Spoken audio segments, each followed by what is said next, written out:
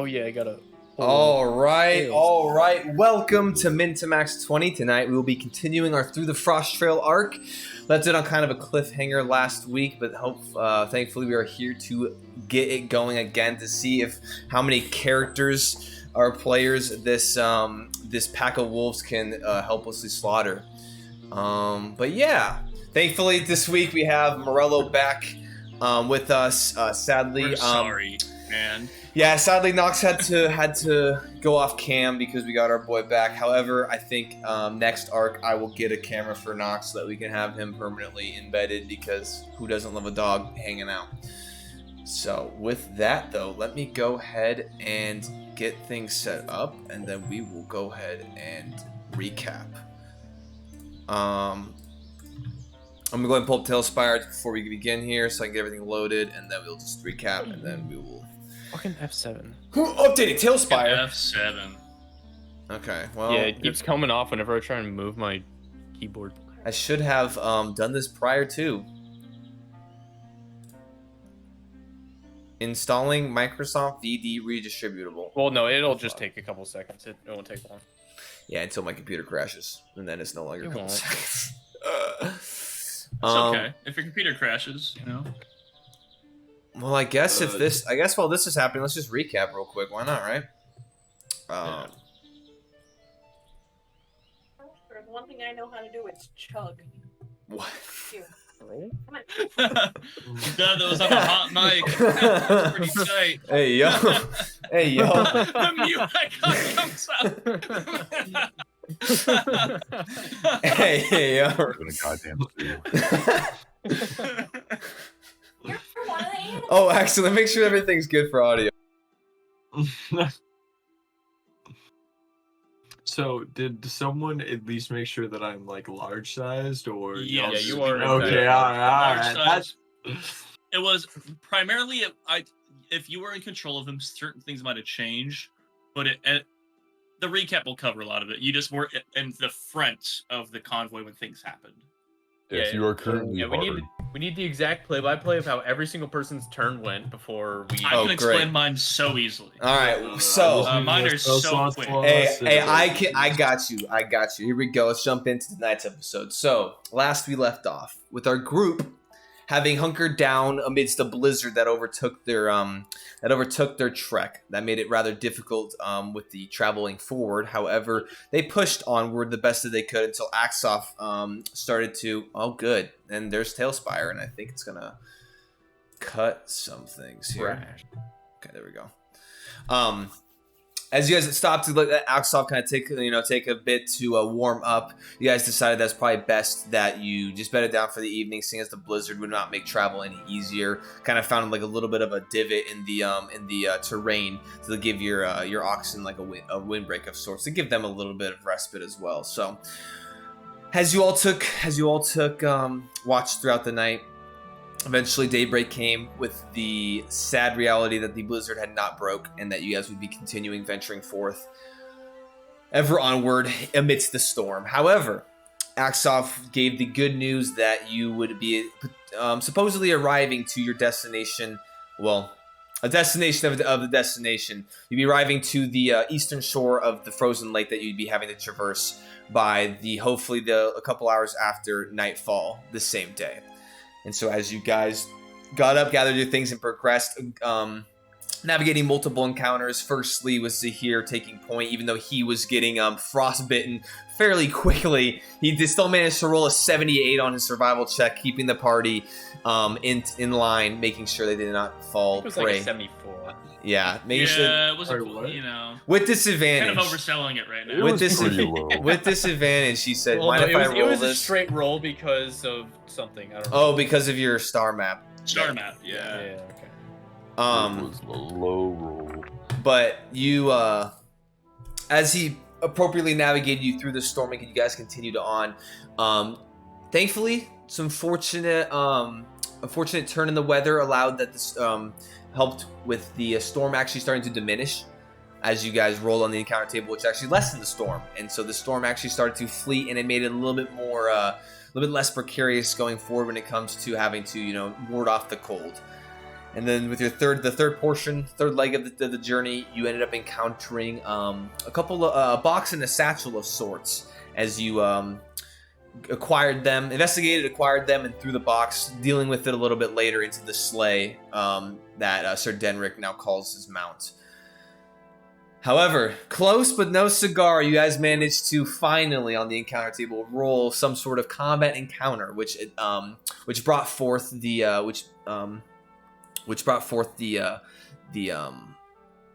pack of winter wolves, similar to the ones that you faced early on in the adventure. However, as you guys were kind of making your way, getting ever closer to your destination, as the tree density started to disperse and these rock formations started to protrude out of the ground, and as the terrain kind of shifted, there was a kind of like a pinch point up, yonder, kind of forward of the path. At which point, as a group of these wolves jumped up onto the rocks and initiated combat, we had some precarious start. We had Virden chucking some fireballs. We had the wolves circling in pretty quickly, starting to ravage some of the mounts, and you know, in the attempts of taking them out of commission.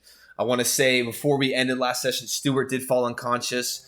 However, with some quick thinking from the group, a lot of you are getting your mounts out of harm's way and kind of taking the brunt of this attack. So that is where we left off, and so we will go ahead and jump back in tonight with our combat, which I will go ahead and bring the stream over to where we are here, and I will go ahead and kind of we got you, Morello.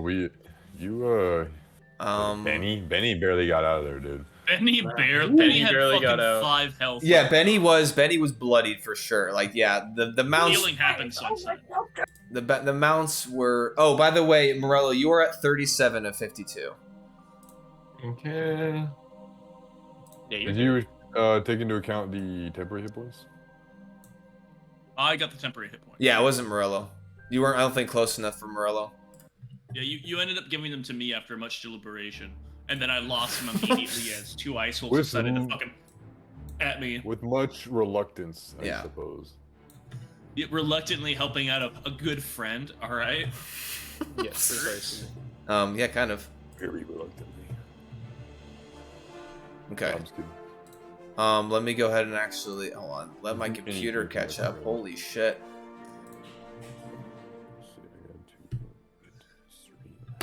Why is this not loaded? I wonder if, like... Figure your life out, Google Docs. Damn. Alright, please hold while my computer has a fat stroke. Google Docs more like slubbing cocks. I mean, right now, it's really giving it the good old... It's being a glizzy gladiator real quick.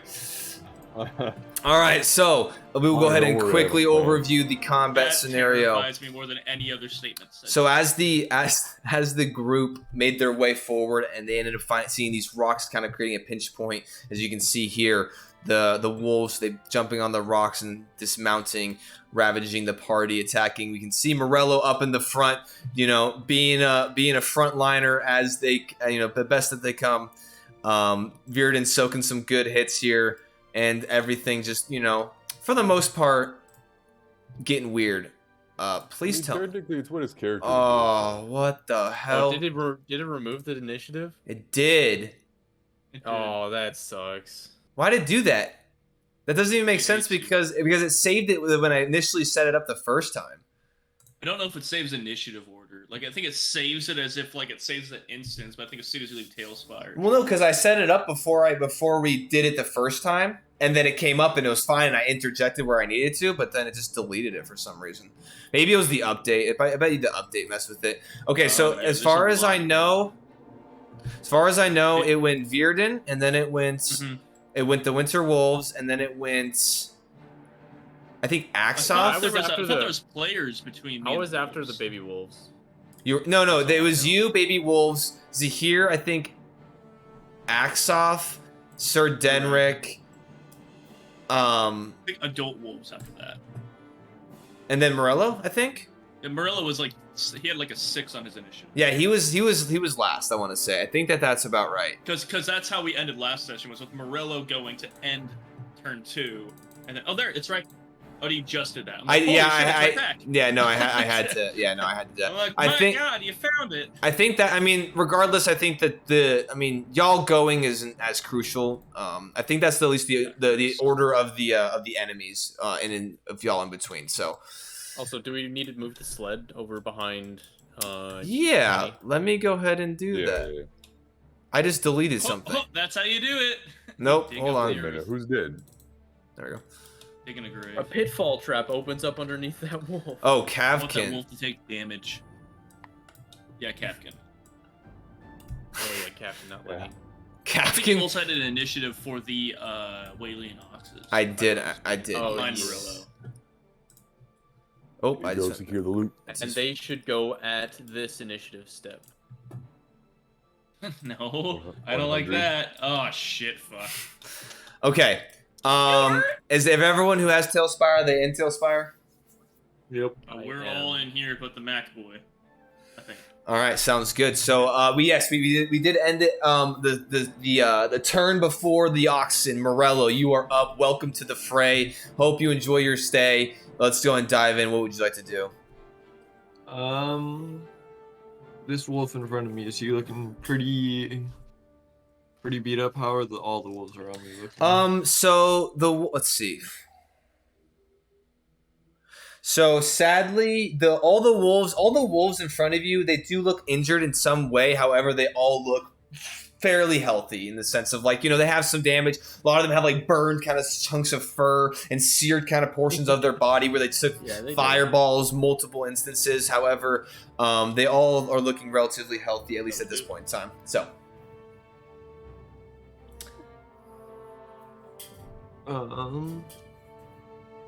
I'd like to use my action to cast Spirit Guardians then. Okay.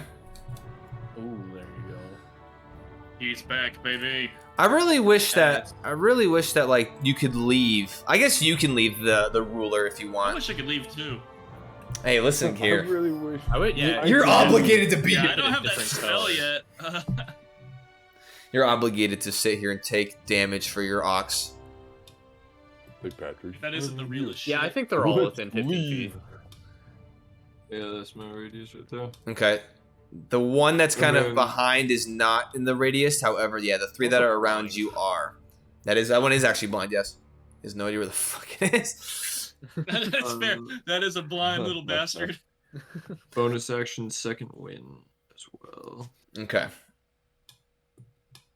I probably should have used the wall better. But All right. So as you go I ahead think and the way you used the wall was really good. So as you bring your shield with your arms kind I don't know of if it through both accomplished of the kind of the straps of your shield, you go ahead and grab your holy symbol, speak the command word, and as you you utter this kind of incantation, all of a sudden from central kind of at the pendant erupts out this kind of radiant spray of energy. And what do the spectral guardians look like? Little kobolds. Okay, yeah. Little kobold So yeah, cherubs. as you Yeah, I have a bunch of just tiny little phalanx kobolds around. As me, this pretty as this flurry of kobolds just emit out into this 15 foot radius all around you, as they start to then kind of, you can hear them kind of as they kind of like laughing around, kind of silently, or not silently but quietly in this space, kind of getting ready to attack these wolves around you. That was your action, and then you said bonus action, you second win. Yep, I'm back up to 45. I healed 8. Okay, sounds good. All right, cool. You don't want to move or anything? I'm assuming not. Nope, I'm just gonna stay here and. Okay.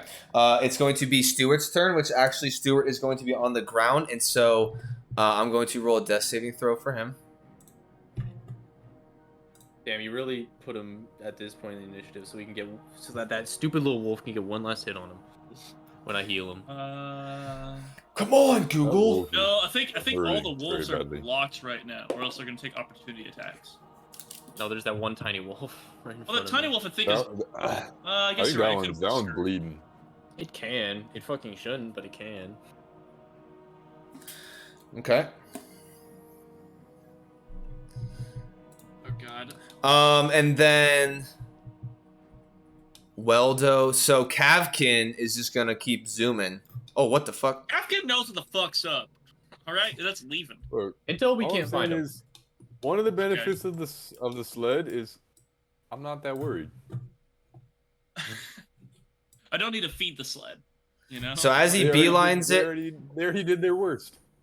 as he beelines it, it like catches. It like some of the ropes catch the side of the tree and start to drag it kind of as it starts to wrap it up and kind of starts to like pull it towards almost, you know, it's looking like it's gonna hit on a trajectory course to hitting the tree, but as of right now it's kind of just roped around.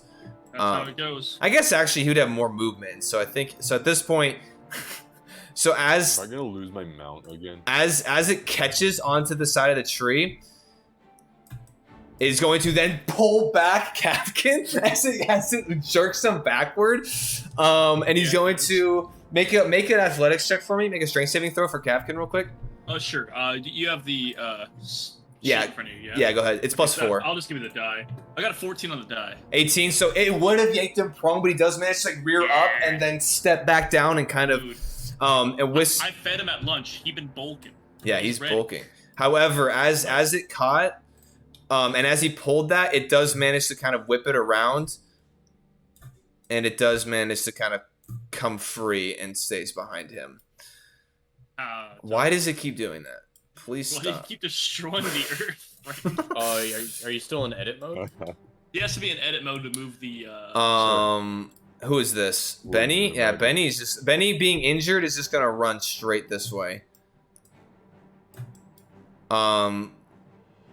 Weldo, confused, is going to stomp kind of next to his buddy, and he's going to start fleeing this way.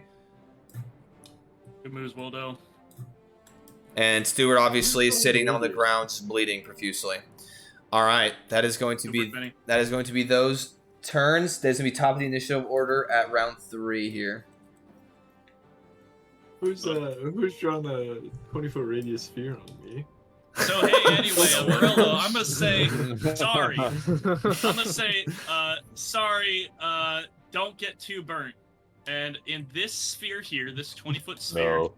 in this sphere here, I'm gonna cast Fireball. Okay. I believe I'm hitting 5 of them. You will be hitting 5 of them, yes. All right. And Morello. Six. New Six top and a damage for half. the- Okay, for I the can campaign. actually, if I can, I'll adjust this real quick. I think you No, can hit. no, you can hit me. Well, If you- either way, you're good. You're in the center, man. Like there's Yeah, no maneuvering this. ah. Like, hey, it's gonna happen. But that's a good point. I didn't realize how big 20 feet is. What kind of save am I making? A dexterity. I think I got all 6 right there. Holy shit. Damn. Alright, Alright, what Hey, is so now- your- also- okay, Hey, new I'll roll a record. d6 for you if you want. New record incoming. I'm for shits and giggles. This is gonna be at 4th level. Okay. Just for What the is your extra. DC? My DC's 15.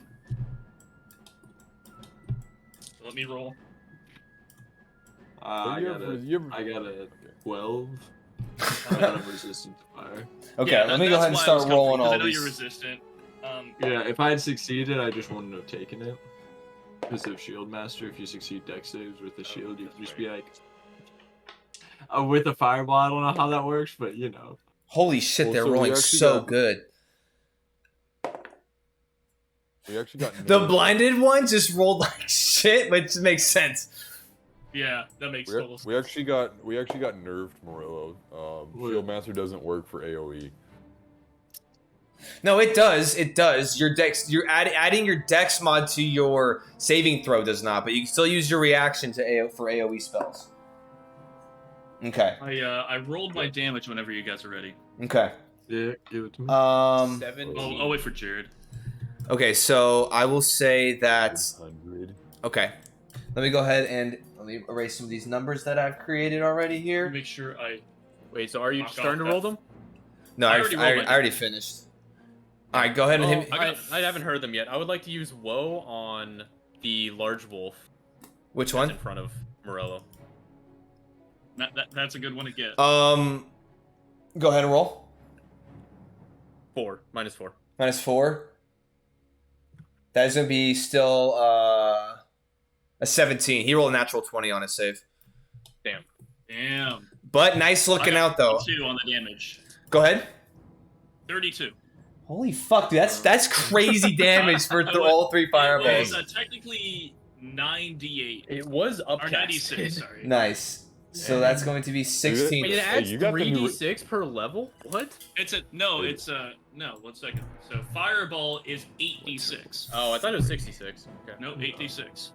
Hey, this guy's got a new record. So you only got 1d6 out of the whole 4th level spell. Yeah, but I have more 4th level than 3rd level, so this one translates at least to damage instead of the other ones where it's just like there's no Right. benefit. It's just another spell slot. What's a concentration check? What do I roll? It is going to be either 10 or half the amount of damage. Since you took 16 because you have it, you have to roll a 10. Hey, sorry, what, friend. what I skill do I thought you use? passed. Constitution saving Is throw? it Constitution saving throw? Oh, Yeah, Constitution saving throw. Alright. Then 21. Yeah, you maintain concentration on Spirit Hey. Guardians. yeah. Nice. Nice. Hey, I planned As that. it immediately goes down. That would be Yeah, so because sad. If you could let me know the total amount of damage I do to these wolves this turn, that'd be so good for me. He's gonna have to do Okay. math, and that's gonna take too long. If the numbers are written down. Hold on. But what if he didn't? No, if he didn't, he didn't. I don't know what to say about that. He's really good at tracking shit in his head, and I admire and fear him. Oh, wait, no. That was 4? Ear. You say that now until my surprise lobotomy package arrives at his doorstep. What? Wait. Holy shit, dude. Right Hold up, on. right up through your nose into the.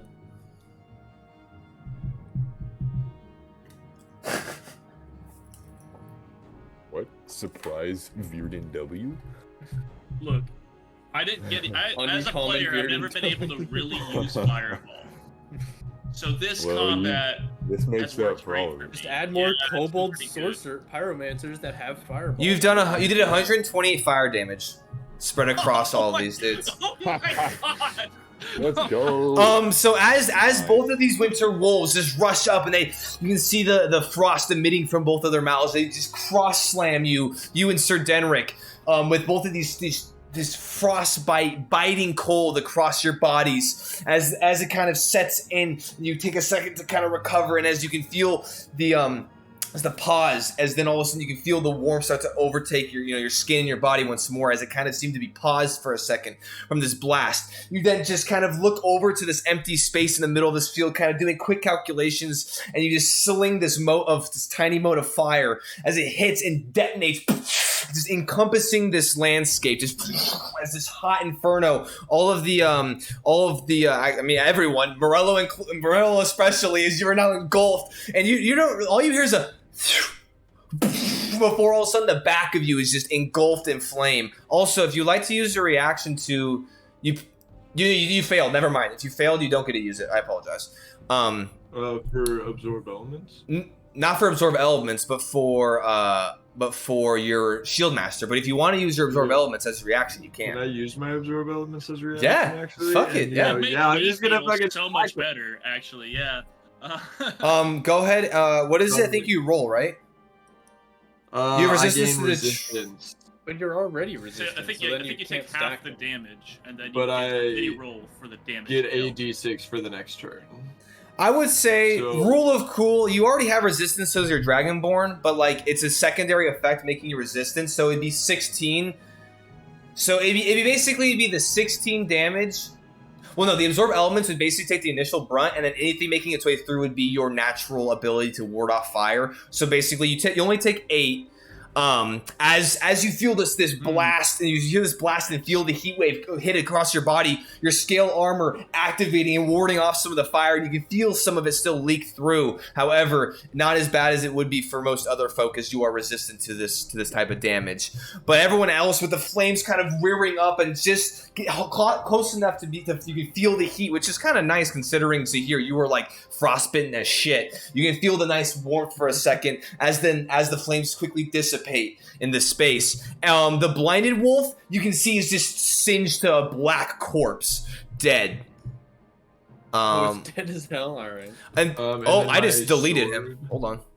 That's good. I mean, good that's for me. basically what would have happened. Yeah, sure. I Yeah. guess honestly, yeah, it was Killing a blind dog. it was definitely the reduced. highlight It was of the day reduced for to me. this black kind of corpse, and as the wind flurries, it turns to ash and it goes off in the wind. Yeah. As these other wolves, as the flames disperse, you can see these wolves are all singed and burned. You can hear the whines and the growls as they turn and snarl. The ones that were next to you, the one in front of you, Virden, cut in the blast, you can see it. Nice trick. And then you can see him as the drool now starts to continue and kind of generate in his mouth. Damn. Nice. That's going to start you. our round. Also, thanks, Morello, for negating the damage I did to you. Oh, That you're was good, good man. for me. You've actually buffed me for next turn now. I get an extra D6 on that. Make sure you take a charge away from your scale mail. Yep. And yeah, so as long as there's nothing else you want to do, Zahir, you're up. Let me double check here. I think I'm good.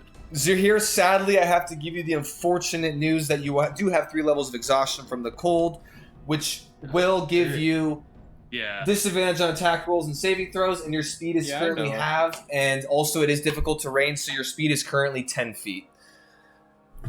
Not until I start flying. Well, so in my mind, that their fly speed would be reduced still because you're I know still. it's still halved, but you I'm have- in difficult terrain. Yeah, you don't it's have not the a difficult. quarter movement having half the movement through difficult terrain. Yeah, you are. Yeah, you do get that back. So Yeah. I want to say you are flying, right? There we go. Well, I will be. All right, so your But- turn, my friend. Wait, weren't the baby wolves right before me? What happened to those? Oh, you know what? Thank you for catching that. I Well, don't deleted worry the. about I it. deleted the one that was the And then it marker. deleted it from the initiative. Okay. Yeah. The blind wolf was the primer for that initiative. Yeah, hey, I appreciate that. Good catch. There we go. All right, going back. The Winter Wolves. All right, so.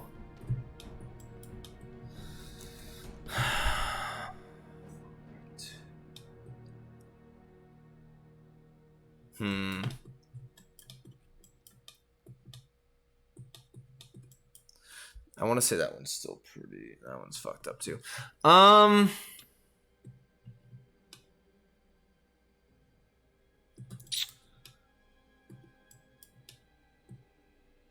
Let me go ahead and do this.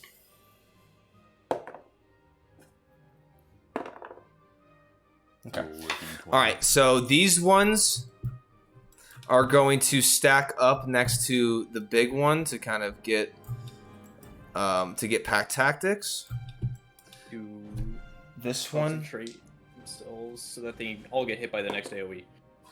this one, however, is going to take its action to disengage. It needs to make me a wisdom save before it does that. Not though that one. This one. Hmm.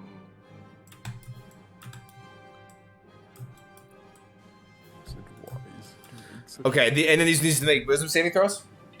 Yep. Okay. All right, sounds good. Natural 20 for 1, They That changed is- out that dice. and that is going to be Whatever that dice a is. 4 Use that Put it dice. in. Hey, Get it out of of here. here. Get it out of here. a Use that 4 dice for the Axel. second. Yeah, use it. Please, God, use it. I actually I'll cha- meet you halfway. I changed his dice. Don't worry. Axel no longer rolls in that shit dice, dice. I swear to God. Okay, one saves, one does not. What needs to happen here? He's getting the bag. Yeah. Gonna beat him with the blackjack.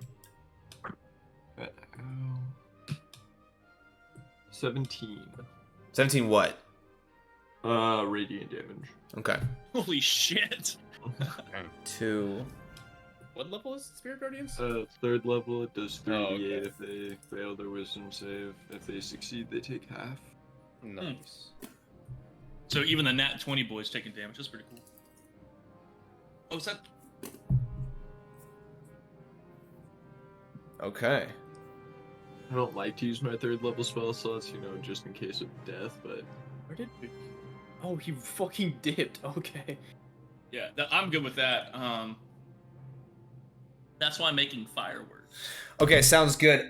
So as Okay, so I as wanna it is the make start that of these decision. let's see this one. I guess it wouldn't have even been able to actually move, as it was just immediately shivved and stabbed and lacerated and blasted with radiant damage repeatedly by these tiny little kobolds. It is going to be knocked down, but the other one is looking extremely hurt, but is going to actually stay and fight here. So let's go ahead and roll with advantage. That's going to be 24 to hit. That hits. And that's going to be 5 points of piercing damage to you. I need you to make a strength saving throw. With advantage. It's a nat 20. Natural 20. Okay, yeah, your sheer size as this little ankle biter comes up and starts trying to bite at you. The first one immediately slaughtered off by the spiritual guardians. It does manage to bite kind of at your shin area, kind of your kneecap, and it does pierce through. However, as it tries to sort of like pull you and drag you to the floor, you do manage to resist it and kind of shake it off and kind of kick it off. That one. A concentration check as well. You got a 13, you said? 15. 15. Okay, nice. The other one. What was the damage? 5 points of piercing damage. All right, now that is going to be the winter wolf puppy's turn. Now it's going to be Zahir. You're up. All right. I think I will use my bone. Oh, fuck! It's such a waste. I don't have anything else. I will use my bonus action to use Healing Word on Stuart. Okay. Thanks. This is. And then the other half of that will go to Morello. Or the chalice portion of that. Okay, go ahead and roll. So 7 for Stuart. And then... Where's my D8? There it is. That is 13 for Morello. Nice. All right, nice. Sorry, I accidentally threw my die across the room. No worries. And I would like to rise up a little bit on my wings and slam down onto the giant wolf next to me with my sword. Over here? Right behind you? Really, yeah. Yes. Okay, go ahead and make your attack with disadvantage.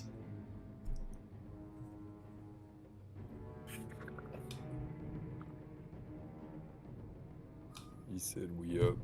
A 19 and a 20. Holy shit.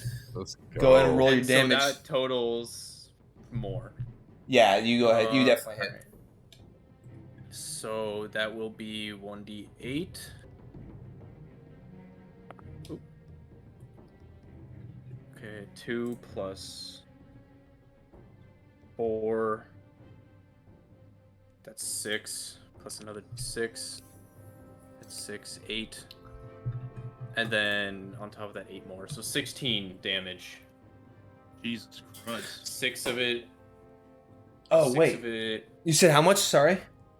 16. 6 of it slashing, 10 of it radiant. Jesus Christ. Let's go. Let's go. Are Okay. you casting a spell as you're swinging that, or why is it? No, doing that's the blade. Jeez, dude. That's awesome. So Although as... that, I get straight 8 damage from my radiant soul. Pretty cool. Yeah, so as your wings are kind of flurried out as you do it, you with using the chalice kind of constellation that's streaked out on your chest, you cast Healing Word on your injured mount that's on the ground. You can see the blood starting to pool out on the snow as you cast, and you can see this kind of white starry energy form and kind of encompass the body and start to close the wound. As you then send out another mote of healing over to Morello, you then turn and kind of fly up 5 feet using this new sword that you have. As it cranes down, you can see it bursts right before it impacts with a burst with a radiant kind of sheen to it as you strike across its kind of front shoulder portion, cutting downward. As you can see this large gout of blood just start to pour out as it goes. It's like a snarl whine as it kind of shudders under the impact, and as you cleave it through, you can see it just falls to the ground and crumples as that one just crumples How to the much damage ground was it? as you bring Nice. it 16. through. 16. It was 16 points of 15 damage. points? It had 15 points health left. Oh shit! Fuck Alright. yeah, dude. Okay. Yeah, let's get these baddies off the board. All right, what else would Yeah. you like to do with your turn? if anything. Help me. I'm back on the ground again after, and I'll Okay, that'll be I'll 10 feet just- of movement. I'll just sit there a little bit shivering. Okay, so as you come down, you're like, as the adrenaline kind of surges, you struck, it helped you, but then you're like immediately kind of coming down, and the cold sets in. All right, next up is going to be Axoff. As you kind of sit back down, and Axoff just like looks over to you because he's in proximity to this wolf. He kind of shakes his head, and as he nods over to you, you see his visage puff into a cloud of smoke.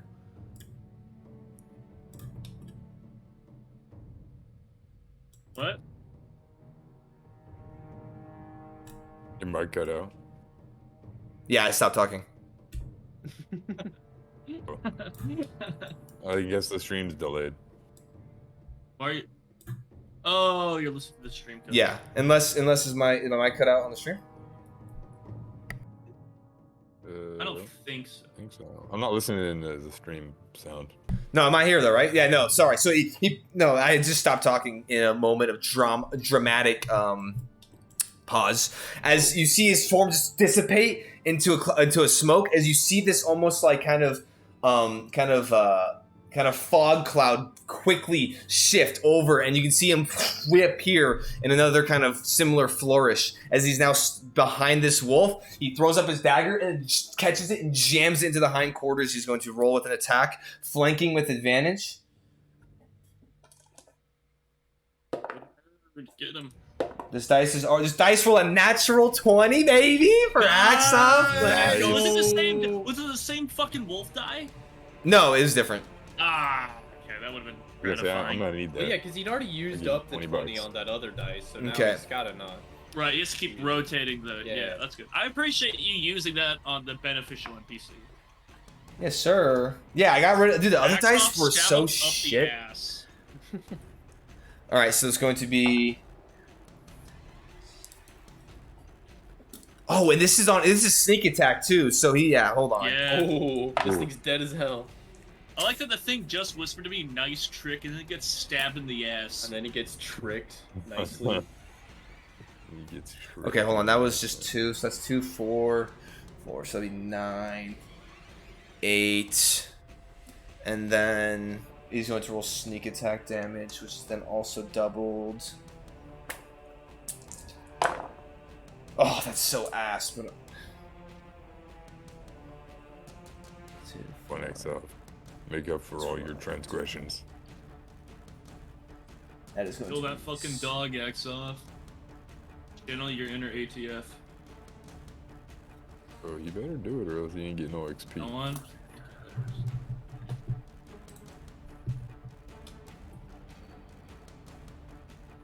Oh shit.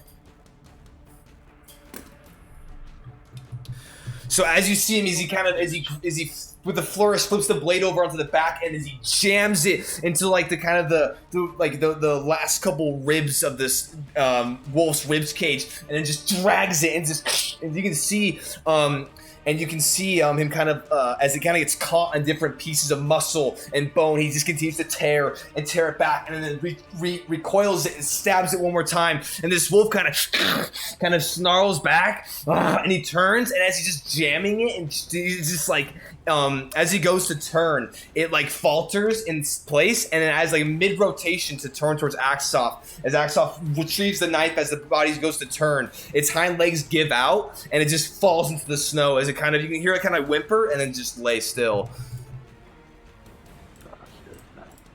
Yeah, baby. Oh. And- That was disturbing. Bro, And- extremely uncommon. And as he looks over to you, Somebody Bearden. pulls out a fucking Extremely chainsaw uncommon. dagger, runs it along the length of a wolf, and we're just like, that's our guy. Yeah, and as he kind of as you see He's the never blade. doubted you. As you see this kind of blade with the kind of the bat kind of etching and kind of this weird kind of vampiric kind of designs to it, you can see the blood kind of as it drips onto the snow. As he looks over to you, Bearden, and he kind of smirks. He's, honestly, I feel like the dagger is working out better. As he flips it over, grabs it. Can I know this is not my turn, but can I roll perception on that dagger? What are you trying to perceive? I'm trying to perceive what level of cursed that item might be. On your turn, you can certainly try.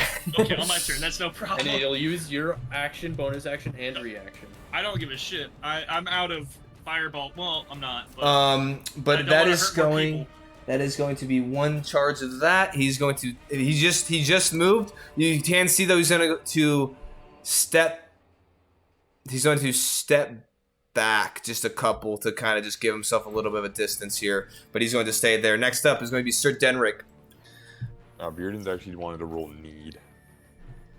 I need Alright, you to well, help. Rolls get this need on dice the out of here? pelts. You know, this is actually working out pretty well because I was thinking all these tactics and all the wolves around me died, so it makes it a lot simpler. Same thing. I was so worried that 2 adult wolves were about to get pack tactics on me, so now I'm already so much better off I than was worried I was gonna I- have I- to think for a second. Yeah. I had a they- plan. I was had a plan. You hear I'm gonna howling in move the up. distance. No, I'm just kidding. Fuck. Gosh. I hear howling distance. I leave. The howling of a rimmer I will move The The around. clicking of the sounds of the demons. So I'm gonna move around that dead wolf, and I'm gonna move to the side of the wolf in contact with Virden, but I will basically be in line with Axov. I don't know if you have. I like that. Okay. Okay, never mind.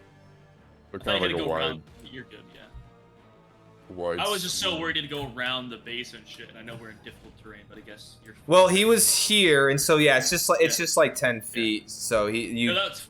Yeah. yeah, you as you I was trudge. just worried you had to go around the base. Your plate armor, You can go under Baldur. causing additional kind of hindrances here in this deep snow, but you do manage to make your way over to Virden. Can I move over one more space? You mean like right here? Yeah. Yes. Yeah. Yeah, that'd be your 15 feet though. It's fine with me. Because Thank God, you were right here we here, go. right? Yeah. Okay. And I will do something unheard of. Oh no. He casts fist. I will take the attack action. Okay. Holy shit! No way. I haven't And I heard thought- that since the days of Zahir. And I thought Okay. I'd seen it all. First attack. Oh You buggers. Was it 32 hit?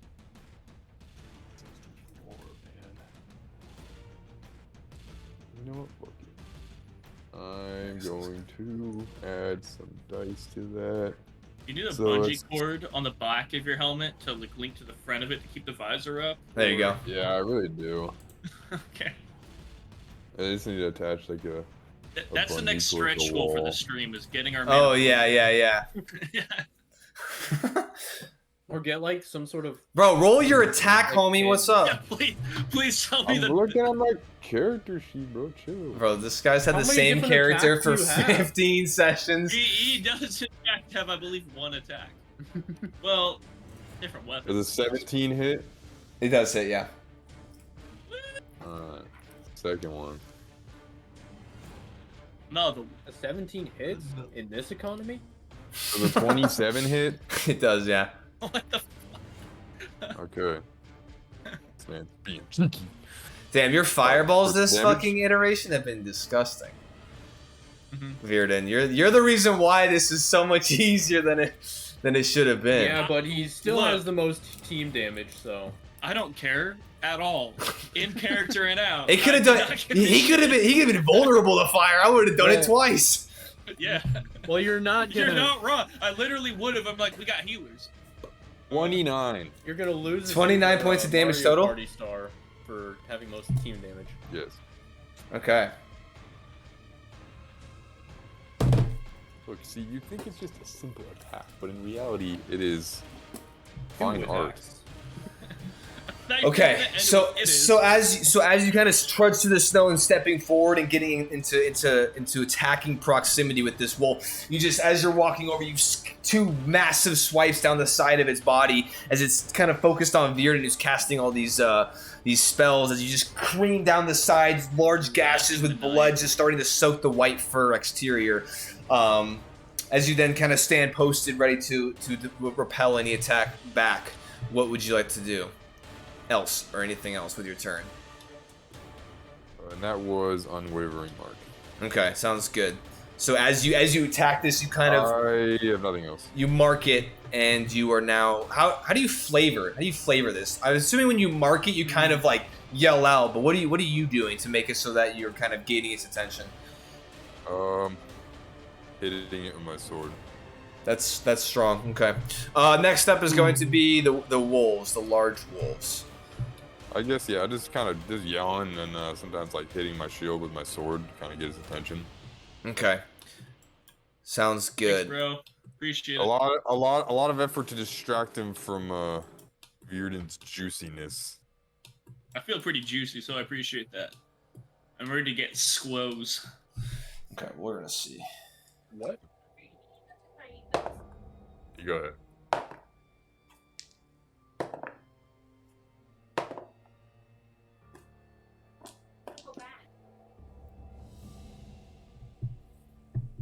Okay.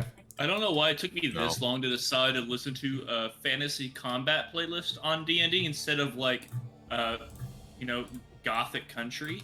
But now it's a lot more cinematic to me when we do combat. Mind your business. What I'm saying is currently it feels pretty cool because I'm listening to the right music. I'd be listening to the RuneScape 3 boss music. Okay, so I will say, the one that just got two massive gashes slashed into its side is going to turn and just bolt as it kind of haunches up, as it kind of backs. It's looking at the both of you. It's going to take the action to disengage. It looks at both of you, making sure that if you were to strike out or anything, it could counter as you guys both stand there kind of ready, as it then just turns and creams and beelines it Can over. I take an opportunity of attack? No, with disadvantage, with the disengage action, you cannot do that. Oh, okay. Yeah. However, this one, the one in front of you, Morello, after you can see it's singed and burned, you can see that it goes to flee, but then looks over and sees its pup still kind of sitting there snarling at Morello, so it's going to actually make its attack. Before it does that, my kobolds all surround it and pull out their shivs and start stabbing it. Okay, Axes to the face, bro. 11. I like when they pull out. I like that their weapon of choice is a pickaxe. Yeah. So it's not like it's just. 11 on the wisdom saving throw. He fails. Okay, roll your damage. Oh shit. Come on, max the dice. fear Max of God. dice. They get the fear Oh, of God that's put actually not directly in its fucking head. bad. And That's anime. 20 points of damage. Holy fuck, dude! Y'all are rolling so high. So as these pickaxe wielding kobolds start just beating the shit relentlessly, and as you can see as it's getting onslaughted, it looks to flee, and it goes to flee, but then looks and sees that the other, it's the younger wolf, the pup is like sitting there also getting onslaughted, but still kind of remaining resilient. It turns and as it then is going to bite out at you with advantage because of pack tactics. Yep. Natural 20. Alright. Get Put that shit dice on. away, bro. It actually That's a rolled. mother's love right there. It That actually- 20 came from my mom. Yeah, it actually rolled a natural 1, and with advantage rolled a natural 20. Ah, Dang. dude. You hate to see it. It is going to Can be. I Cloud Rune and redirect its attack into its kid? Oh my Oh god. my god. I don't think you can. You do that? Can you do that? That's reaction. yeah.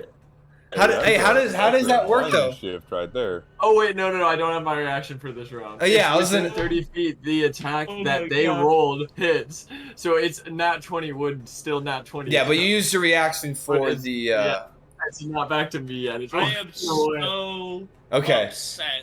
I'm that didn't happen. I'm actually really happy that I didn't am fucking so- happen. I was like, man, I can't have shit. I'm doing this for my kid. Oh shit. That's so. That wolf's like, can't have shit. You know, that's extra fucked up, and for that, you can have 20 points of piercing damage on a crit. And with that 20 points of damage, you can also make me a strength saving throw. Normal, Yeah. straight strength saving throw. Advantage. I'm big. You can. Okay, yeah. That's the what. I You got have you. 1 point of despair. It's the opposite of inspiration. That's a 19. 19. Okay, so Once when you This- choose, this you one- get to have disadvantage. the larger wolf kind of looking back, and it's almost touching for a second. As you then play in your head, you're like, damn, he really fucked up if I redirected this crazy hit. But then you realize that your action economy doesn't allow that. As it takes a fat chunk out of your midsection, you can feel it kind of pierce through some of the scale mail, as you can feel it kind of puncture some of the ribs, and you're like, that's gonna not only bleed but also bruise pretty good as the hot blood starts to seep down, like and soaking your shirt and that kind of starting to hit your waistline. As it kind of takes this fat chunk, bites into you, and it starts to kind of like backpedal and try to drag you down. But then you kind of pry with your hammer, and you dislodge the jaw. Oh, sorry, your sword. As you dislodge it, you push it off. Holy shit, that was funny. Also, your turn. That's so fucked. man. That's so fucked. Morello, you are up. As a reaction, if I can see a creature within 30 feet, within 30 feet of them, I can redirect an attack as a reaction. Okay. No, Also, it's the same redirect exact a rule. bite to 30 feet away. What the fuck? Yeah. He just grabs a wolf and throws it. well, And then it comes so back, I like, think. what? Well, I'll have to look at that because I feel like it's like within. It's Runite, right? Holy shit! That's Hold on. Rune Knight. Yeah. I'll look at that later. But for now, Runite's fucking cool. For now, we will, Pretty tight. You will be audited, Logan. Yeah. yeah. Hold on. No. For now, I'm gonna smack the shit out of it with my. Yeah, and as you kind of pry it off, you can see that it's like it's like labored breath, like it is on its last leg. Okay. You just kind of pity This is maneuver. an important question. Are you hitting the mom or the kid? I'm hitting the bomb. That's good. The kid's gonna die to the kobolds. I'll have no hand in that. Okay. I got Arguably Scorching worse Ray death. ready for the Salon. Bro, this man been playing Darkest Dungeon. With those death That does an blows. 11 hit. The 11 actually does not hit. Can I? No. How's He's it gonna make look? up a lot of ground. How's it looking? It's looking like it's on its last leg. Like it is. It is Can I dead. action surge? Yeah, certainly. No, because Oh my because God. of that fucked up thing you just Uh, did. No. 21. Actually, this 21. Yeah, it's. because of the fucked up shit you want to do to the kid, you actually have disadvantage. Okay. 4 points of fire damage, and then. But make him spin, make him spin, Why is make he him spin. jigging? Yeah! Dude, who needs Nox? We got a spin in miniature. Well, We still need Nox. Right. But... Surprised wiggle with Yeah, you watch roll. yourself. What's up? what's it called? You see, that's 12 your damage first one. total, Take a 4 of point that is despair. fire. If that matters. Oh. Pick the What the attack f- result from the beast. Sorry, how many points of damage? 12 damage total, and 4 of that was fire. Yeah, so as the this kind of radiant sheen, or sorry, not radiant, but this like kind of elemental sheen that kind of has like tints of red to it as it kind of was shimmering around your body from this from the absorption of the fireball. As you go ahead and you just kind of about to put this wolf out of its misery, you raise your sword up, and as you do so, all the energy kind of shoots through to your arm, up the handle, into the blade, as it kind of emits this kind of red hue, as you then smash into it overhead, just kind of bisecting the neck, and the neck meets the shoulder as you cut deep into it, dragging down the fire, kind of emitting off the blade as you drag it through. It just hits the ground dead.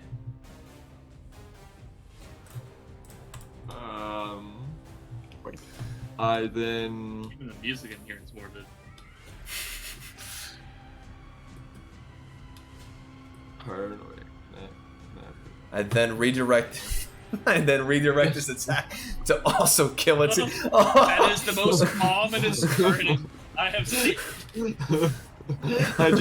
I slowly turn over, sword dragging in the snow with like the rest of the fire just steaming like.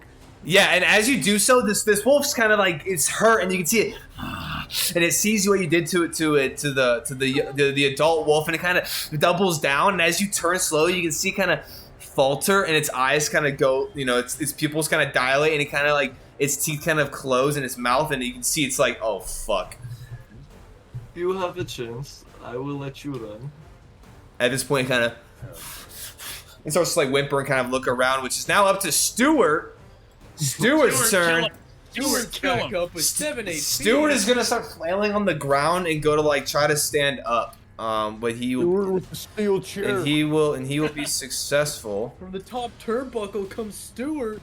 as he stands up and just starts to kind of bolt off to the side. This one leaving the map. This one leaving the map. This is a recurring trend for you guys' combats, where the mounts eventually just start beelining it somewhere else. Until Those when are Axon smart, didn't dude. untie him. That's good. But yeah, so as they all kind of they know the drill at this point. That is going to be their turn. Top of the round is going to be Virden. You're up. Fireball. Do you want to So we got make a do you new wand. do you want to make that perception check? Oh wait, hold on. So I got a new wand. Yeah, he's within range. I checked. He's within 120 feet. I'm making 3 attacks on that fucking adult wolf as it's running away, because that's the only remaining threat that I really perceive coming after us. I have Okay. to make 3 weapon attacks One- as one- all 3 rays are coming for him. 1 second. Let me go ahead and make sure because I think it's 80 feet for the snow Scorching Ray's modifier. 120. No, 80 Oh, the feet snow for the. modifier. Oh god, yeah. Uh, I did not. I know you sent me a message. I'm looking for the moderate snow condition, and you are good. Oh. Go ahead and roll. It's plus 5. It's plus 5 to hit. With the For my wand. spell attack. With or the just wand. my- With the wand. Oh, the wand has its own spell attack modifier. Correct. Okay. Pulls So up that the is a revolver. 13, which probably doesn't hit. A 13 does hit. That is, 13 hits. 13 hits. All right, Mhm. cool. So then a 14 hits, and then a 23 hits. Yeah. Yeah. All right, let me roll these. So that's gonna be 66 fire damage. Sounds good. Fuck this guy. I don't like wolves now. I'm ready for them to go. So that's 15, 17. That's 19 fire damage. So as you kind of pull out the wand from the satchel, as you then turn it, and you just as there's almost like kick to it as these 3 motes, as these 3 rays Recoil. shoot out, and they kind of like arc, and they make their way over across the space, and you see them boom, boom, boom, slam into it. In pace, it just gets hit, and the third hit, it kind of goes over top and hits it in like the spinal kind of back area, as it then just as it slides and kind of tumbles in the snow, and then just unmoving comes to rest. Bearded, there's a child within range of you as well. That is going to be 2 of your charges. Go ahead and annotate that down. No problem. That costs an action, correct? That did cost an action. Yep. Okay, cool. Would it be a bonus action to for Axoff's thing? Yeah. If you want to make perception check, go ahead. Wait a minute. And it'll just be me. Oh, never mind. I think So with if I'm- disadvantage, I want to say with the weather. Yeah, he's like however far away from me. Let He's 20 feet away from me. me see here. 22.5. The snow shining off my I arm. didn't- Yeah, I so- didn't roll well anyway. Yeah, you I do have you have disadvantage Okay. just because it is a smaller object in his hand, and he didn't move and kind of like put it down to the side. But go ahead and roll, see if you can see what you want No to see. problem. Either my disadvantage roll was better than the original, so Okay. it's a 14.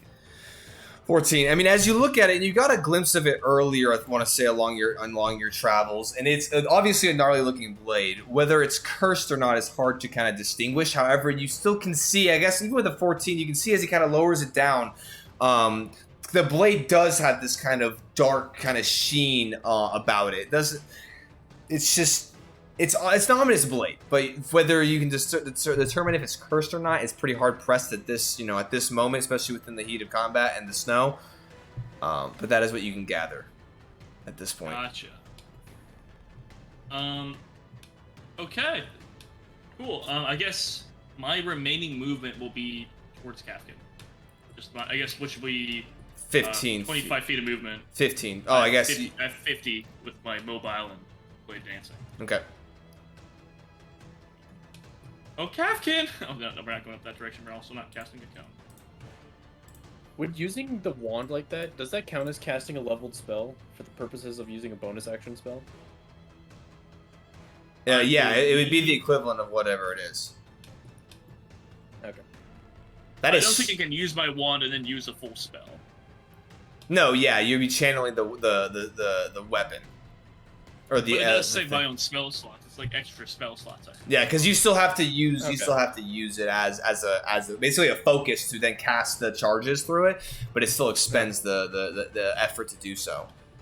All right. Such since it regains a 1d4 plus 1. Casting one spell in Little, combat guarantees it's regenerated at a long rest.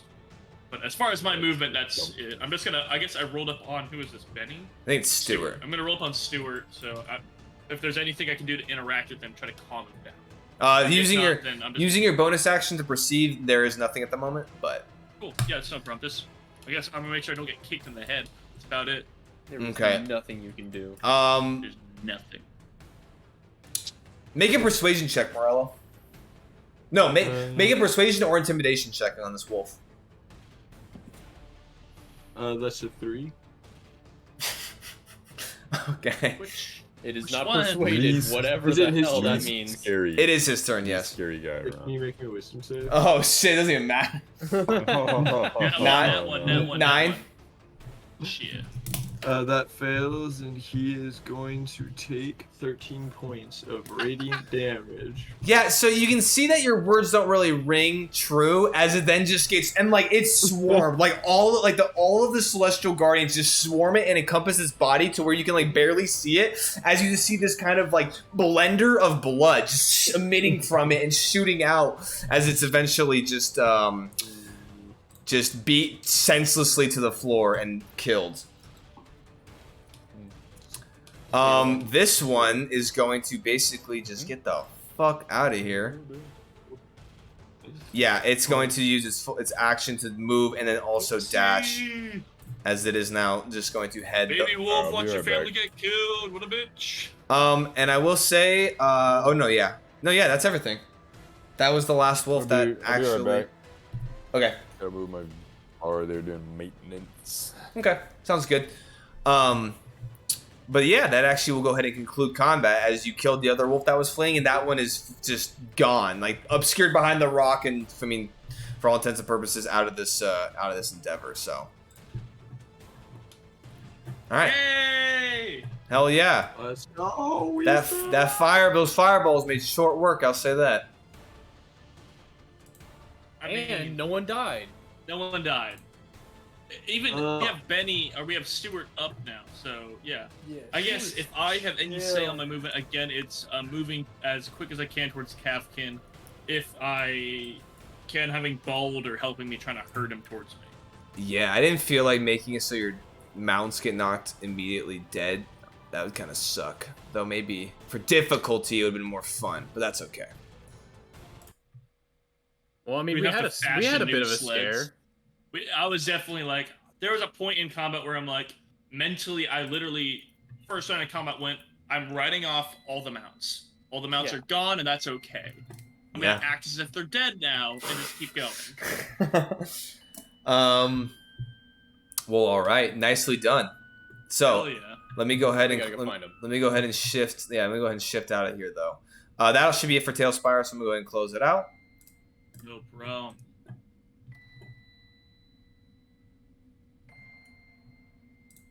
Okay. Nice, nice, nice.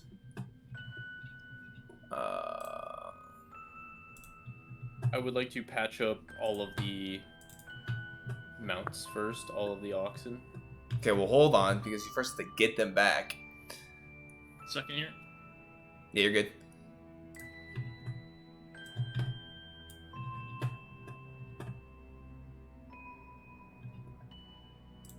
Okay, that's good there. That's good there. That's good there. Okay. So as the last wolf just kind of in a quickened hurry to detract from this area and to make its way into a safer space, clearly not Clearly, unfortunately for the rest of its pack, unable to make any sort of distance from this powerful group that dispatched this this ambush relatively quickly. Your mounts, you can see the majority of them just starting to just beeline into different directions. I'd want to say it was Stuart's still relatively close. But yeah, Virden, you can go ahead and quickly make your way out after Kavkin. Actually, I wouldn't say quickly, but yeah, I mean you have difficult terrain. Wait, is mobility? Mobility doesn't give you the mobility feat doesn't ignore difficult terrain, right? I do not believe. I'll double check, but I don't. I could hop on Stuart Okay. while healing him up and then go wrangle up the others. Yeah, because as you're trying to run after Kavkin, you can see he's with kind of relative ease, just kind of trudging through the snow as you're kind of beelining after him. You can see the sled. There's a couple times you're like wincing as you see him. Mobility. If I take the dash action, mobility does not affect me, or difficult terrain does not. Oh, even better. So as you're rushing up and you're dashing after him, you can see it. You kind of 100 feet a turn. You kind of wince as there was a couple close near misses against the sled, almost hitting a tree or two. There's a time where he kind of checks it, but then eventually you make your way over. Go ahead and make an animal handling check. All right, Bevity.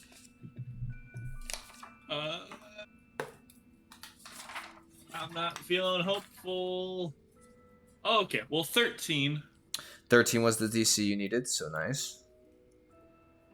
What's up, baby? Kafkin! I'll dap him up with his hooves. Yeah, so just, I mean, you managed to stop him and slow him down. You can see that he's labored breathing. And as you kind of go up to, like, touch him, he does still kind of step back and is standoffish. You just making the threshold of DC. He's stopped and he's in control, but he's still a little bit apprehensive. So you have to take an extra second to kind of let him have a moment. I will, Hero's dead. Rip. Stuart, who was down, as you rush over to Stuart, go ahead. Well, you still have your wings out. Wounds. I do. Yeah, I'll float over the snow so I'm not as affected, and I'm gonna. Well, your I'm speed gonna call still. to him while doing that. Your speed still being halved actually makes it so Yeah, Stuart just beelines it. I'm gonna And call out to him. yeah, go ahead and make a animal handling check with disadvantage.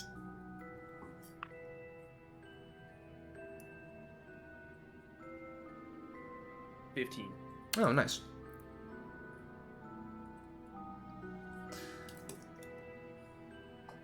Sorry, I have trackers here. Let me go and adjust these. But yeah, so as you're like with kind of floating up with your wings trying to catch up, the cold just making it difficult. Even with these angelic wings, as they're an extension of you, it's still, you can feel the back muscles needed to engage just stiff, and so you're trying to fly after. So eventually you just start calling out. Thankfully, Stuart, not too far off, does kind of perk up and eventually kind of slow down and turn, and you can manage to kind of meet in the middle. If you want to make your your healing, you can. Yes. And I can use both on him, right? Both the chalice and Sure. and the cure wounds dice. Sure. You have said before, but I would like to reconfirm.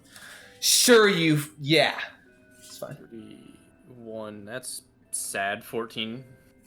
That's as somebody who doesn't heal, that sounds pretty good. 2d8 plus 10 for 14. Right, look, maybe that doesn't sound as good, but All right, yeah, 14 hit points for Stuart. That puts him up to more damage. It's 21. That's 21. Yeah, he's up. Yeah. But yeah, as you go ahead and lay your hands on, kind of I'm assuming you're casting Healing Word, and then you're casting Cure Wounds, and then the chalice is channeling. I see. Okay, so as you kind of put your hands on with the goldish kind of white light, as you put your hands on the side of your injured mount, him looking bloodied and taking these kind of large bite. You can see the bite puncture wounds from the teeth in his side. But as you cast the spell and you put this magic over, kind of bestowing the magic over him to heal him, you see the wounds start to kind of close and the blood start to be so steady. And then as I goad him to go after the others, I would like to use Healing Hands on him for 8 more points of healing. Okay, he's back up to full. 29 is not full, but yeah. He's back up to fuller than he was, because he was deado. And then Yeah, Benny is beelining it. Benny? Yeah, can I book it after the man? Yeah, but the difficulty of the terrain, as because it has half speed, as you have to lumber through as you're rushing after him, as he's just kind of careening off back the way you came. You are definitely not gaining ground as he is making his way quickly away. And I am going after the other mounts. Okay, so are you going after Kavkin or Benny? 50-50. I believe One can you see that I Kavkin, two have Benny. Kavkin more or less? Or no? Or Weldo, I meant. Okay, that's a 2. I'm going for Benny. Okay, sounds good. Yeah, so actually over in your general direction, Virden, you can see that Weldo, which is Axel's mount, you can see him kind of making his way over and kind of cutting through some of the tree line as Axel just kind of he sighs and starts to kind of like trudging after him, obviously with the difficult snow, not making much headway. However, you go ahead and eventually, using a dash, get over to Benny. Go ahead and make an animal handling check. Alright. Was Benny hurt? Benny was hurt. Benny was the other one that took a sizable chunk. Oh, that's Benny got damn unfortunate. near dead. Natural 1. Natural 1. Okay, he's going to make an attack against you. Against me or against Stuart? He's going to make an attack against... Well, let's see.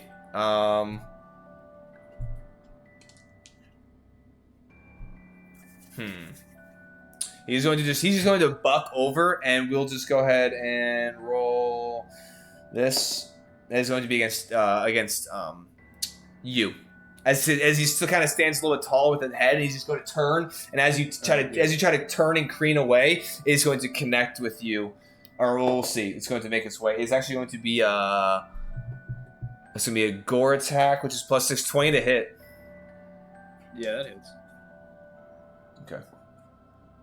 You're going to take 12 points of bludgeoning damage, and I need you to make a strength saving throw. Yeah.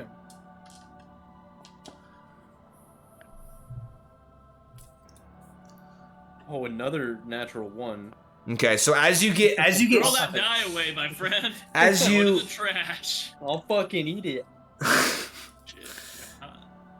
So as he turns, and you manage to turn and deflect it, as it almost smacks Benny or smacks Stuart in the side of the head. He does turn, and you pull the reins, but as he smashes his head, his hard skull and his horns on at the, kind of at your rib cage side, and as it's so unexpected, you go to hold on to the reins and kind of stay mounted, but you just get hit clean off of Stuart as you fall.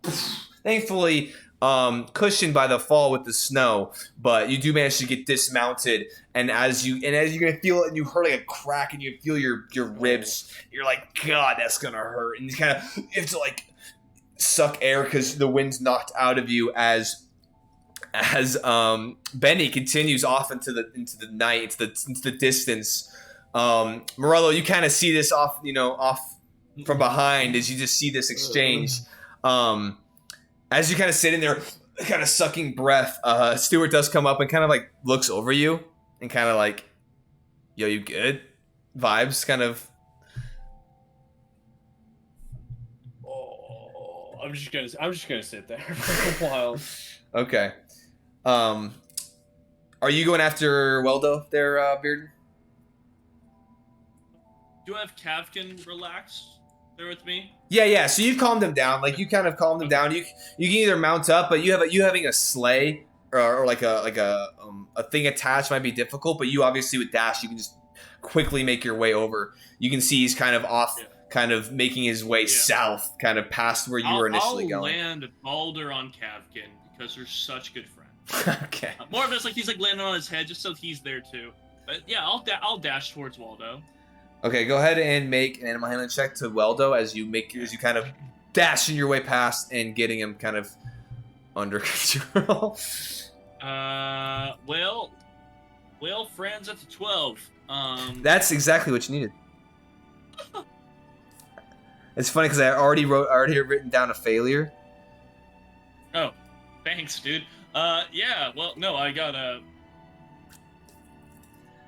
I thought you were gonna fail, but you did not. Me No, too. similar For my life, to really. similar to Kavkin, you do make your way over there, and you kind of call out to him, kind of as you kind of try to get his attention and have him slow. And he's definitely still in a protective posture, but you kind of ease him, calm him down, and you get him to the point where he is kind of his nostrils kind of flaring, and but eventually catching up, Axel does. As he kind of slows, he's about like 15 feet or so away. As he slows, and he kind of makes his way over, and then eventually kind of slowly walks up, grabbing the reins, and looks over to you. Honestly, thank you.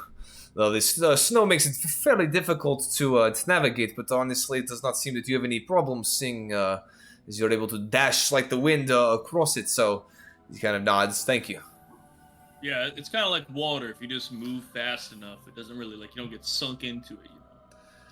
I'll have to try that. I don't think I'll be as I'd love to watch you try that. maybe when we get to the next destination, or tomorrow Yeah, absolutely. morning when things aren't so shitty. Sure, but here now, I'll hand him the reins. It's like I'll return to Captain. I'll make sure everything's on Sir Denrick's mount, and I'll kind of smile a little bit, let him know that I'm fucking around when I refer to the sled. Make sure everything's still in place there. But I thought we were gonna be in a pretty bad spot at the end of that. So I think we'll just kind of watch this man frankly just chasing. Is he still size large? I think it's as I'm running, I shrink down. The dragon's shrinking. I don't know if we need to help that. I don't. Do you need help? There's stairs. Please, I cannot catch him. He's too fast in the snow. I'll meet up with you later. I'm gonna zip over and try to catch Benny. Sounds good. Honestly, I'll take Capkin back as well, and we can all meet back up on the starting point where we kind of encountered these individuals. So as he kind of grabs Capkin's reins, and he now brings them both back to where you originated at, where this kind of fight took place at. You just zooming across the snow, and as you're yelling out, Morello, seeing if anyone can assist, you do see this elf just fleet of foot, just dashing through the snow. Straight Legolas in it on the snow. Yeah, not quite walking on it, but you can see his feet like a gazelle. Just it's you can see just little puffs of snow just getting kicked up. And it's quite the sight to see as you just crane over there. And it takes you a bit of time, but eventually you can see that even as Benny was kind of beelining and bolting off, he does start to slow, but he's still a good couple 100, 200, he's about 150, 200 feet from you. As you're making your way, Morello, you kind of, as you all are kind of eventually kind of consolidating, you do, as you're running over there, Viren, you do see Stuart, riderless, as you look down, you can see the imprint of Zahir just in the snow on the ground. 1 minute, and I'll just turn over Zahir? You okay? I'll make it. Yo, You Nathan. need help? Give me a bit. Okay. I'll just keep going. I'm going to Benny. I'm surprised you didn't use your cloak on the ox. Why the fuck would I do that? I don't know. There's a lot of fuck shit going on tonight with people redirecting wolves, kill other wolves, and fireballs, and it's just kind of crazy. So I'm not gonna let the only time I use the cloak to be friendly fire. Hey, you're better than Virden. So anyway, No. I did great. All right. No I one's could better. take another one. I'm sure you could, and that's. I think as I'm running, hey, thank you for letting me shoot you with a hellfire. Oh yeah, please warn me before you do that the next time. I can take them, but a little more warning would have been nice. I tried. I just got cornered by wolves. I'm not used to them talking, man. It's still like ice in the blood, and then they put ice in my blood. So I did try and let one of the young ones because I felt bad, and then my spirit guardians kind of killed it. So I did feel a little bad about that. So yes, oh, don't feel bad. I was gonna smoke his ass if you didn't. It's Oh, totally no.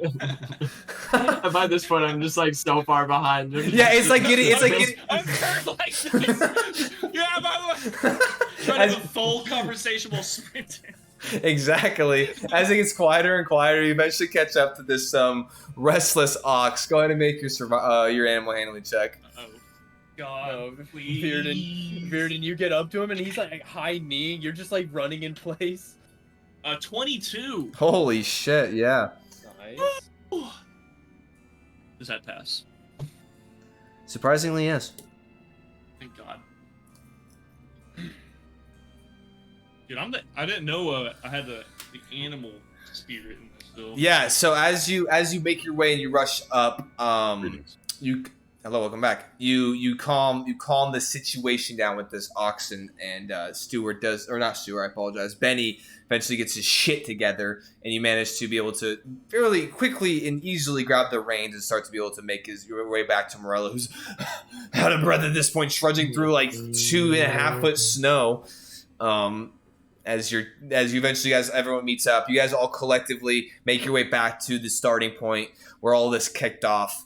Everything back in order for the most part. You know, some of the oxen still worse for wear, but thankfully I would like still to heal up the oxen. very much alive. No more healing. I'm turning off your healing. No, what's up, man? Go ahead. Benny's still looking rough, and Cavskin is still injured with an injury or so. How low are they? Who's lower? Would you like to fucking know? I'll That sounds use like cure- meta gaming. A level 1 cure wounds. I'll roll a medicine check. Hey, how long does your constellation I last? can also. 10 minutes. Okay, I would say it hasn't burnt yet. Okay. So I'll cure wounds on one. Whoever's lower, I'll use. That would be Benny. Fucking matter. I'm going That's to 9 points assume- for one, 10 points for the other. Okay, 9 points to Benny. And then Cavkin is back up to full. He's looking. The blood is stopped. Benny's Please heal still. my sled. Yeah, and actually, I'll Very cast mending sick. on his sled. there you go. as Axop brings over Cavkin and Weldo, you can see that there are some busted pieces and some scratching done to the side of your sled there, Sir Denric, as Weldo was getting as Cavkin was getting kind of frisky in his retreat. But the integrity overall is still maintained. Sorry, my Yeah. boy's a brawler. You know how he is. He was making his way through, beating the shit out of trees with the only weapon he had. Your sled. Oh, it certainly could be worse. Yeah. Does it look like everything's there? Sir Denric, you know better than I what was on your sled. Do we need to go find anything, or? Let me take a look. Make an investigation check.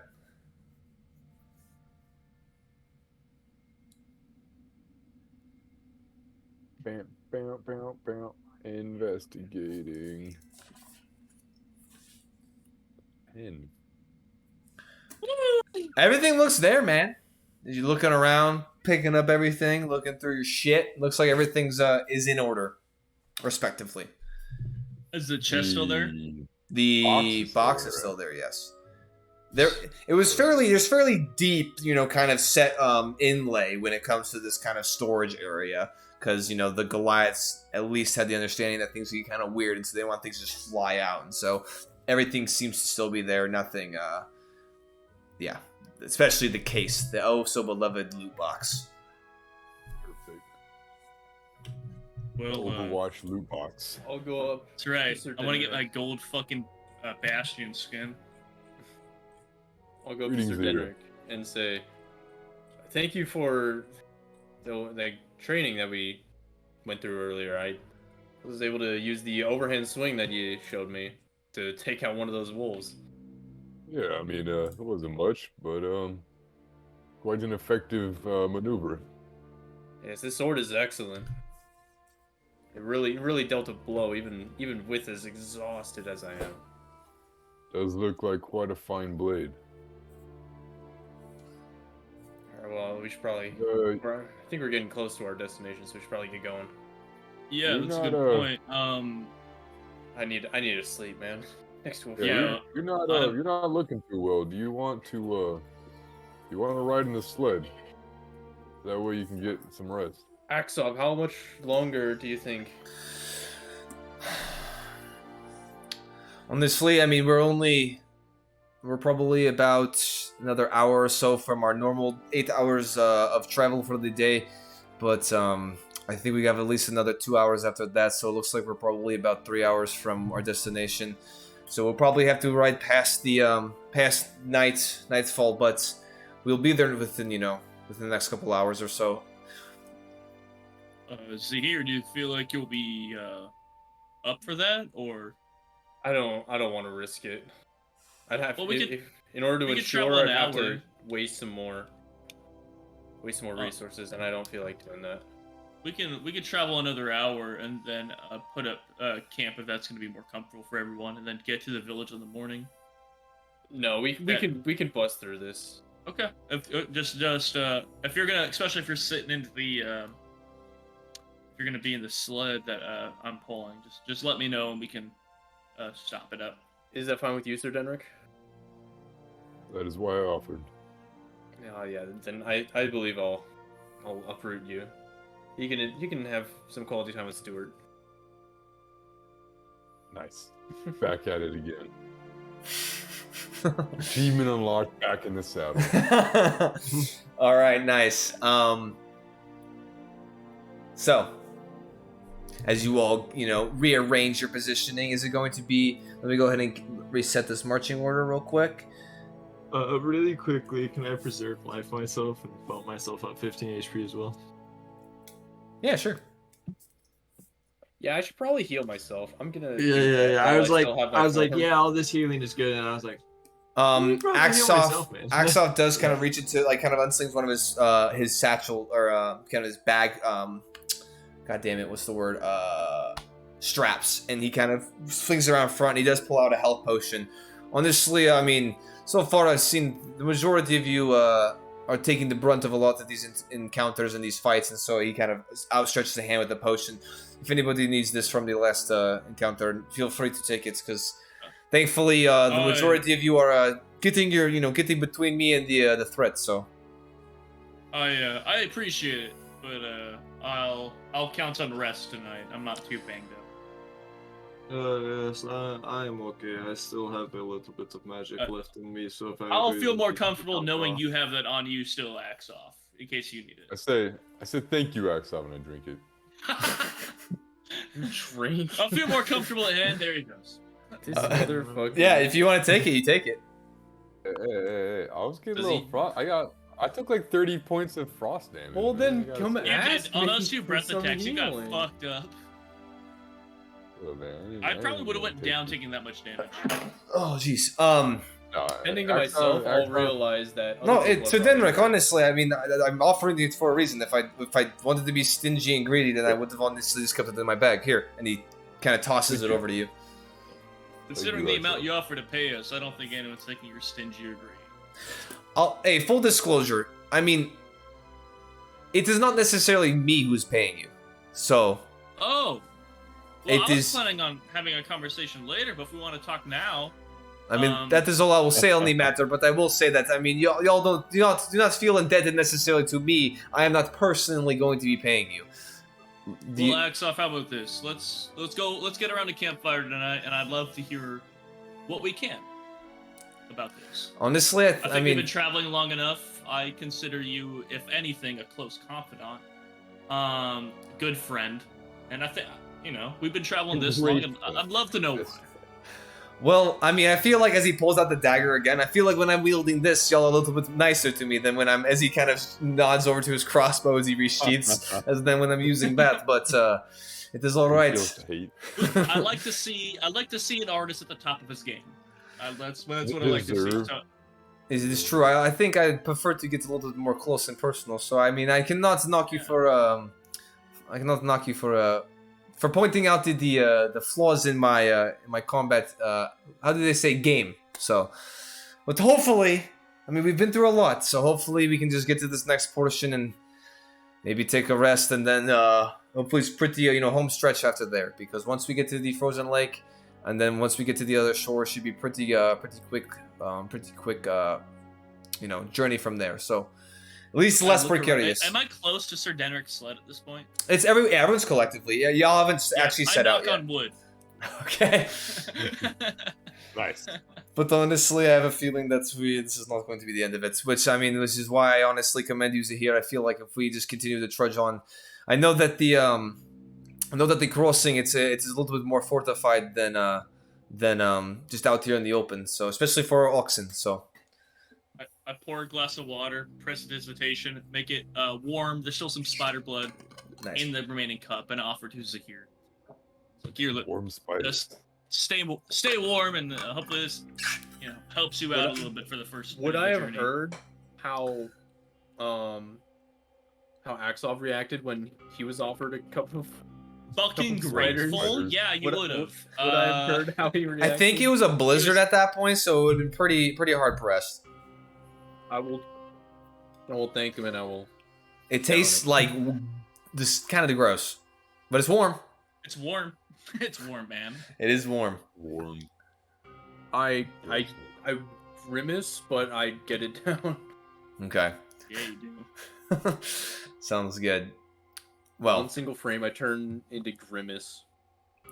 All right, I take a big shot of fat purple healing. dude. How much does that? How much does that give me? healing potion is 2d4 plus 2, if I'm not mistaken.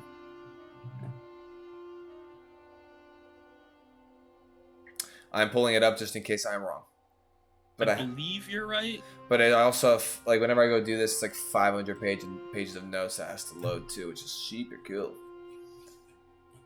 This is why I should just load it ahead of time. You gotta love scrolling through your pages of lore because you mixed in your mechanics with it.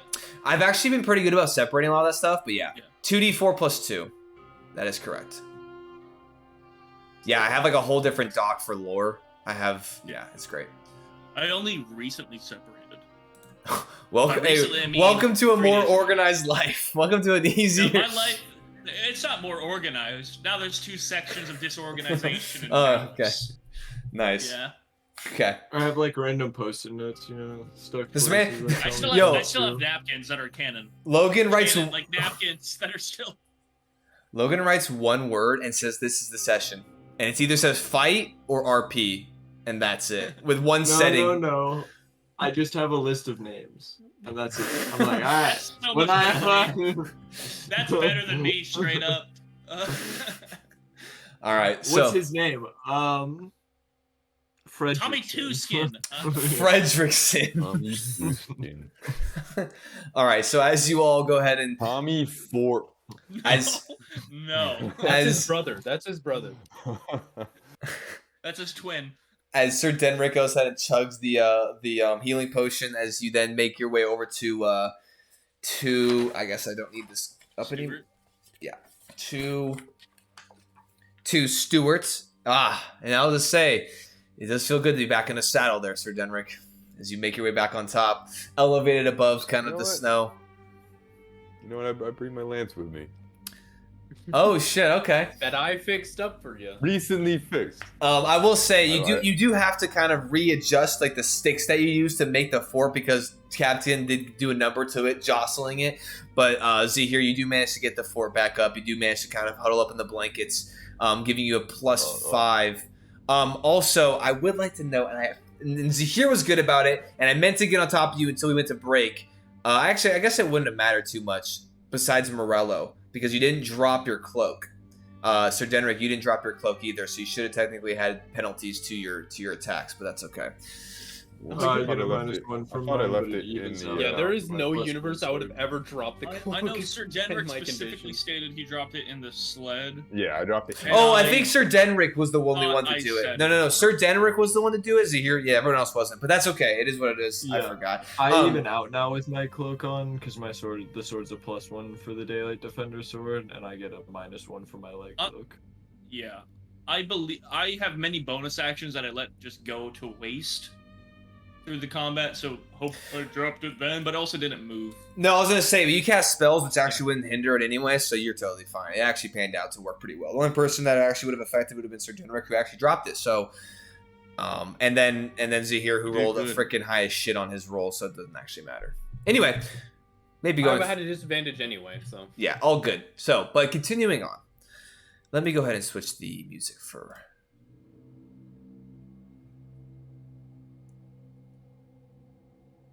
I want specific music for this. So, as a party, as you all gather yourselves back on your various mounts, and Zahir, you're tucked away in your little sled fort there. It's pronounced slort. yeah, your slort. As you make your way another hour, hitting the last actual full day's travel for a cumulative time of 8 hours. You noticed as you continue to make your way eastward that the tree density around you, as it had kind of started to disperse early on, kind of before you got into that altercation with the wolves, you see that it continues to become more and more sparse as you continue and you trudge onward. You can see the tops of tree stumps kind of protruding up out of the thick snow in various portions. As you can see intact trees, but you can also see these stumps from trees that have been logged or cut down or overturned or something. Occasionally you'll see one kind of toppled over, but other ones you see just completely cut at the base and then no actual log in sight, which is kind of interesting. You also come across large kind of rock formations protruding up and creating a multitude of shapes and designs kind of across the snowy landscape.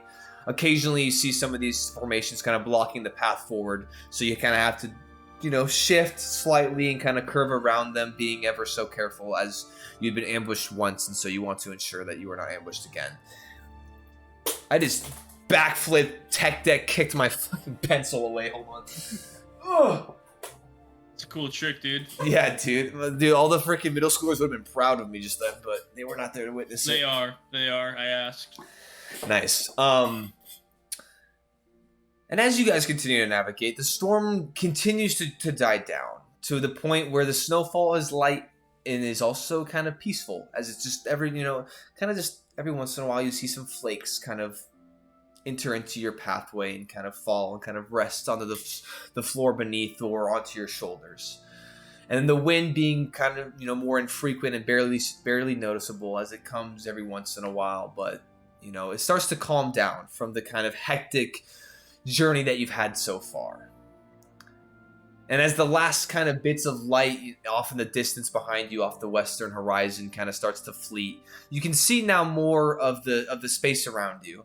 And as you look off to the south, you can see kind of in the rightward direction from where you're heading. You can see, for the first time since entering the Frost Trail, you can see the ever-reached peaks jetting high over the landscape as they kind of just crest and they move along the distant kind of southern horizon.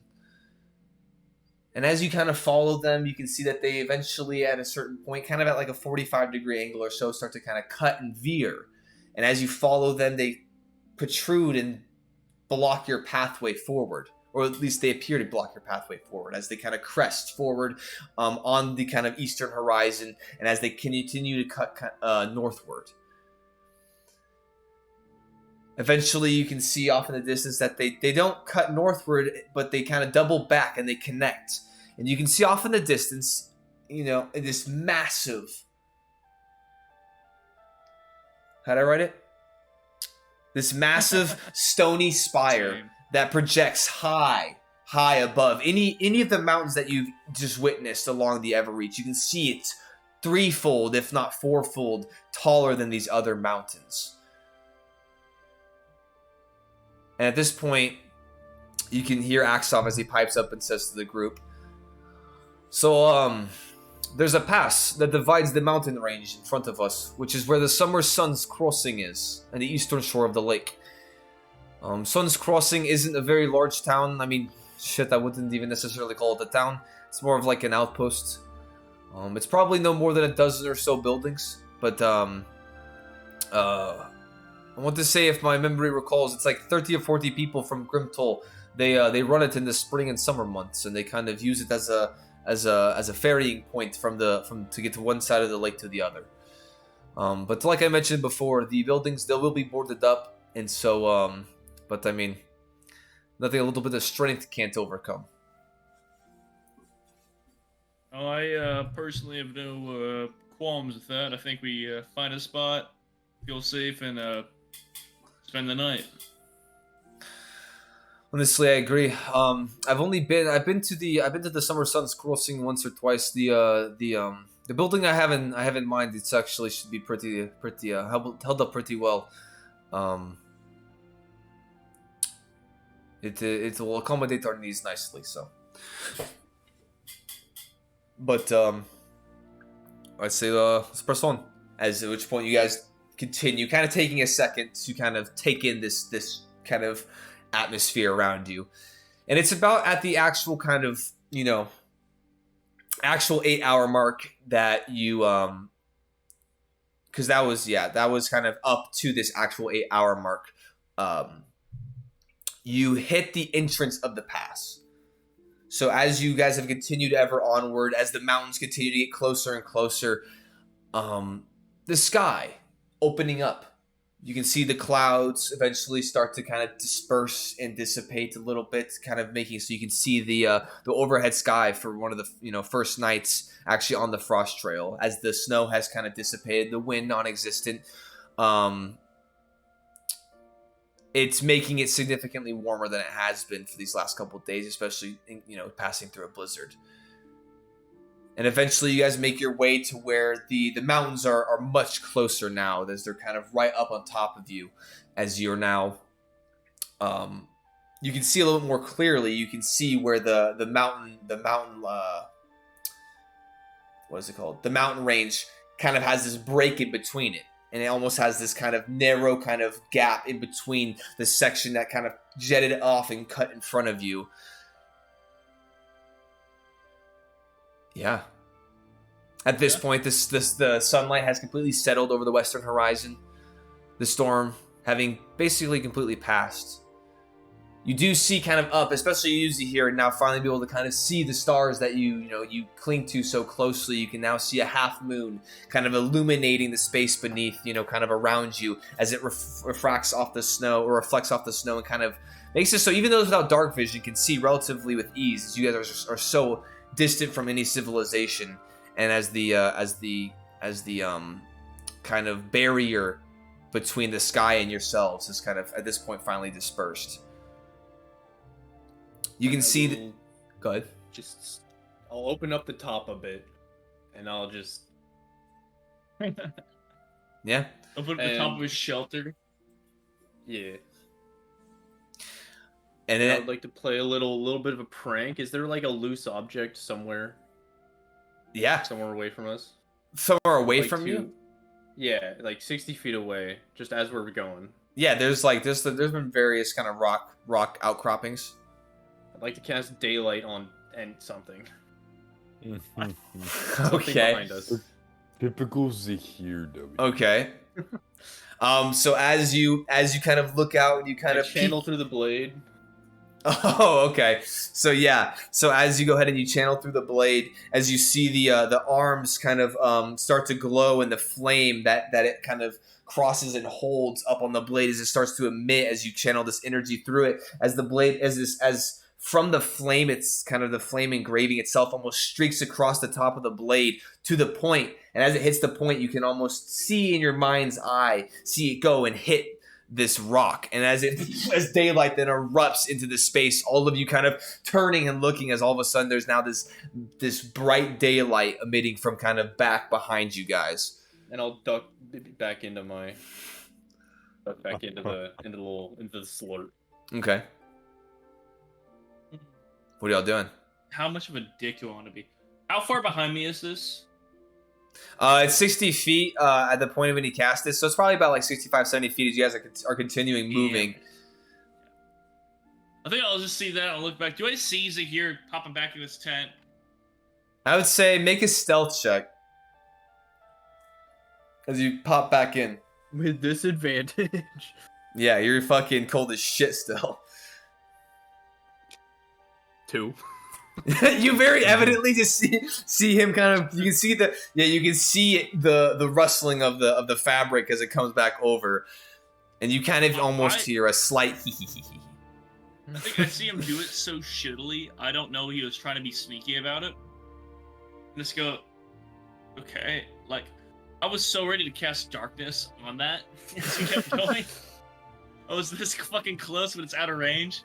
Like, alright. Like, I mean, I don't feel like we're that in danger, but I guess I'll just we'll leave a flare behind us. Okay. I'm just stepping along. Full diversion. Yeah. Oh yeah, actually, what was the marching order you guys were in? I believe it now goes Morello, Sir Denric, Axoff, myself, and then Zahir. I'm Morello. Approve that marching order. Okay. Just modified from what we did earlier today with Sir Denric and Zahir changing. Yeah, just swap us out. Sounds good. Axoff does whip around and go, kind of draws his dagger. What was that? As he goes back over to shrug at him. It's just like, guy in the back's doing some tricks. I don't know. At least he's not playing a fucking lute. Damn, you. Sir Denric, what's your passive perception? Sir Denric, what's your passive perception? 11. No, you don't hear it. You're fine. Oh, I would have immediately started jamming. Oh, I thought you were gonna pull out a loop, but it was a cat. It was a cat, a full cat. Pulls out a full animal, starts playing. Okay. Axoff Cat kind of looks back forward to the front. And Sir Denric and Morello, you doing anything? Or y'all just. I light up my pipe, you know, and just enjoying my being thankful that I'm alive at this point. I was adding a few notes, so I suppose in game I will just be kind of looking over the booklet. Okay. And then Sounds writing. See, I thought I'd seen everything 100 times.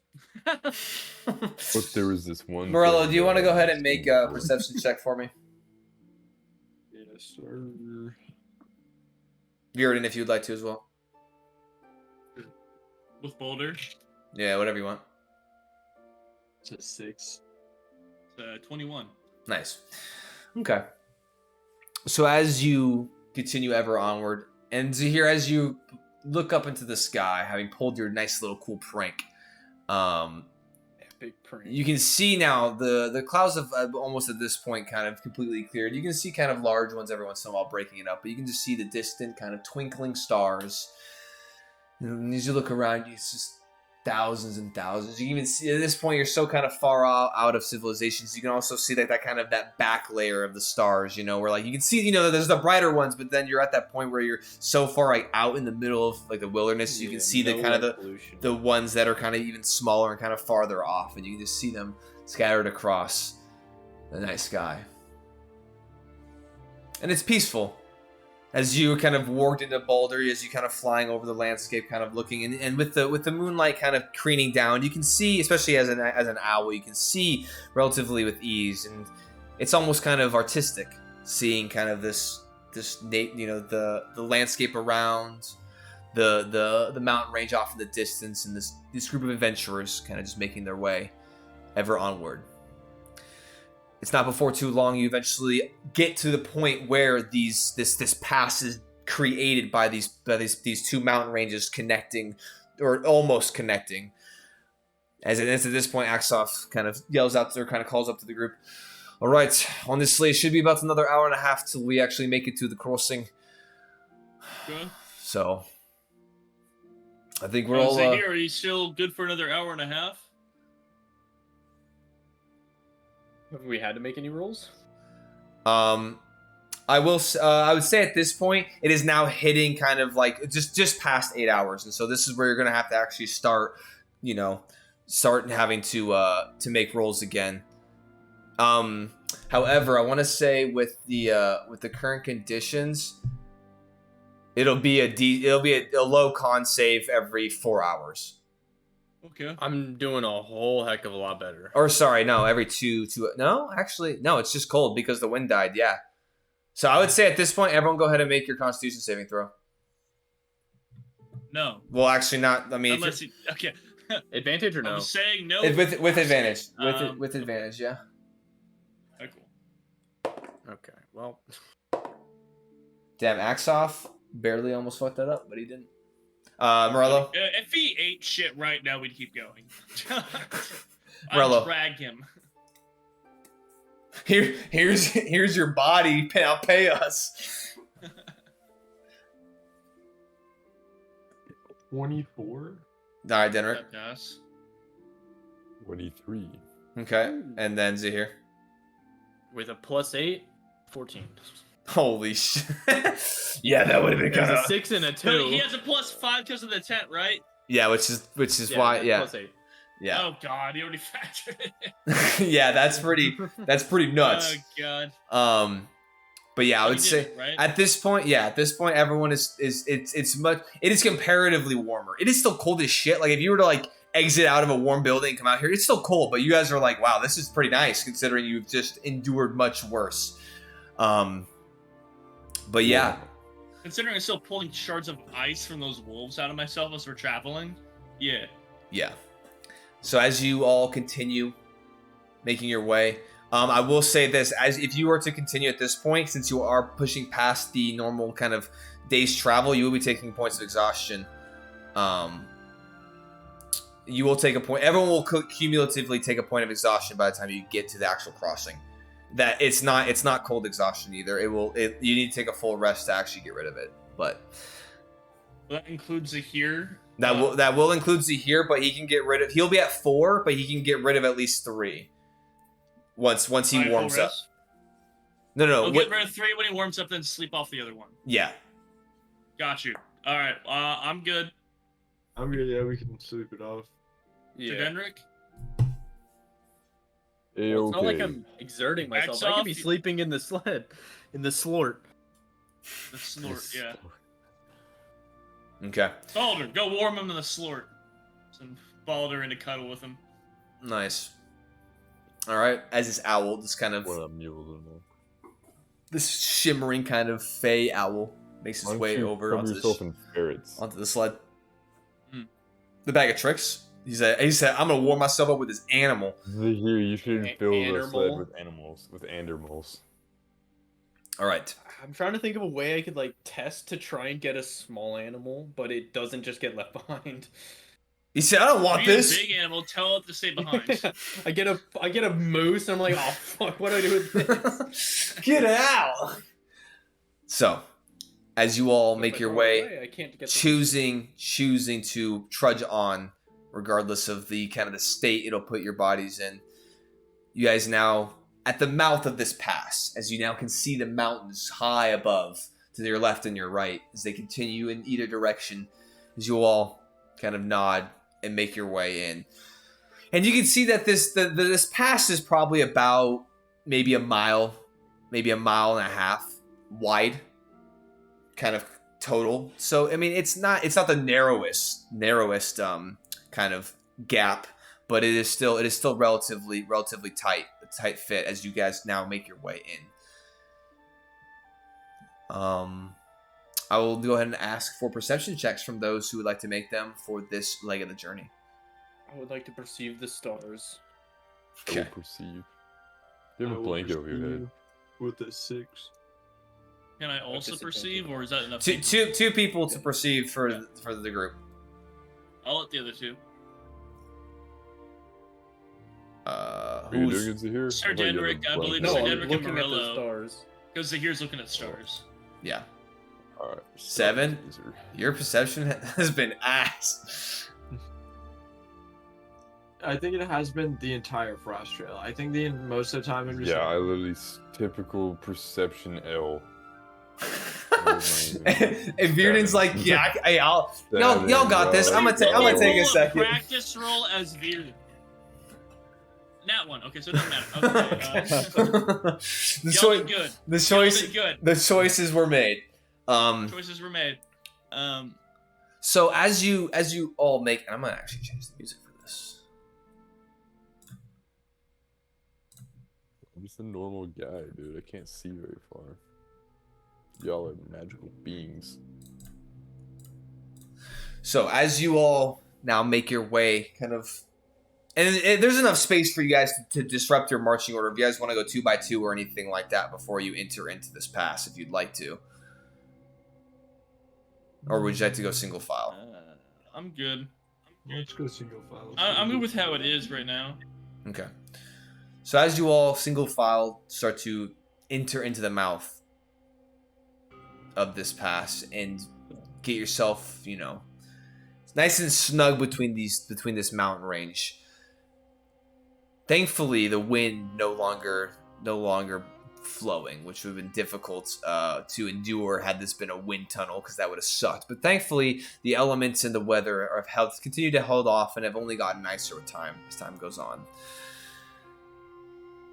As you look up the left and the right hand, kind of sides of this space, you can see that there's the large kind of rock formations just jutting almost directly upward. Some portions you can see little outcroppings and nooks that you could potentially make, if you wanted to maybe navigate and make your way up a little bit further. But for the most part, they're pretty sheer as they just rise and elevate above you in both directions. And as you guys make your way 30 minutes into this space, it starts to get start to feel a little bit claustrophobic these mountains are bearing down on you. And as you were kind of in these open kind of lands for almost a week now, as you now are now in this tight kind of space. So Denric, as you're looking around, what'd you actually roll? 7. Okay. Morello and Sir Denric. A D20. Yeah, I would say so. Morello and Sir Denric. Morello, can you hear me? Okay. Kind of up ahead, about 40, 50 feet, you all of a sudden hear and you see a handful of rocks kind of tumble down the side of the left-hand cliff face as it and eventually as they all land and kind of set into the snow underneath. Watch out near the front of us. It looks like we have rocks coming down from the left side. Keep watch above just in case any more come down. They roll another perception check. I will say not at this moment, but coming up because you still have some ways to go. Axel being like, "Oh, that sounds good. Keep our eyes out. Yeah, I don't think that we don't want to, make it all this way and then just get crushed by a bunch of rocks. That would not be very, anticlimactic, I think, from everything we've been through so far." So. Does it look like there could be many places for creatures to hide? Make another perception check with Like, disadvantage. is it like, Making the perception is check. it like with very sheer, or does it kind of like it could be, I guess, stepped in a way? While he's looking around, can I draw my sword too? Yeah, that's fine. 5, even better. You're doing fucking great, man. It's dark out here, and though the moon is illuminating the space to some capacity as it kind of reflects off the rock kind of walls in the snow. As you look up, there are different portions that have kind of different some gradual incline to them where you could potentially navigate up, and you do see there are maybe like up ahead you can see, even in the dark light or the dim light, you can see that there are little kind of ridge lines and kind of ridges that do naturally protrude. And looking up, you can't really see anything in the immediate area, but it's very possible that there could be naturally formed kind of walkways in the higher elevations. Did you say if there's any trees? No trees? There are no trees in this area. At least not yet.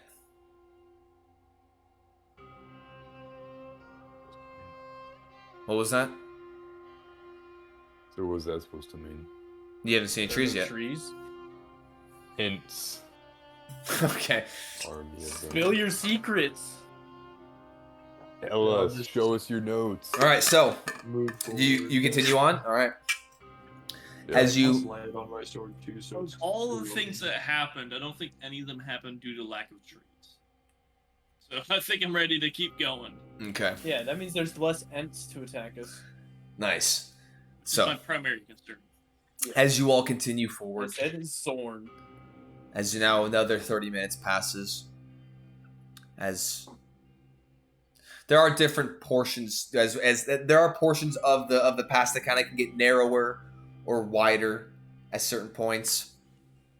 You do see up ahead, after about another 15-20 minutes up ahead, Morello, you can see that there is a portion where it does narrow out pretty drastically to probably about only like 100 or 200 feet across, kind of, narrowing out significantly. And as you continue to approach, everyone going to make, or 2 people make perception checks for me. We'll do I'll one run this to the bathroom time. really quick. I will do one this time. I kind of don't volunteer. I have mine. Okay, I Axoff will do it with disadvantage because he's. Yeah, he got a motherfucking 7. Balder's snuggling right now is here, so just me myself. I got I have a bird in here. Dirty I got a 20. bird snuggling with you. Fucking Okay. when? Okay. I sent Balder in there to snuggle with you. That's when we He's started like, talking about what's the bag of that moving tricks. thing? Oh. So as you guys are making your way, kind of getting closer and closer to this pass, as Virden, you're looking around. You don't necessarily see it, but as you're getting closer to this narrowing point, that's about 100, 200 feet across, you hear a shifting of what appears to be stone of some sort. And you kind of, and all of a sudden, as you look up, you see this large kind of, this shotgun of stone and rock just get dislodged and start to bounce off the mountainside and starts to just kind of racket and kind of crash down, hurtling towards the front half of this party. I need Morello and Sir Get back! I need Please! Morello and Sir Run! Denrick to go ahead and make dexterity saving throws. However, with advantage, as Virden has called this out and has kind of like yelled and warned you to move out of the way. And there is still a lot of free space to move. However, these rocks kind of cascading and bouncing off the side of this mountain are starting to kind of projectile out and are, getting kind of closer towards the middle of this space. So go ahead and make your dexterity saving throw.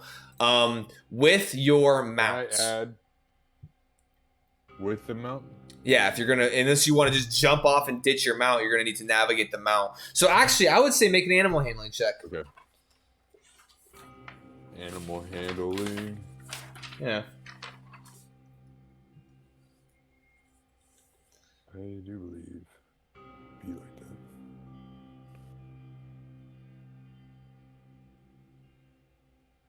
I think Morello can still hear us, but he's obviously not here. He's probably taking a fat whiz. You pissing real good and hard in there, boy. Really? Yeah. I'll make my dexterity save, and then I'm taking my headset off next time I go to the bathroom. Yeah, he pissing nice and good. This man's got his whole ass of wang in his hand, bro. As we're talking, go ahead and make an animal handling check instead. Animal handling? Go. Okay. What was your Sir Denrick? A 10. Holy shit. Okay. That's really good, is what he means. A dirty 20 with my animal handling. Okay. The absolute grimiest of 20s. One right there. Holy titty milk in my ass. Hold on. Did I say that out loud? You did though. Oh, what did you say? God damn it. Oh shit, that's pretty strong. Okay, so you said dirty 20. All right, so Yeah.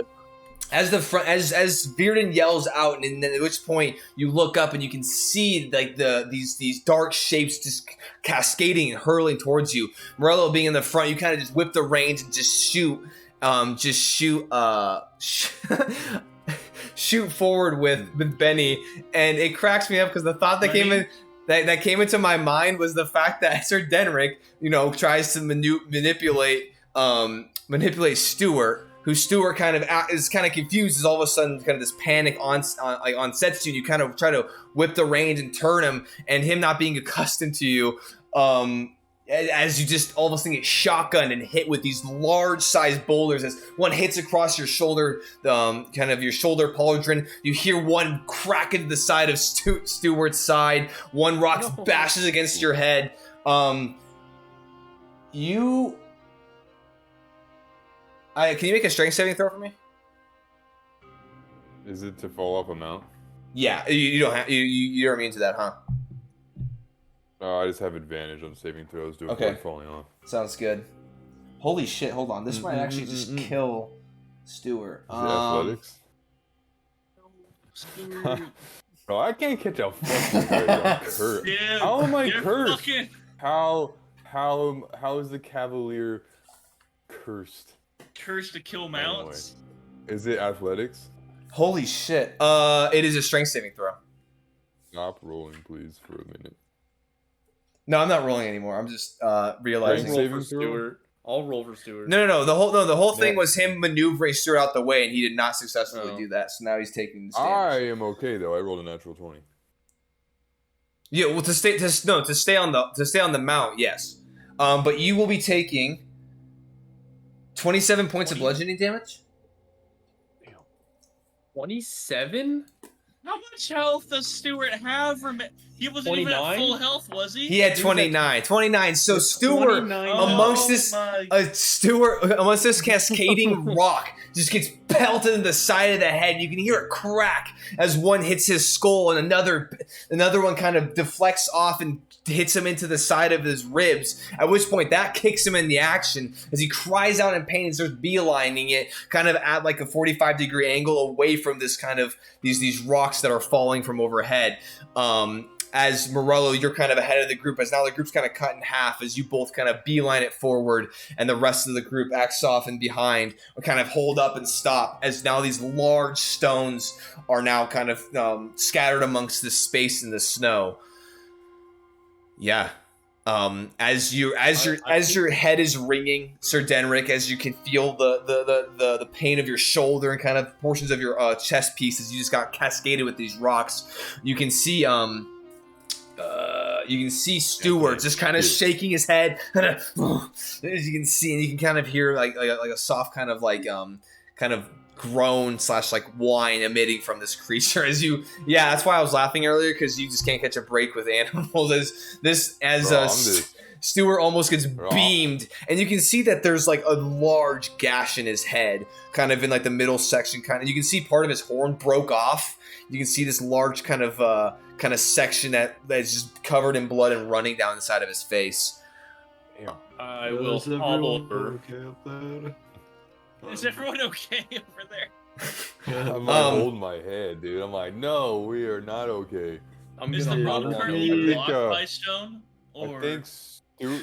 No. So it was so the path kind of narrowed out into this closer space, and the rocks kind of hitting and bouncing off. They projectiled off the rock face, and then managed to just like kind of cascade and hit kind of towards the middle of it, which is where you guys were traveling. So these large stones are now in the space, but they're not obscuring you by any means, or sorry, they're not blockading anything.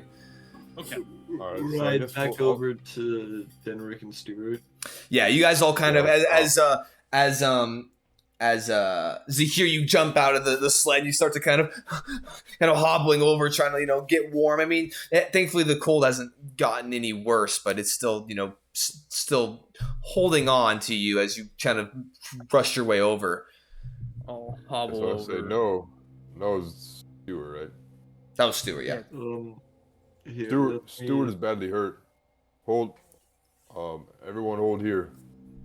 I'm gonna I'll hop cast off. a 4th level Cure Wounds on Okay. Stewart.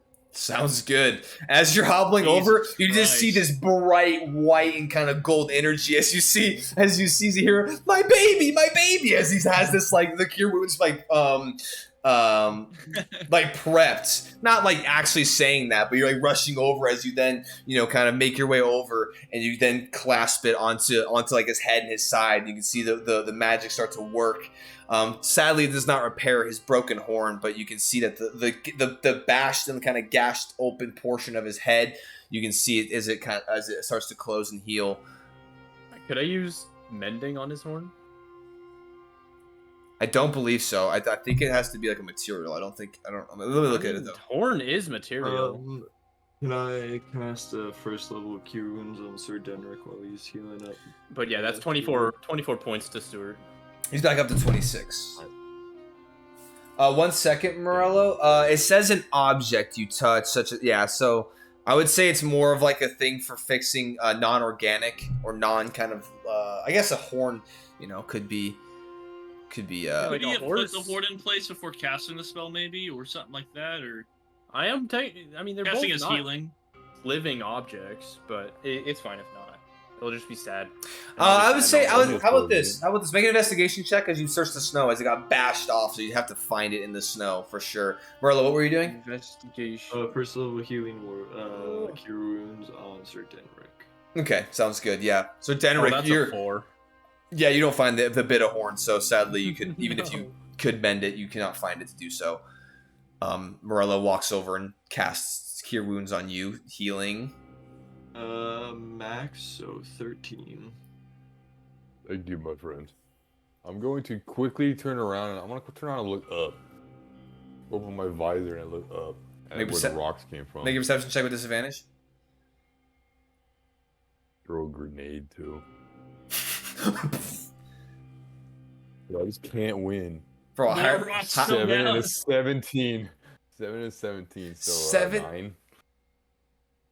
No, not a 17. Oh. It could have been a 17. yeah. As you're looking up, it gets pretty hard to discern because the shadows are being cast from overhead down, and it's just hard because the looming kind of cliff faces in the mountainside is just hard to be able to actually distinguish any sort of ridges or ridge lines or any breakups of the terrain up above you, just because of the way the shadows are being casted down. And almost after a certain point, it just starts to look like just dark masses and black. So.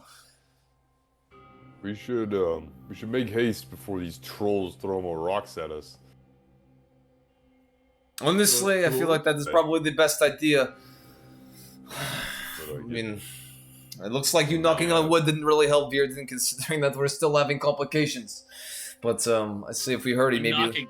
I'll look around. Is there anything on the saddle that's still wood? Your wand is wood. I lifted my wand. Okay. Let's get to town. Let's get to town. Okay. So as you all at this point kind of getting yourselves situated once again, Zahir, are you getting back in the sled? Yes. Okay. I will make sure Stewart's okay, and then I'll get back in. Okay. Stewart is having whiplash. She's going to unconscious to hurts, now back to life. He's getting pelted, and he is Man worse. just got dunked on. Yeah, and actually that will affect your the animal handling going forward, as he's getting kind of shitty. The temperaments of the Walian Ox are already pretty hard pressed, and with this battering of injuries, it is not helping his trusting demeanor or non-trusting demeanor. But as your full half hour goes by, as you're looking around and making sure that no more unnecessary, unexpected stones fall and bash any more heads in, I would say about an hour and a half, probably getting a little closer to pushing 2 hours. Eventually, you can see off in the distance. Actually, well, I'd say the majority of you can all see off in the distance with the moonlight kind of casting down into this space, kind of reflecting off the walls and the snow, and kind of with a clear night, it definitely illuminates the space around you. You can see off in the distance. And at this point, the pass has opened back up. It's just kind of it gets narrow every once in a while up until this point again, but not to the point where those rocks manage to almost beam you guys in the sides of the noggin. But it varies, and at this point, it's probably back out to the max kind of width that you saw it originally. And as you look out in front of you, I'd say about another couple 100 feet away, you can see a wall of some sort, kind of raised up off in the distance. As you can see that it as it kind of jets out in a what's the word, horizontal kind of fashion, and then it kind of on both sides starts to crane back and kind of go straight kind of towards the east, and kind of goes out of view as it continues kind of in this almost like half circle S shape as it kind of goes backwards and continues on past your view. I'd say you guys are about probably 300, 400 feet out as Axoff at this point chimes in. Oh, on this, finally. It appears that we've made it. Everybody welcome to Summer Sun's crossing. However, obviously... It's night and winter. Yeah, I was going to say, obviously, So- that name is not fitting considering the circumstances that we find ourselves in, but they call it that because in the summer times, it is honestly a beautiful, kind of place to be when it comes to the sunsets and sunrises, and it's just, anyway, long story short, it's very beautiful, so... Well, it sounds lovely. We'll have to visit sometime. I After, will say at this point, this is when all of you take your point of exhaustion. Great. Now what is it? Saving throws? I think you What does just the first die. one do? No. First one is disadvantage on all ability checks. Well, what's 4? Let me look at it for you, buddy. 4 is going to be your hit points are halved. Oh, okay. Your hit point maximum is half, so you can just annotate whatever that is and have it. Yeah, you're sucking, bro. Like, with the cold beating your body, with how long you guys have been up, and the travel, and the harshness, everything. Everyone at this point, the wear and tear of this journey is starting to set on you. And it is... Yeah, it is rough. More so than others, especially for Zahir, who is just at this point, like, almost, like, fighting consciousness, who's in the back of the fucking sled, just trying to, not just pass out from the cold and the fatigue. Forget me stick. Let me go ahead and pull I have up. one right here, and I pull out my. Your wand. To forget me stick in a certain way. Okay. So, what are you guys doing as this all kind of is onsetting, but you're almost there. I think the biggest thing is that we were welcomed in. I think I just follow Axoff's lead. He mentioned there was a certain building he was looking forward to crashing in, so just let him guide at that point. I have my sword with light on it, producing a little bit of light for us too. Okay. Balder leaves Zahir's little cozy hole and is flying around. Now that we're looking at where we might be spending the night, I do want to be very cautious about what we're walking into. Okay, sounds good. Go ahead and make a perception check. Oh, sure. I don't think it's a disadvantage. They have night vision, right? Or dark vision? Yes. The owl. Let me double check just to make sure I'm not lying to you. Sounds good. Sounds good. I've looked this up many times, believe it or not. Has keen hearing, but not necessarily dark vision. No, dark vision, No. 120 feet. I'm lying. I was gonna say. Yes, but it I got a 13 on that though. 13. Okay. Just kind of keeping an overhead view, making sure everything is in order. Okay. So, as Axoff at this point, is you kind of gesture for him to kind of take, suggesting he takes point on this slate that's probably for the best. Merlo, as he kind of hails up to you, and at this point, he makes his way up to the front and leads you guys up the last couple hundred feet, as he will now go ahead and make a perception check just to ensure that nothing is amiss, per se, as he's looking around. And you can hear kind of in the distance, kind of like some rocks kind of off in the distance as they reverberate, but nothing like crazy like that had occurred earlier. As you can see some just shale and whatnot kind of falling at different points. But at this point, you guys traverse the couple hundred feet, and as you guys are making your way and getting to this actual kind of this obstruction or wall of sorts that you saw off in the distance, you can now see that at the front of it, as you guys are now about 50 or so feet off, you can see that there is it is a wall.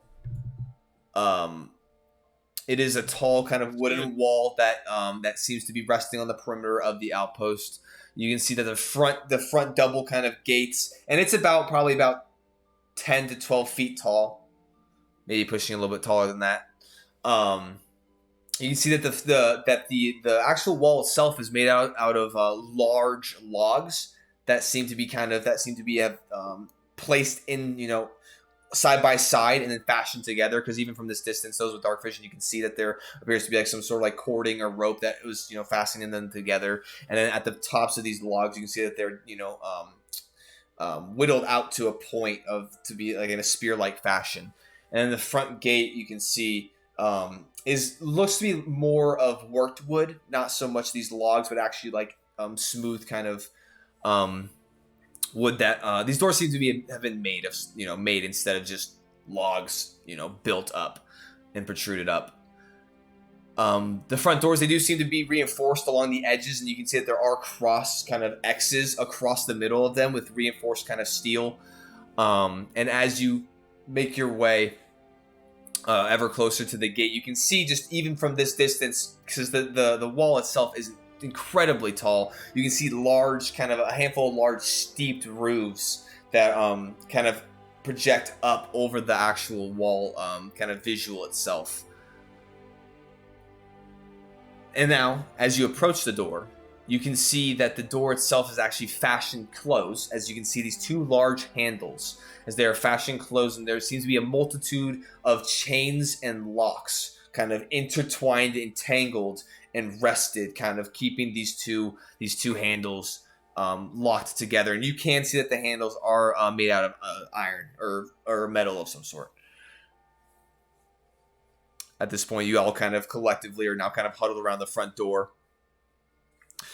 Well, honestly, I feel like this isn't any sort of ancient ruins that obviously is trying to keep people out. So I feel like these locks will probably be a little bit easier for me to navigate. So unless anyone has any other ideas of entry, I think I'll just go ahead and take some time to pick these locks. They don't seem to be accepting visitors. How high are the walls? They're Again? about 12 to 15 feet. Okay, so they're large walls. It's not like a proper fortress wall. Okay. Yeah. It's more, and make if someone wants to make an insight check real quick. Anyone. What? I'll do it. How many locks are on this door? As Axop is dismounted and gone off, you can dismount and get closer to you. You're about like 15 feet away as Axop has now dismounted and made Oh it. my lord. Bro, Sir Denrick, can you not take a fucking dub tonight? Is it just L's? Dude, just L's for me, bro. Uncommon Sir Denrick L. Dude, calm it Sir now, Chadrick.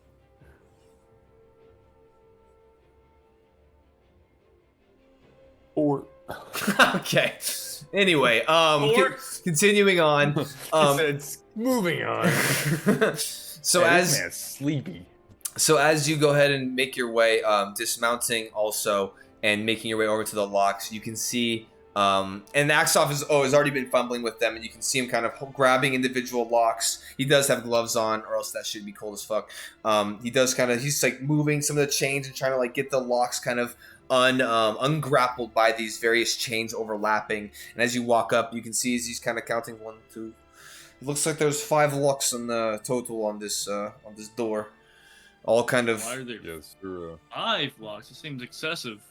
Well, Sir honestly, Denrick was busy thinking of how long it would take to craft siege engines. okay. I'll cast a battering guidance ram on of him sorts. whenever I see him start working on lockpick, I'll cast guidance on him. Are you getting off and making your way up to the door as well? Yeah, I'll make my way up.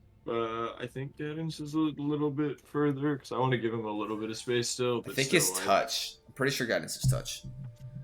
Oh yeah, bless is 30 feet. Yeah. But as you say that, Virden, honestly, as he kind of looks over to you, they nobody resides in the at the crossing while winter is in full effect. So I would definitely want to lock my shit up too if I was leaving this place abandoned for many months of the year. But 5 does seem a little excessive. For instance, this lock here, and I'm going to cast a knock on it and unlock it because I re-prepared my spells during the day, knowing he shit at his job. For instance, this lock, and I'll snap my fingers and it'll become unlocked. Like, that lock seems excessive because if you have to entrust 5 keys to get this far, who knows if you lose one along the way, then you have to break one lock anyway. So as you grab one, a loud knocking noise emits. I think it's the 300. Yeah, an audible. It's verbal. I'm not even touching. I'm pointing at it. Right. So as you do point, this within 60 so feet. yeah. So as you point at it, and as he's kind of is it the one he's holding in his hand as he's like kind of looking at them, or is it No, just any of them? an unrelated one. I'm gonna let him do the work he's doing. Okay. So Because I'm not casting this 5 times. okay. So as you go ahead and you kind of snap your fingers, and as this loud kind of knocking kind of it can emits out into this space for everyone to hear, you see that one of the locks is kind of as it kind of and it kind of with under the weight kind of shifts and is now unlatched as he goes. He looks to you into the lock. Right, I'd be careful, Virden, or you'll kick me out of a job. As he then takes out some of his Well, lockpicks. are you paying me or am I paying you? You know, so keep doing what you're doing. I definitely can't do this too many more times. Go ahead and roll for me. I want to make sure I do not block that off the spell list. Go ahead. Go ahead and roll me a. Go ahead and roll me a D4 -1. E4 -1. Frightening thing to roll. I will happily do so. One second. D4. That is a 2 -1 is a 1. Okay, 1 sounds good. Okay, so as the lock is now sitting there. All right, well, let me give it my best shot here. As he's now going to start to work, and at this point, if you would like to, Morello, as he's now pulled out his lock picks and starts to kind of insert them into one of the mini locks here that remain locked still, and go ahead and roll or add your +4. Nice. He is going to a disadvantage, however. Nice. Still doing with axe off. Okay, he has disadvantage because of his exhaustion. However, he does have +7, and it was an 8 +4. So 12 +7 is 19. Nice. So contrary to previous times that you've dealt with Axop, he just immediately lock comes unhinged. At which point he kind of takes it, drops it on the ground. He takes the one that you knocked, drops it on the ground, kind of just smirking at you as he then goes in. I was feeling himself, bro. As he goes in and you see that at this point as he takes off in a brief. Actually, make a perception check for me, Bearden. Disadvantage on this because of the. You have dark vision, so it's close enough where you shouldn't need it, or normal. Okay. Okay. Well, normal means 8 because I got a 4 on that. Oh, nice. Okay. It's too quick. But he does drop both the locks kind of at your feet, kind of in the snow, and he's going to now double down on another one of these. Guidance him again there, Morello? Yeah, always. As he's doing it, I'm gonna knock another one. Fuck it, I got spell suspend. Oh, that's a 4 again. It's a 4 again? That's actually really good because you rolled a 4 with disadvantage. So +4, 8, +7, 15. So another one. I would say you said that before he rolled. So go ahead and roll. Actually, Nathan, will you go ahead and flip a D2 for me, and Connor, call out whichever one you want. Is it a heads or is it a 1-2 situation? 1-2. 2. 2. 2? Okay. Nice. So as you turn and look, and in this brief moment, because you guessed correctly, you do see this kind of nicer made lock kind of jumbled underneath a lot of these chains. And as you go ahead and you point your finger, and another resounding knock noise emits from this into this space, you do see this one also opening. At which point, as this happens a moment later, Axop, another lock undone. 4 of the 5 locks have been undone. At which point he kind of shrugs, just kind of feeling himself a little bit. He's like, all right, last one. As he goes ahead and roll. Dude, I know it's so meta because I want to stop him, but also like there's no reason Virden wants to stop him, so I'll let him do it. Yeah. oh, 2 9s in a row. Roll your guidance. That's a 1 on the guidance. So that's still 10 to 17, which is more than enough. So as he quickly, this one takes a little bit longer, but as now at this point he drops the last couple locks holding these chains together. As now all the chains kind of fall, and they're no longer held together, kind of start to fall in places. He starts to unravel and unmove and kind of move them and disperse them from the actual handles itself. As he kind of breathes out, all right, I mean, I got the locks off, but I have a feeling that the couple feet of snow, buried underneath this will make it quite difficult to open. So as he kind of steps back, those that are adept at moving and pushing and hauling, I kindly open the floor up to you. I fully step aside for someone else to do that. As he Fully. says that, I'll grow to large size and activate my frost rune, so like ice starts to freeze over, and I'll go to push open the door. Okay, make an athletics check with advantage. I want to say, right? Yep. Okay. And then I also get a +2 from my frost rune. Oh, great. I'll walk up. I'll look over at Virden and say, "Looks like you could use some exercise." I'll laugh. Can I cast? Looks like guidance? you walk could use past him. some training on your magical abilities there, bud. Can I also guide myself? He kills Just him. keep walking. He draws his sword. Fireball? I'll fireball the damn Yeah, wall dude, right now. Morello. Can you just Natural cast some 20. fire around here? I Oh, can if you would like. Just while they're bitching in the back at each other, just pushes. He hits him with a she, and then just both doors, not just one door, both doors as this hulking Nice. dragonborn slams into it, and you hear the snow. We're sitting there just comparing dick sizes, man, just shoves the gatehouse open. Yeah, as you can hear the Magic snow sizes. shifting underneath, and you can see that the snow. I mean, at this point, you guys have obviously traversed it. The snow is like 2.5, almost 3 feet deep, and so as he just so you can hear it dispersing as he pushes it slowly, stepping in. Step by step, pushing it forward. Eventually, doesn't get it. Obviously, it's a little bit unnecessary to get him all the way open, but does get it open like to a point where he then has to, on each side, grab it, push it to where you guys can all make your way through easily with your mounts and everything. As you see, there's this large kind of dispersal of snow, kind of now created, and there's this like kind of backlog of it on the other side of the gate. It's now built up. That would have been a 30. Yeah. Yeah. With just fires with everything. Right? I like that. That's good shit right there. The gate is That's what I'm 100% talking open. about. Glad Well, we keep this guy around. let's sit down and post up for the night, shall we? Axe off after you, I'll say, as I head back to Kavkin to keep him going, and I guide him into the town. Yeah, I'll shrink down to normal size, but I still have my cloud rune for 2 minutes, or for 10 total minutes. Not cloud, frost. All right, Guess one I'll- second. I'll- Let me just make sure I'll reach- audio works here.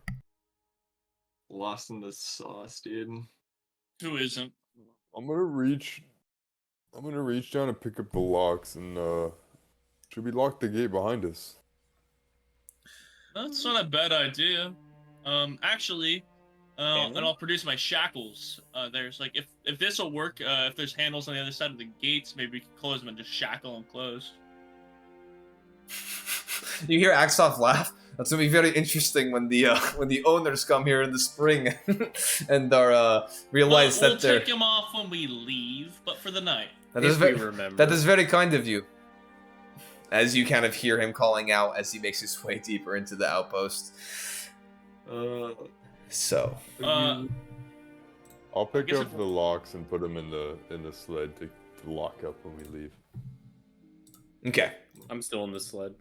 yeah, you're just kind of like watching everything. If you intend to lock up when you leave, it is not breaking and entering, it is visiting.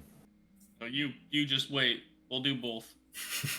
So, as these doors are now I say to open, myself. and as you all kind of remount and then trudge your way into this interior space, you can see that there is no path, obviously, noticeable or finished roadway, considering that there is feet of snow encompassing it. But you do see these lampposts on the left and right of either side of this kind of that what kind of creates a roadway. They're probably about 15-ish feet apart on either side. As you can see them, they're about 15-ish feet apart wide, and then intervaled about another 15 to 20 feet kind of on either side of the path, as you now can walk into this space and as you all trudge on following Axoff. You can see now kind of deeper into this area with the moonlight still kind of casting a dim light kind of around the space, allowing you guys to see this visually without too much of an issue. You can see a multitude of buildings kind of scattered around this interior space. You can see to the left and the right, you can see where the wall kind of circles back and kind of follows kind of eastward, kind of along with you as it continues straight, as you know, in the path that you guys are going as well. Off to the left hand side, about 150, 200 feet, kind of off to the left past these street lamps, you can see this large single-story structure with a very steeped roof. And even though these roofs, you can see kind of across the buildings that occupy this space, you can see that the roofs are even more narrow than some of the. Yeah, exactly. They come to a very fine point so as to run off the snow, so that it doesn't just accumulate and just cave in while these individuals are gone. At least that's what your assumption is. But you can see that the structure, you can see that towards like kind of the back half of it, kind of off to the left hand side, you can see that they're what resembles exterior kind of what's the word, stables, like stalls of sorts, like these roofed stalls. And you can see that there's wooden kind of fencing around these kind of individualized stalls. There seems to be about 3 of them on this side, and you can see like out the back portion of this building, you can see this kind of covered space as well. And as you guys are continuing along the way, eventually you do actually arrive to where this building is. And you can see towards the front, you can see these two closed off doors that would lead into an interior space in front of here. And the building itself probably kind of raises up probably about 20-30 feet. And kind of as you guys are standing in front of it now, kind of towards the entrance, you can see that it's probably about 80-90 feet across, but you definitely, as you guys are making your approach, can see that it's probably about well over 150, 200 feet, long down the way. Christ, Axoff, this is the building you chose? No, honestly, if I remember correctly, the building's 200? 200 feet, like long, like as you guys are making your way. So it's about 50. Like almost like a longhouse type thing. Exactly. It's a little bit narrow. Its width is a little bit shorter, but it's longer kind of in space. No, honestly, if I remember correctly, these should be the stalls. That where you can go ahead and store your where people would store their mounts. But it looks like we'll be storing them here tonight. So yeah, let's by all means let's do that. They've certainly earned it. That's what I'm saying. Will we be able to see them from where we are if we store them here? We'll spend the night in here. Well, actually, as he kind of points over, and you can kind of see as you have made your approach to this building, you can see that the street lamps, they continue and they kind of veer off the left a little bit. But as they continue on for another couple hundred feet, you can see that they stop. They stop intervaling forward, and they then start to kind of fan out in a circular pattern as they almost encircle into this this kind of large central or circular space. And even from here, you can kind of see this kind of stone structure in the middle of where these lampposts are kind of encasing. No, honestly, the square, or the town kind of center over there. Well, I say town loosely, but the center over there. As he points over there, you can see from. The fuck, Knox was making weird ass noises. You can see a multitude of buildings in this kind of circular space here, and you can see that there's this large 2-story structure, similarly kind of steeped, steeped roof. But you can see this large 2-story structure. No discernible features at this point in time, but off in the distance, he points over there. That is the inn that they have here, and that is my intention is to probably board it up in there to be a little bit more comfortable than the stalls in the barn. And then you can see that there's actually 4 or 5 other buildings kind of occupying kind of along the perimeter of these kind of holy shit, these what are they called? I just had it, street lamps. This kind of perimeter of street lamps. So you can see there's a couple other buildings that are kind of on the exterior of this perimeter that it's creating. I know that there's a couple other buildings I know they had the general store here. But I honestly don't think that that'll be of any value. I'm pretty sure they haul all the goods out before the end of before the end of the summer. And then there's a couple other kind of businesses and establishments. But my intention is that we get into the inn and not cause too much trouble here, considering that I would like to leave it as good as we found it, if not better. Now, I would agree. Honestly, I mean, I'm sure he definitely doesn't have vested interests here. who? Axel. Well, I'm not actually saying this, but Axel probably has vested interests here, so don't fuck it up. Oh, Well, he's invested in the town. bro, he actually owns the town. Hold on 1 second, we just wanna. He's the mayor. Smallville. Anyway, but before we do that, we obviously have to get our animals in shelter. So as he makes his way over to the kind of the double doors that you can see at the front of this, you do see that at the front of the barn kind of building, you do see that there are the double doors kind of in the middle of the front wall. However, there is like a more humanoid kind of average sized door off to the left hand side.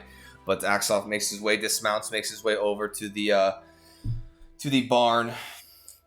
The barn door, and is going to. Well, that's a natural one. Take it in. Yeah. Good job, Axoff. As he goes up to it, you can hear him. Honestly, shouldn't it be? You hear it. Do you need some help, bud? He doesn't even turn and look. He's just. You can see him withdraw something from the lock and just kind of looks over. Well, honestly, if someone else has any method of getting in, I am. Knock, knock. I burned my last 2nd level spell slot.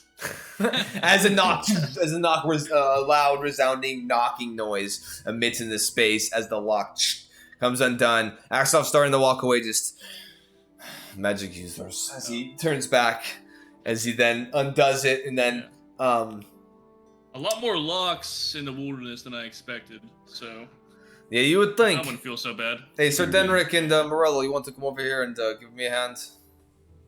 Well, yeah, I'll walk over and give him a hand getting the door open. Okay. I'm sorry, I Dude, stepped you away give him a from. signature look of superiority.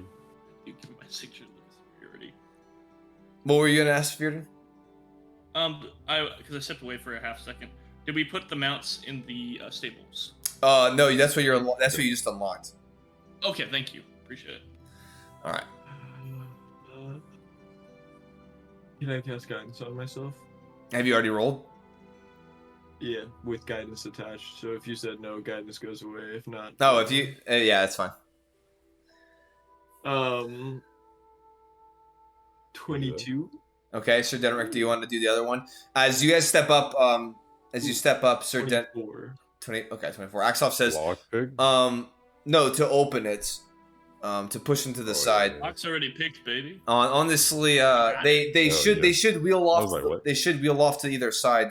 But you probably need to break up some of the ice. So Morello, as you step up, grab one, and you just immediately kind of start to pull. Go ahead, Sir Denrick. Go ahead and or push. I would say. It says athletics. Yeah.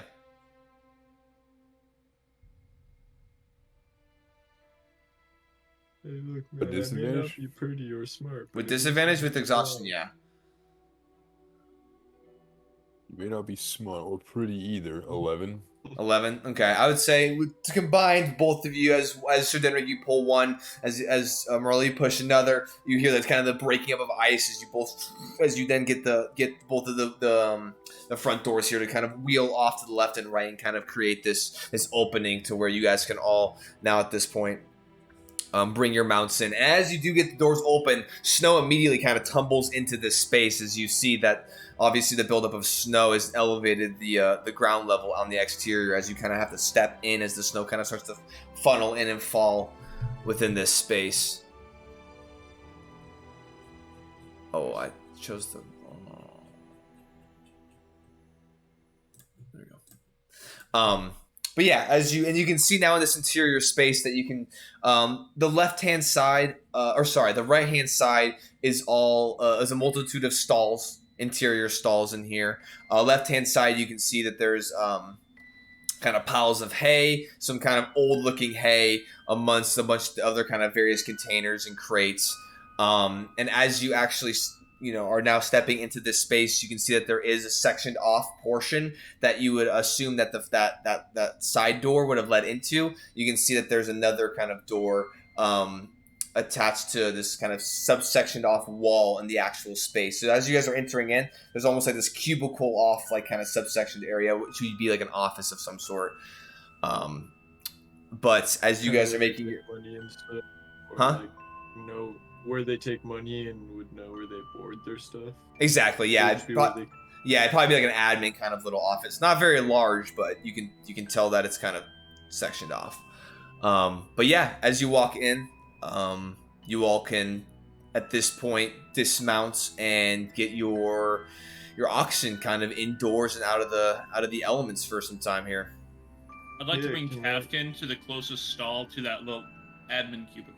Okay, so yeah, so there's so as you're making your way in, there's like an admin cubicle off to the left, and then there's like containers and barrels, and then off to like the far end of the left hand side wall, there's like piles of hay and stuff, and then the right hand side, butted up against the right wall, there's like there's like 8 to 10 stalls. Also, what were you saying? Really? I want to keep an eye on him. If I see him like going towards the admin office and putting Kavkin in, I'll like put Benny in a stall one over from him so I can see him and Axob the whole time that I'm in this room. Okay, sounds good. You guys keep an eyes on your travels. So that means, Virden, you would take the immediate first stall as you enter through the doors, as you bring Kavkin in and start to undo his saddle and everything. That Morello, you're kind of like I'm gonna bring the sled in too, just like I'll put it in crawl the out same of the stall. floor. okay. Lord. Sounds good. So you as he kind of brings the sled in, you kind of just disheveled kind of crawl out with the blanket still over your head. Kind of step out of the sled. Are you combining a sled and a cart? Sled in a fort. That'd be a Slort. 'Cause he's in the blanket fort. Lord. Not a slur. Oh, you're a slort. coming- I I was like, that's a You- smart, dude. You're dressed like such a slart today. Anyway, yeah, I'll push the sled into a stall and pat it. There, buddy. Okay, so as you go and you kind of undo the attached pieces of rope that kind of connected the sled to the saddle of Kavkin. I want to take the full saddle and everything off Kavkin, so he's just like fully bare, like so he can actually rest a full day without everything. And as I'm doing that, and I see Sir Denrick with the sled, I would like to say to him, like, would you mind bringing that metal case you found over to the tavern where we spend the night, so I can identify it and hopefully we can get it unlocked.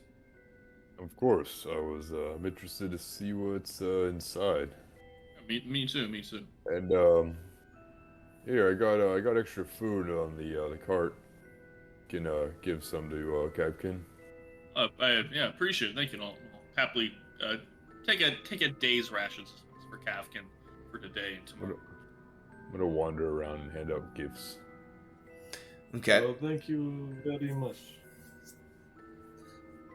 And as you guys have like kind of stepped into the space, it's definitely musty, and you can definitely smell the excrement of probably horses or oxen or of beasts past in here, Now but that we're moving everything around. yeah, now that you're Will moving, there kind happen of, to be any horses here? you can go towards the far end of the chamber and look as you go, but as you're getting Corpses, dude, just corpses. as you are getting settled with Skeleton Capkin horses? Morello, you kind of making sure you want to keep an eye on these two individuals. You do see Axoff starting to kind of gun for that second stall right after Virden, but you kind of cut in front and just manage to just kind of don't mind me, just as Oh, mommy. My size to just like body him a little bit out of the way without it being rude. And all that. Oh, excuse me. Oh, no, Body him without it being rude is a hey, make a phenomenal performance check. Make a performance check for me. Disadvantage? Oh no! Is you all are tired of shit? Oof. Oh fuck! All right, the first one was a 14. Oh, that's good. That's good. Now one. Oh, he just fucking bodies. You Yeah. bore him with Lenny. Yeah, no, I you. dropped down the football like linebacker, and I just hit Yeah, his you tackle. kind of just bink as you kind of deflect them, and Axel's like, all right, though. I mean, you can have the stole. I mean, if you just want it, fuck. As you kind of. Sorry, I didn't mean to run it. I'm a little tired, and I mean, we're all pretty fucking tired, but just honestly, just just ask next time. It's not a big deal. As he then walks, and you can see he's pretty. He didn't like that too much. But you do manage to get the second stall, and then Weldo will go ahead and go in the third, and then disheveled Zahir can go ahead and get his lovely decrepit Stewart, who has been getting shit on this whole day. Hey, he's back up to 20. Yeah, When's but your his camera gonna but focus, dude? his psyche is Lean never in. gonna recover. Yeah, I'll Huh? pat him while I'm taking Maybe? things off of him. Give Stuart a little extra food. Sounds good. Oh, But yeah, I Sir. bring, I don't know if I bring- can do that on stream. I bring food up to you, Zahir. Extra Food for from the me? cart. How's No, it I good mean you for? can eat it if you want, but it's for me. I'll put it down. Oh. I And then said I'll for me. Shove his head in the back. Um, I'm starving. So go ahead and get rid of the I'm exhausted, rations. but- The rations equivalent. If you're gonna give everyone a day for their oxen, Sir Denric, go ahead and get rid of 3 or 4, I guess technically, Four, if you yeah. have 4. Well, so I divvied it out when we at the camp, Oh, that's right. I think I recall and then that, yeah. I want to say like this is the rest of it. What do you mean? So you divvied it out, but you have more? How does that make sense? Well, it was like 15 days worth. Yeah, I think everyone took like 4, right? I think it took like 3 that Yeah. time. Yeah, because I don't think everyone took like. I think you everyone took, distributed like, it 2 or 3. completely. I don't know why you would have kept any if you were distributing it to your compatriots. So He needs to feed his sled. I thought. I Yeah, you're honestly fucking think right. he kept some to feed his sled. I honestly think Todd did keep some to feed his sled. No, it was extra snacks for me. Regardless, I do remember that. So if everyone just wants to gets rid of the day's rations off of your inventories for all of your mounts. I had a little bit left, and then yeah, that's fine. How It's not close am I to 5 that days, admin's office? You're like directly across from it, so I'd say you're probably about 60 or so feet, 50, 60 feet from the door that leads. I am making no effort to be necessarily sneaky, but like I'm seeing that other people are busy. I will make my way over to that door. Okay, so you're not rolling stealth then. Not unless you see it fit to, but I'm not trying to be stealthy. Okay, if you're not trying to be stealthy, then you just If someone looked at me, I'm not like sneaking. I'm walking over. Okay. I'm looking directly at him. as he's walking No, you over. are because you were like doing your thing, but you made special note, and so you're like I hold casting. action for fireball. Look at his mount. But you. I like. But as you go ahead and make your way across this space to the side door within the actual kind of barn main interior, you go over to the door and you try the handle, and it is in fact locked. God damn it. Well, is it a glass door? Like a glass? No, it's a visual? very simple wooden door. Did Axoff by chance come with me, or is he still over at his mount? No, he had this interaction with Morello and then started to dismount and get everything kind of figured out. But Morello, in between his de-equipping or doffing all of the items that are on his mount, he's just been looking over at in your general direction. I don't know if you've looked back at this point, but you've definitely made your way over and have tried the handle. I have things that are way too destructive to get inside, but I no longer have the ability to cast a knock. Well, I do, but like, there's no point in casting at a higher level. What the fuck, Todd? Get your hand off the door. We are just here to stay for the night. For one, you're 80 feet away.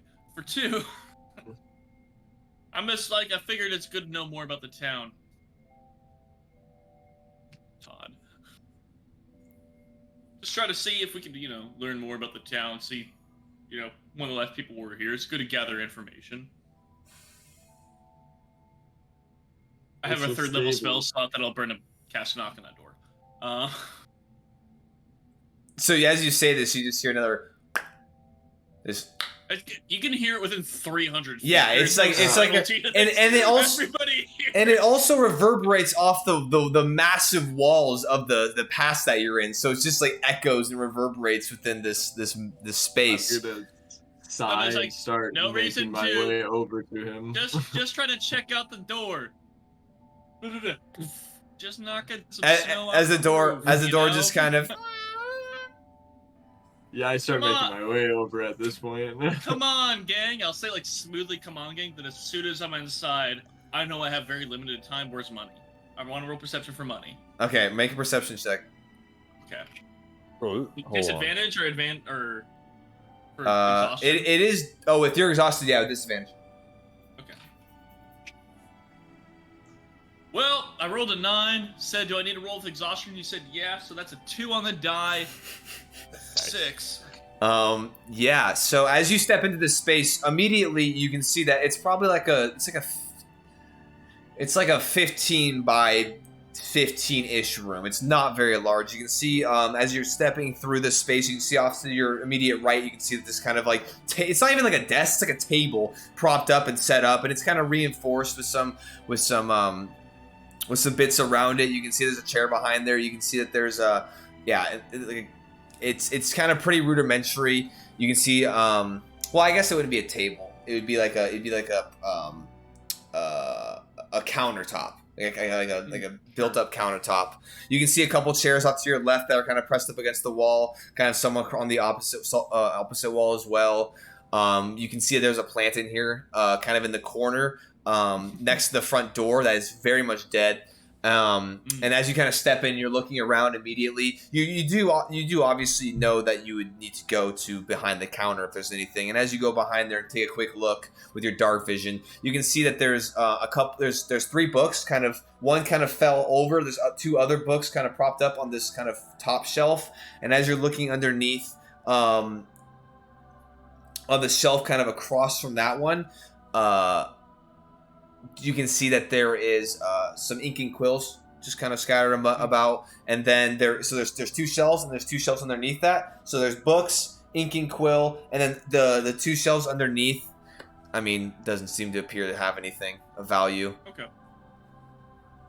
Is there anything like a ledger of some kind that I could find looking around the space, like maybe on the countertop or something? So as you don't see one immediately out or open, but you do notice that the books are probably the best place to just check. It's at this point though that you're kind of pulling off one like the fallen over book that Morello now at this point has, made his way into the room as well.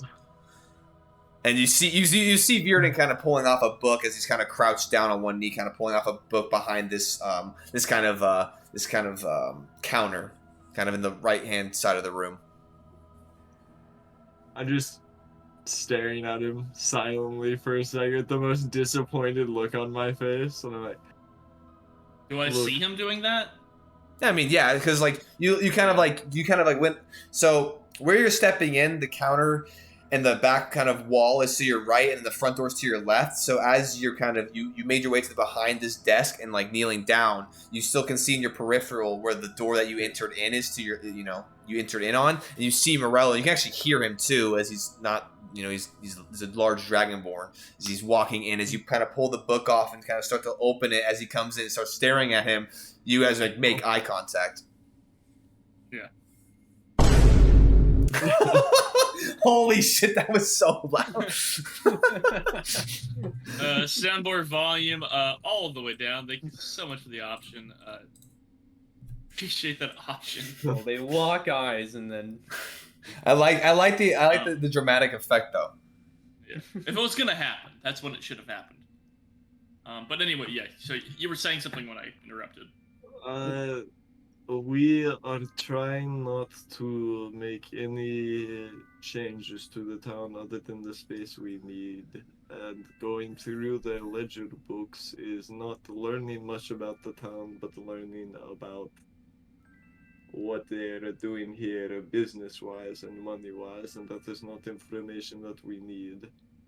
I fully beg to differ. And I say this without looking up, but continue to just kind of leaf through and if there's anything of interest as I'm looking through, Jared, please let me know. I am earnestly trying to read as I'm speaking with them. Make an investigation check Sure. with disadvantage. Of course. Sashin. Yeah, so for me... I'm not gonna lie, I feel like exhaustion ramps pretty quick. One level of exhaustion giving you disadvantage on all ability checks, I feel like that should be farther along the table. I feel like maybe speed halved should be like the first one, because you're just like tired of shit. And then I feel like it should go. Not like you're immediately just ass at everything, enjoy. It's like holy shit. Yeah. Might have to homebrew that. Might have to redo that. As I'm looking through. As you're looking through, honestly, the book that's kind of fallen over, it takes you a little bit as you kind of open up the pages, and you have to get this, and it's like it's the first like 8 or 9 pages that you eventually you turn to in the front of the book, and you can see a lot of it's just transaction details. It's like name of individuals, and then it has a name of mount, kind of some descriptors of the mount, and then just like kind of just basic ledger stuff of like describing how long the mount was or animal was staying, etc., just transactions. But that's about the extent you can get from this book. But as you put that one back and you grab another book that's kind of still standing up, you flip through it. It's the same stuff, but this one is completely full. And so you're assuming that these 2 other books that were still standing upright were probably just full ledgers, and so they just kept them around and started a new one. Gotcha. Well, just looking through a book that I'll still say to Morello, like I beg to differ. I think the business interest of any town you go to is of paramount importance to us, because a town normally, there's a lot of religious reasons perhaps, but aside from that, towns only exist due to, and I'll brandish the ledger, business. And I've spent a good amount of time traveling, looking for things, looking to travel safely, and I find paying attention to how money is made particularly is a safe way to travel. You don't want to travel, kill a monster in a river only to find out the monster in the river was the only thing, perhaps keeping the fishing population down, and then when you do that, fishing explodes, and then the whole town changes, and yada yada. You never know what variables you're dealing with, and I find the best thing to figure out is business. That being said, looking at this, not really telling me anything. But now I know there's not really anything. If that makes any sense. It's boring, but important to know. Yes, except for the fact that this town is not active now, which makes most of this information useless to you. Well, it's important to know for later. If we have to travel back through and they ask us, why'd you burn down the pine forest? Because we did it without, in the middle of combat, and the pine forest was like a logging thing. Maybe inside check. Now these just like keep it on talking. Yeah. Can I insight check this man? Yeah, go ahead and make an insight check with disadvantage, and then I guess Connor, go ahead and make a persuasion check or deception check or whatever check you want to make. Just don't tell us.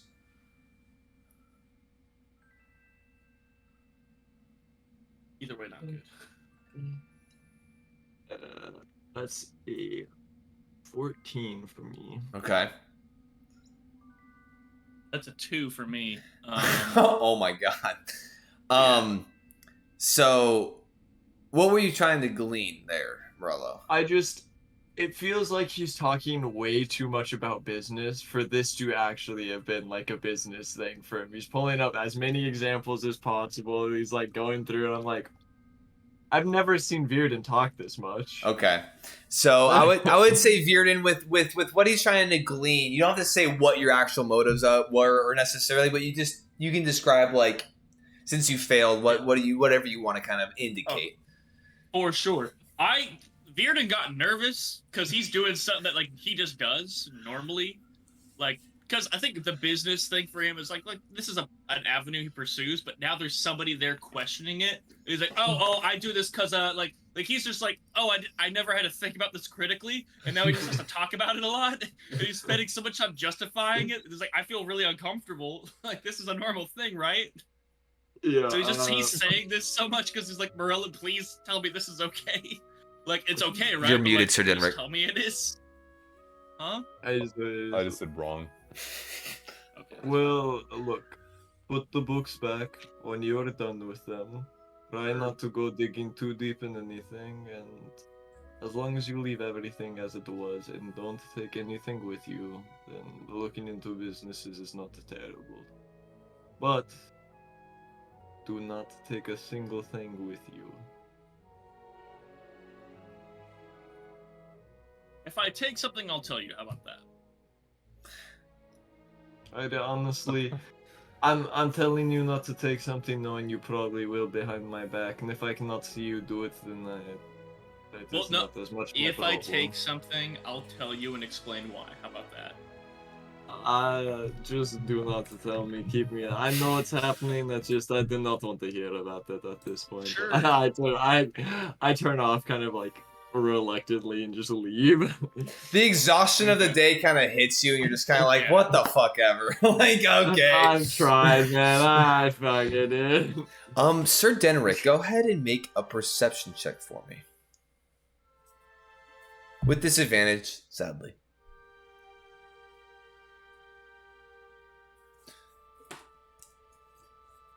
Bro, I just take L's, bro. All I do is lose. All I do is lose today, man.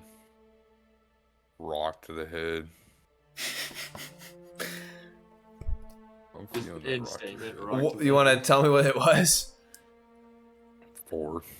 God damn. Okay. He's a little dazed still from taking that rock to the head, man. Bro, I got a concussion, but I'm not gonna do anything about it. So as you're kind of We're making gonna your way, sleep about it. you're kind of making your way a little bit deeper into the stables because you asked earlier, is there like another mount or anything? So you kind of make your way deeper in the stables, just kind of curious. But after a couple of stalls down, you're looking and you're kind of trying to see if you can discern if there's anything for whatever, you know. But as you go a couple down, your exhaustion, you know, the day's hitting you, and you're just kind of like you're looking, but it's dark in here. The moonlight not really able to help you out, and so you just kind of say whatever and fuck it. You kind of make your way back towards the front portion of the stables. So here, is there anything you'd like to do? Oh, I've been asleep in the stall next to Stuart this whole time. Okay. Okay, I like it. I will say, so Denrick, as you made your way over there, you don't discern what you were looking for, but you turn around and you start to make your way back, seeing as Stuart was the farthest stall towards the back, and you do see Zahir just kind of passed out in like the corner section of where the fencing kind of corners out and goes to the front of where the stalls are, where the door is. And you see him kind of crashed out in that kind of corner, struggling. Guess I'll just go sit down the magic crate and just wait. These other two goofballs. Well, okay, sounds good. At this point, as Morello, you're like, you know, you just conclude with what you're saying as Axel kind of now as you turn and look, and you can see he's walking over to you both. Honestly, if you both are done, I don't know, pillaging admin office for the stables, I think we could probably make our way over to the inn and you know, get ourselves settled for the evening. For staples, I look for staples. Absolutely. As he says that, I'm just like, Head down. I didn't know staples were part of the world. I'm so excited. I want to find staples and a stapler. You know, I want to correct you for what he said, but I feel like accents actually make there be mistranslations for what he said, so I'm gonna let you think whatever you thought he said. Yeah. No, it's fun. In the interest of time, I read through the ledger and I don't find anything interesting. So like at that point, it's like that's pretty much what I'm here for. Nothing interesting. Got it. Put the books back. I'm ready to leave. Sounds good. As you both kind of exit out of the admin area, as you make your way back into the main space, as Axoff now stands there. All right, it looks like, and Sir Denrick, you make your way over. So Denrick, you were doing that while they were having that conversation, and so you, at this point, you don't even have time to sit on the box because you're making your way over. But you do see Zahir as Axoff. Oh, I see. Oh, I think we're missing one. Where's Zahir? As he looks over towards you, Sir Denrick.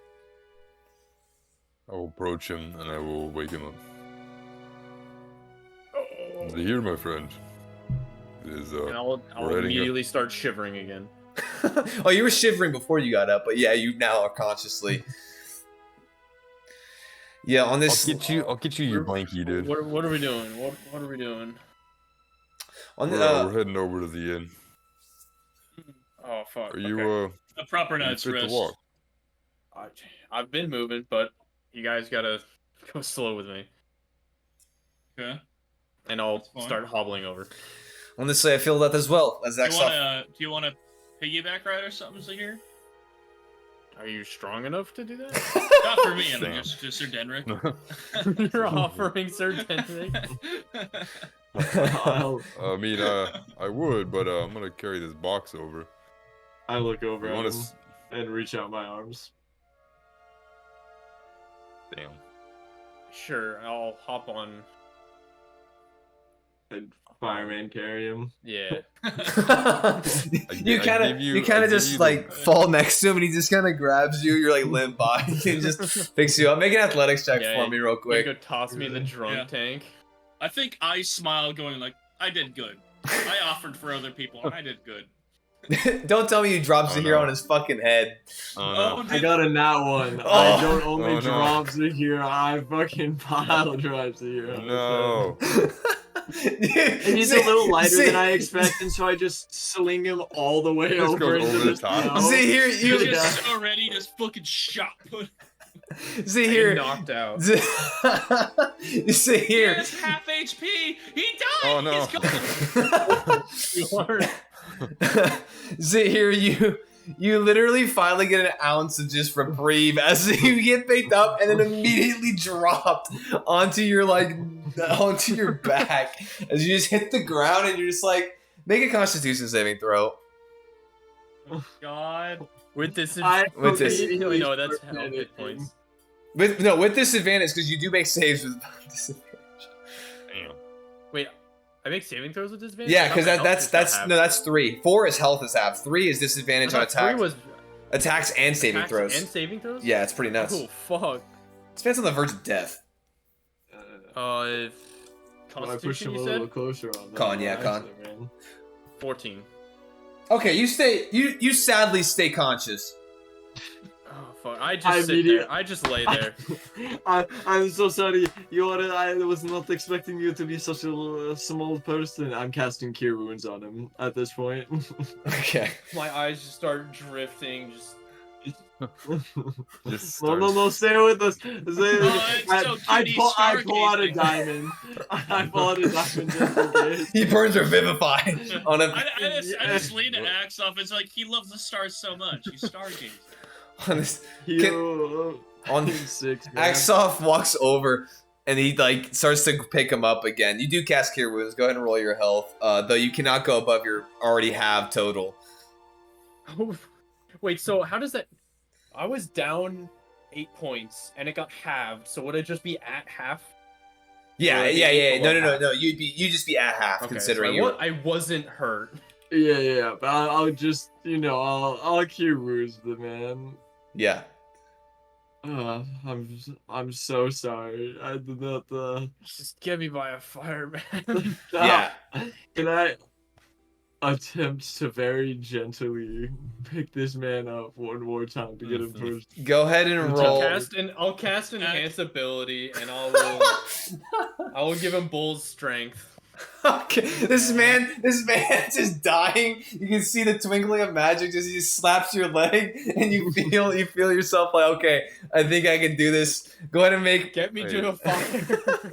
get me Can't out. you just fly yourself over No, there? I can't. I already used that. Oh. I wouldn't want to move You're just- anyway. All the ox are all You just looking float out outside yourself. their What is stalls, like, full what the strength fuck? give me? Advantage, I want to say. So you roll straight. Yeah, you had disadvantage beforehand. Fuck. Oh yeah. Yeah.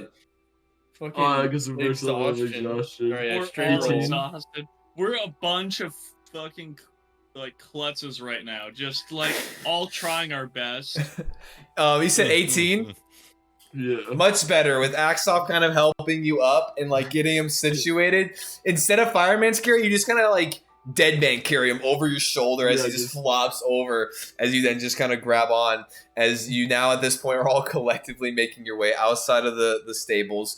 You know, doing one last check of your animals. As you then both kind of, as you then close the door back. You know, the sliding doors back together. Does the closing door, does its handle have a post nearby where I could shackle it closed? It like latches. Okay, that's fine. Yeah. So there was like a lock around it, but then it also latched. So like it doesn't. Yeah, it's not just like a woo. It opens again. Yeah, it'll hold itself closed for sure. Cool. So I as have to you roll all to pick the box up. no. But as you make your way back outside, as you all collectively walking back outside the stables, you guys kind of step into the middle of these street lamp kind of roadway kind of guiding markers as you guys make your way the last couple hundred feet into this kind of this circular space. It's only circular being indicated by these street lamps, but as you're making your way, as the path veered kind of slightly to the left, looking at this kind of the space like in a clock kind of like a clock directionally, the large kind of 2-story building of the inn, kind of where you guys are making your entrance to the space, is about at like the 7 o'clock area. So it's kind of like immediately to your left, and then towards the like the 4 to 5 o'clock areas, you see there's 2 establishments, and then directly across, about at the 12-ish kind of 1 o'clock area, you do see another establishment. But y'all are exhausted. You can kind of see just a couple of buildings, but Axel's just like, let's get inside. The inn, kind of, it's interesting. So it is a large building, but it's like it's wide and kind of short. It's not super long. And as Axoff makes his way to the front doors, you can see that there are 2 sets of windows on either side of the front door, to the left and the right. You can see that they're all boarded up with different kind of pieces of wood and whatnot. And then you can see that the front door actually for the inn itself is also boarded up with different planks and whatnot. As he, honestly, I slap him on the shoulder and I cast guidance on him. Yeah, unfortunately, my friend, I could cast magic, but it's going to cost a great deal for me. Let me know what's going to be easiest. well, it's honestly going to be easiest is getting these planks off the front door. How are they set up on the front door? They're kind of just like, I mean, they're not like, it's not like completely encased. It's like, there's like 5 or 6 of these 2x4s kind of just in variable kind of positions, kind of just across the front door, kind of blocking entrance to actually getting to it. So they can't be like, it can't be pulled open or pushed. You don't know which direction the door goes. Can we not see hinges? But I guess looking at the hinges, you can see that the door would go inward. The door would go inward. Alright, I'm gonna go large size and kick in the door. Nice. You already have advantage. And you're carrying me. As you Sit here. as you like So we're lean gonna my use your- foot back. He's like, He's like, we're gonna use your head. And he's gonna use him as a battering ram. As you grow larger and you go to like rear up and kick the door, Axel's like, hold on. Instead of kicking in the door, I can lockpick it. Let's just go ahead and with your enlarged strength, rip off the planks, and then I'll unlock the door. I can Okay. mend the I'll hinges go in the through it morning. all. I'll start. I'll mend the door in the morning. Well, Yeah. but the issue is that we kick the door in, and then guess what? Now the cold is now in the interior, and then we're not doing anything for I can ourselves. also mend the door. Wait. Just pull the planks. Just pull the planks, please, for the Yeah, love of God. I'll pull the planks. I can't mend the door no matter. I think we're all collectively too fucking tired for this shit. Go ahead and roll. It's just a collective athletics check for all the planks, so you don't. I think it's a straight roll, right? Yeah, it would I get advantage from 2 separate things. Fuck it. Take advantage, bro. Yeah. Nice. Your desperation to get inside overcomes your exhaustion. Yeah, I'm like, I don't even care about my police. 17. 17, yeah, you just kind of pull the nails out from the sides as you kind of take them all off. Axel's gonna step up, do his Axel thing. I'll say I believe in you. Go ahead and roll your guidance. 3. Nice. So that's 18. Yeah, he just as he just slides the lockpicks back into his waist, his kind of like a waist pouch, and just opens the door. You all can now at this point. Well, you have to shrink, or else it'd be kind of hard pressed for you to get inside.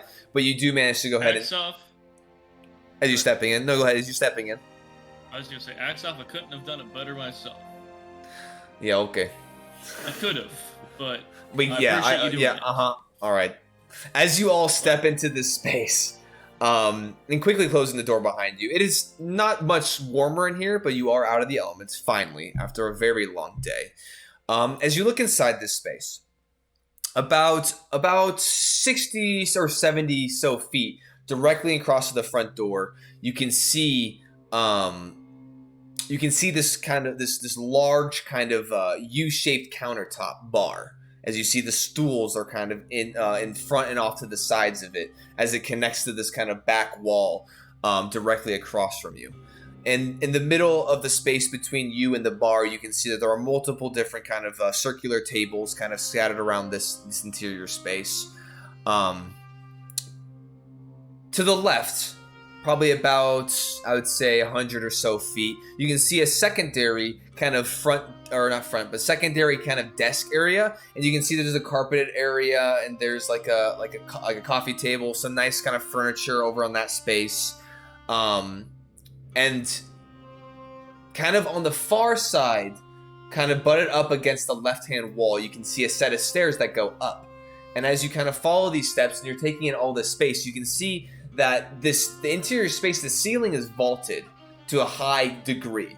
And you can see that these stairs on the left, and as you're kind of following this space and you look over to the right-hand side, you can see that there's this kind of lounge area.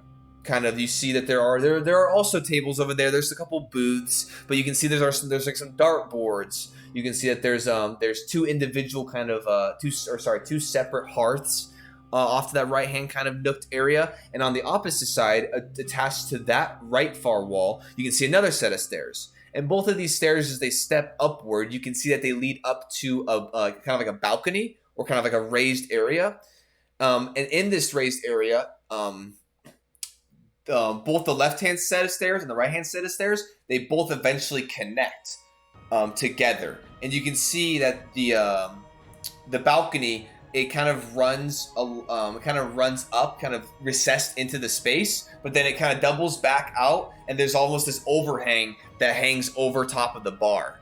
And you can kind of almost look over the bar and into the space down below. Is there any kegs or booze behind the bar, or is everything taken out? Do you have dark vision? I do, and okay. I am also exclusively by interested you, in I this. have dark vision. Yes. So go ahead and make perception checks for me. Can I cast Disadvantage, Magnus right? on myself? Yeah, Can I disadvantage. use Balder to do this? Yeah, if you want to. Send them across the way. Ooh, double Done. 14, so 16. Okay. I got 13. 13? Okay. That's so Balder, I'm a bird looking for disadvantage booze. roll the same thing twice. Okay, sounds good. So immediately, and if you have any clarifying questions of the interior space, let me know. But, go ahead.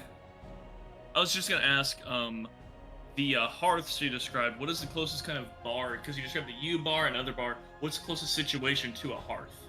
So, so on the right hand side, kind of similarly placed, as the or kind of similar distance as the left hand portion is, and it's about like 100 or 100 feet or so off to the right. You can see that there are two fireplaces, one butted up against the front, kind of the front wall that the entrance door is on, and one kind of butted up on the right hand wall. So they're kind of creating this kind of multi hearth portion, where like the walls kind of connect. There's two kind of fireplaces in that area, and you can see that there's some nice kind of furniture over there, another kind of nice rug kind of in that space. And I will say, with your perception check and looking around, so the it seems that the bar is the kind of the countertopped area immediately in front of you. Off to the left hand side, it looks almost more administrative.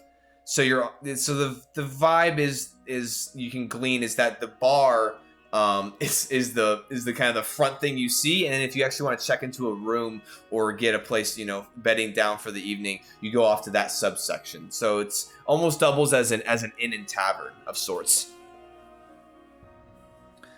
Right. I think, unless anyone has anything else they're doing right now, I'd like to say is like, well, I'm a chick behind the bar for drinks, turning to Morello, like, and we'll pay for him. I'm we start already a looking fire? behind the bar. On the- As he's we're- making his way, I'm like, okay. Hold Morello, on. We're not going to pay for this. I mean, we're obviously not going to take anything unnecessarily, but the fact that we've made it this far, I feel like a couple of drinks on the house is not too much to ask for. That is on. Put me down, Morello. Morello's I'm looking not- behind the counter with Yeah, the Z unconscious to hear. I'll set him in down that on a case, stool I'll right tend next to to the the bar. fire. In that I case, I'll will- tend to the fires. Yeah, I'll hobble over to closest hearth. Okay, that would be the right hand kind of section, the right hand kind of nook is in this kind of large interior space. And I will say, so at where the kind of raised up balcony kind of elevated section that resembles where the second floor is, where it kind of jets back out and kind of creates this overhang on top of the bar, you can see lettering kind of facing the entrance, and it says the evening's respite. The evening nip. The evening, yeah, Well, they're not close. wrong. But yeah, go ahead and you make your way over to the hearths, and you do see that there are still stacked pieces of wood, kind of ready to go. Fuck yeah. And I will say, as you're making your way across and just looking around you, it is well maintained and clean. There's obviously dust on tables and things, but it is clean in here. It is very clean interior. So as you're making your way over there and you're starting to kind of get a fire going, Zeke here just kind of making his way, stumbling. Yeah, I'm as gonna soon as I make get in the front of it, I shittiest just TP lay down of- facing the fire. Yeah, I'll make the shittiest TP no demand prestidigitation, the fire, just willing it to be a light, and then be like, to just like not knowing how to give him comfort, just be like, they're there, and just touch his boot. They're there. I'll They're there. I'm gonna wrap myself harder in my fur coat. Okay. The warmth of the fire immediately gives life back into your body. It'll take some time to You're get still- everything back, Yeah. but it gives you You're that still forged out hope. exhaustion, Yeah, right? you still have that hope as you are beyond exhausted. But It's 5 death. no, 6 is 6 death. is death. All right, new exhaustion system. 5 you, is you your- roll a d6 and you take whatever you get. A D6 plus Jesus 5. Christ. If Yeah, you double, I think it we should doubles trudge on ahead effects. an extra hour. Just Dude, fucking die. imagine getting a 1 twice, because it would go, hey, disadvantage on everything. Get it again? double disadvantage on everything? Like, You, go to you hell. roll a You 6 can't make- first try die. I think I want to rework the exhaustion system to make the speed halve be first because that shit's kind of ridiculous. But that is for a tavern side talks maybe, down the road. Can I- But as you make your way, Morello, around the back end of the bar, as you put Zahir down, as you just immediately crane your way behind, you do see kind of stored underneath the actual bar countertop. You can obviously see a multitude of different tankards of different multitude of sizes, kind of pitchers, all sorts of different things. Kind of with this overhang created by the balcony upstairs, you can see that they have like wine glass kind of holders hanging and dangling up above the actual space as well as they. Oh shit, he's running. You can see as they're kind of overhead, and you can which is a pretty damn He's ready. He's ready. I'm ready. But as you turn back, I've been ready. What you talking about? on the back wall, you can see on this kind of this raised up countertop where you can see these keg holder kind of wooden pieces that almost like have these like half you know what I'm talking about, right? Like the keg holders where they have like the two pieces of wood that are kind of like semicircle, and you can like set them on there, and then it holds them. You see that this back kind of shelving area, there's actually a section where there could actually be 2 kegs high, probably 2 kegs high by about 4 kegs wide on this back area. However, there are none currently present. Underneath this kind of keg holding kind of storage section for the bar, you can see that there's a place where there would be like kind of smaller what's it called? Smaller kind of holders, which would be probably for wine bottles that you could see, but there are no wine bottles. Dead empty. But as you're looking around and your frustration starts to build, Axel kind of goes over, slides back a stool, sits down, kind of puts his arms down, goes, Morello, come on. Is this your first time? Obviously, they're not going to keep anything good out. We're going to have to check the cellar. I did. Oh, this is I talking, don't guys. usually tend to be in the business when it is not open. Well, my friend, tonight we're in the business of pretty much whatever the fuck we want because we have definitely earned it. As he reaches around like the counter and grabs himself a tankard, and he kind of sets it, and he kind of like expectantly like, well, go find it. I'll grab a few tankards for everyone, and I'll walk with them. Okay. As you go ahead and grab the tankards, and you can see that the bar itself is kind of sectioned off, but there are 2 doors to the left and right, kind of outside the bar, but immediately kind of adjacent on that back wall. You can see that there are 2 doors that would lead deeper into probably a kitchen area or something behind. Sir Denrick, what would you like to do? I will approach. I'm gonna walk up to the fire. I'll look down. Zahir's dead body. I will cover his corpse with a warm blanket. I'll say a prayer. I will play my lute. God, he I prays know. and he curses you. I'm no longer maintaining concentration. Logan, I hope you piss real good and sloppy over there, bud. By the way, hope it's real good. Bring the mic Yeah, with no, you better bro. hold that cock real nice and firm there, buddy. Oh. He heard it all. Anyway, no, I'm gonna give the blanket to Zahir, and I'm gonna say, would you like me to play a small tune? I will leave. Don't know how well I'll be able to play right now, but I could. You're just dead, doesn't say anything back. Ow. Anyway, I start playing. Make a performance check with disadvantage. A D20. Oh, no disadvantage. I'm gonna Yes, see. disadvantage. Do I have? Okay, hold on. Let me go ahead and pull up. He said, I do have a loot. Hold on, I'm gonna pause it until he rolls. You better roll high, bro. "Yee." Oh fuck. It's disadvantage. Dude, Sir Generic has rolled I think below 10 the entire night. besides. I'm gonna wake up, turn the radio off, and go back to sleep. Nah, I stay taking the L's, bro. It's like a 7. Okay, I well think this I only rolled 7s. this is what would have happened and what it would have sounded like if you rolled high for those watching. But in game it is much worse. Is there a shitty flute you version on- of that song? you honestly spend more time tuning your lute than actually playing it. You strum a couple strings and then you have to tune it. I'm gonna strum it a little bit. I'll immediately stop, set it down. I'm gonna go find where those guys were going. Did I hear them? That they were gonna go? Yeah, I mean the interior space here is, I mean, it's pretty open. You can hear each other relatively with these. And there are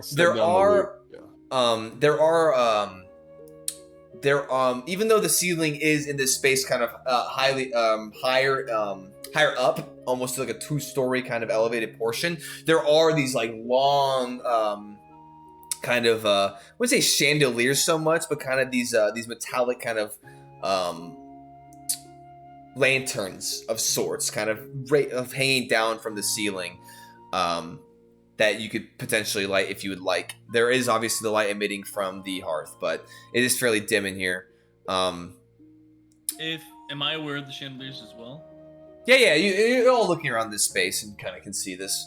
If I could use prestidigitation, I'll light like maybe a couple candles on a chandelier, or so just enough to make it so it doesn't feel so dark in here.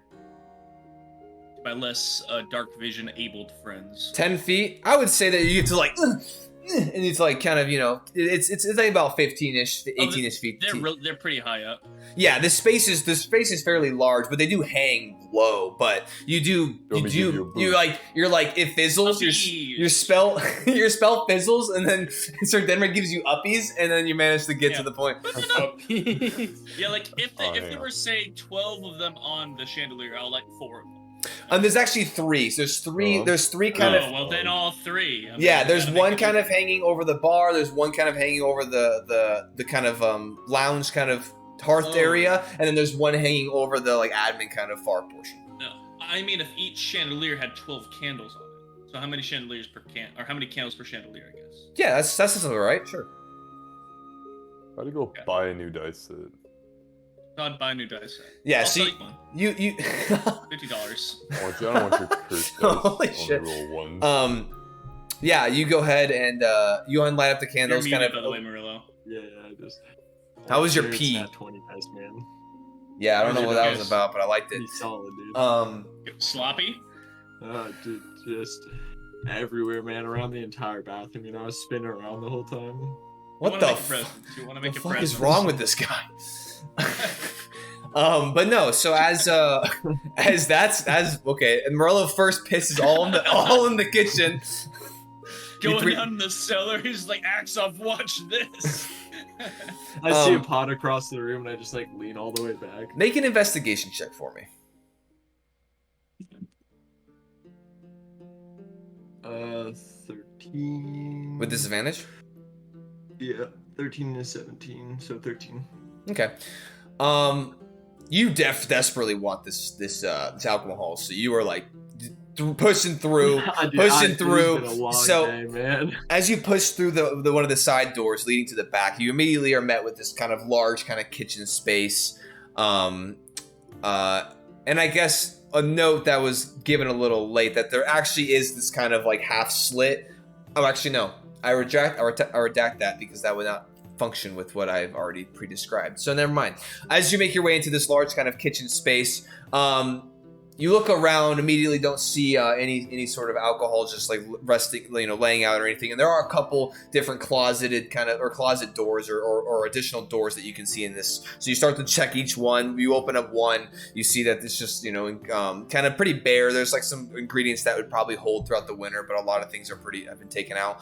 It's the third door that you've tried, and you're gonna have to push through a little bit of this kind of back space, and it's this 10 by 10-ish room, and you can see that there is a trap door on the ground of it, on the floor of it, and you're like, bada bing, bada boom.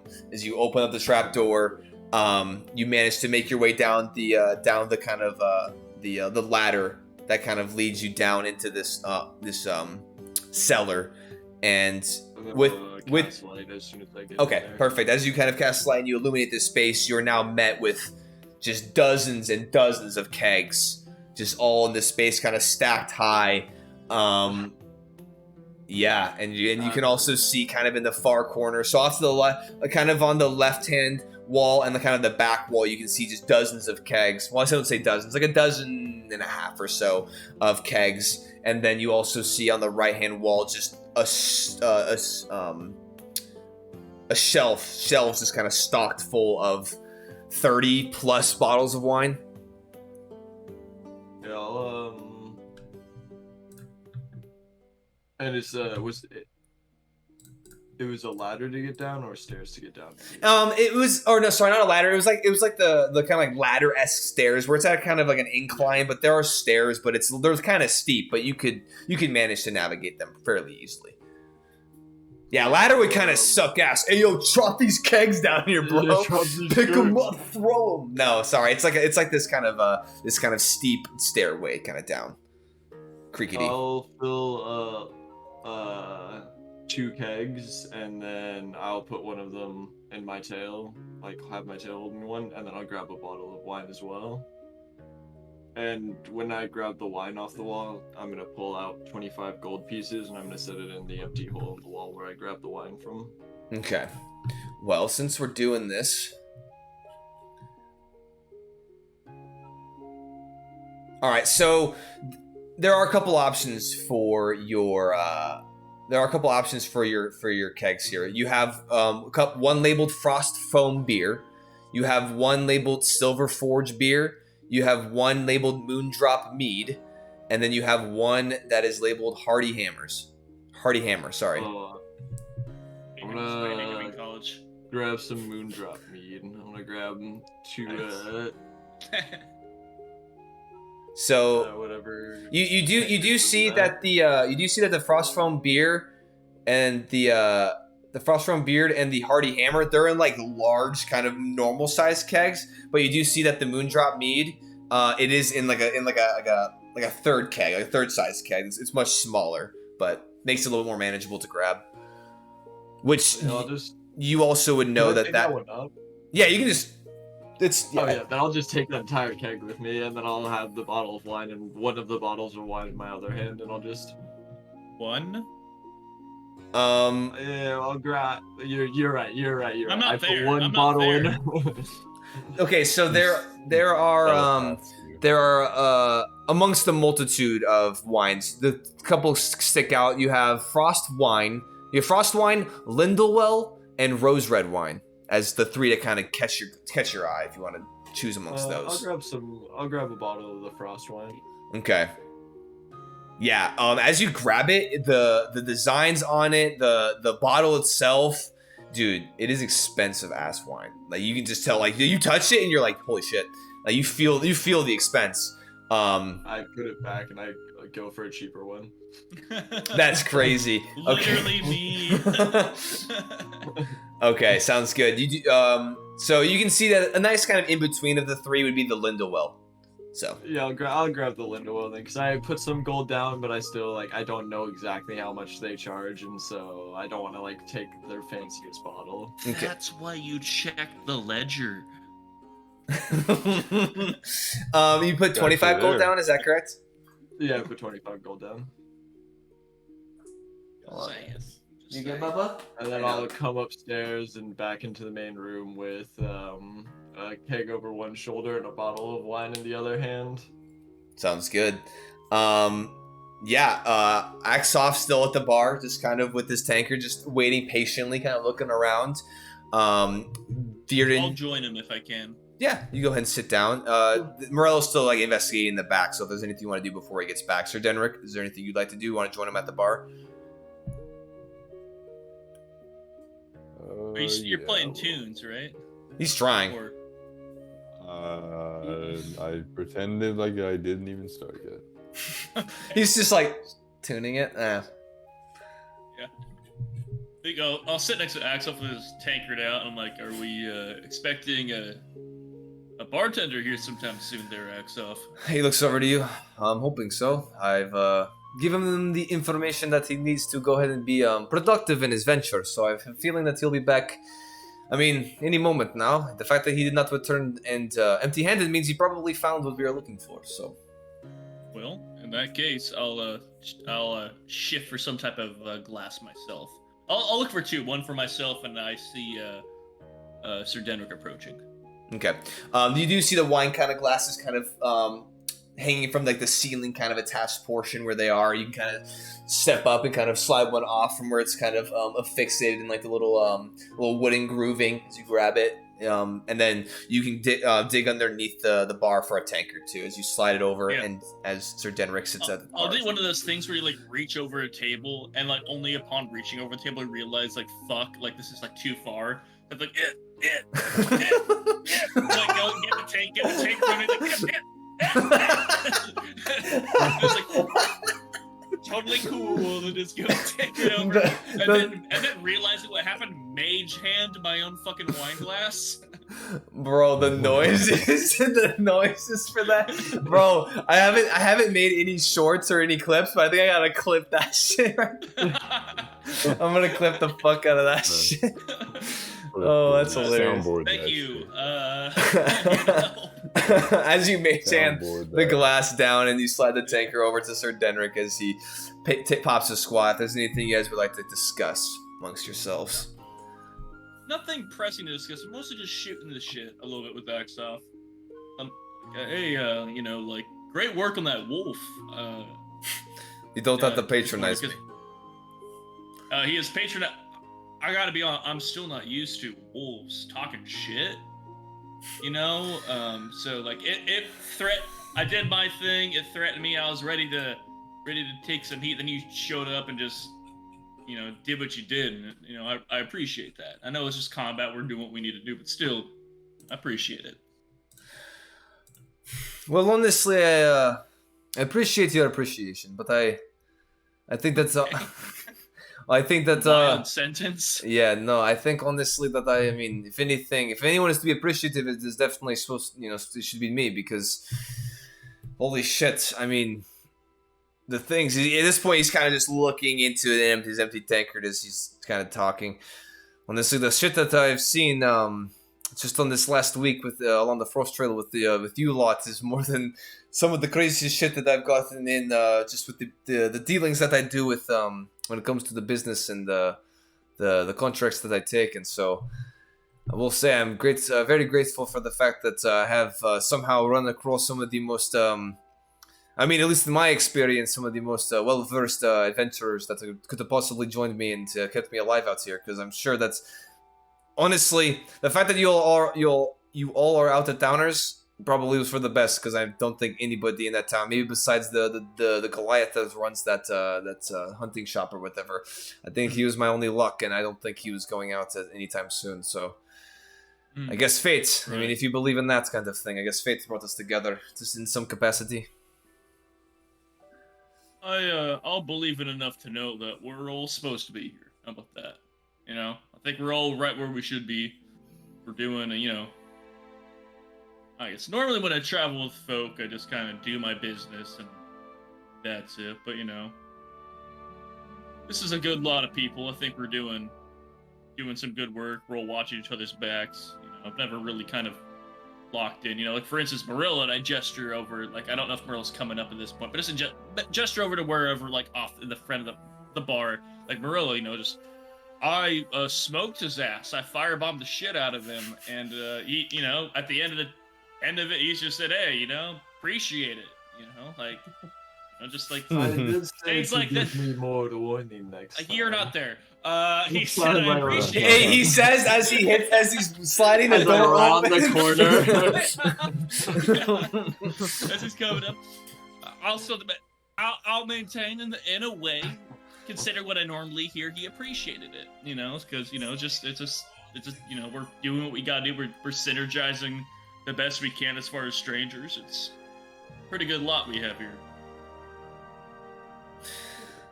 Honestly, I would definitely agree. And I would definitely, though I'm sure that most of our paths will probably just diverge at some point when we make our way to Snowstone. Maybe down the road, maybe we can re-link up at some point, or I don't know, stay in touch. Though it's a little bit hard pressed. I mean, you magic folk are a little bit better about staying in contact with individuals because you can do your crazy magic shit. But I mean, sending a letter also works. Maybe when we get there, we can get see a magic shop. Maybe get something like a sending stones or something. So if we need to, we can all stay in touch. Something like that. I think that'd be beneficial. Yeah. But I think Morello, you're here at this point, right? With the tank. I'm walking down, I set the wine bottle right next to Bearden first, and I set the keg in the back. My man, my man. You can still use it as a prop, though, baby. That's right. Yeah. I'll say, as he's fixing up the tankard and all that, I'll say, well, act off if you don't mind. I've been wondering when to bring this up, and this feels like the most appropriate time. But answer this at your own comfort level. I know you probably have more than just us to worry about, but we're traveling all this way. We've been through a lot together. I hope you feel like you've said we've been beneficial, but I hope you feel like that. And I'd love to, I guess, know what we're doing out here. Why are we traveling all this way at this time of year? Why was it so urgent? Make a persuasion check. With disadvantage. Disadvantage? Actually, I'll let it out a straight roll for funsies. Okay. Yeah, because he has disadvantage of on his own Bad. side. That ain't bad. And I do have nothing to add to this. I have 15. But for me, that ain't bad. Well, before we get to that, Zahir, as you kind of flutter, Tripping. as you flutter, kind of as your eyelids kind of flutter open, and you kind of come to. It's been probably about a half an hour or so, a little bit more than that. I would say you do definitely get rid of one level of exhaustion from the cold, so you are no longer. You can walk normally. You are no longer completely fucking. No, I can't walk normally. I have all my hit points back. Oh. But for the purposes of this, you're definitely starting to definitely are on the up and up. And I would say that with the fire kind of going now, the interior space is starting to warm up. And if you would like to join everyone else at the countertop, I will, feel free. Unless you just want to go. I mean, your eyes flutter awake, and you points of exhaustion will fuck a man up.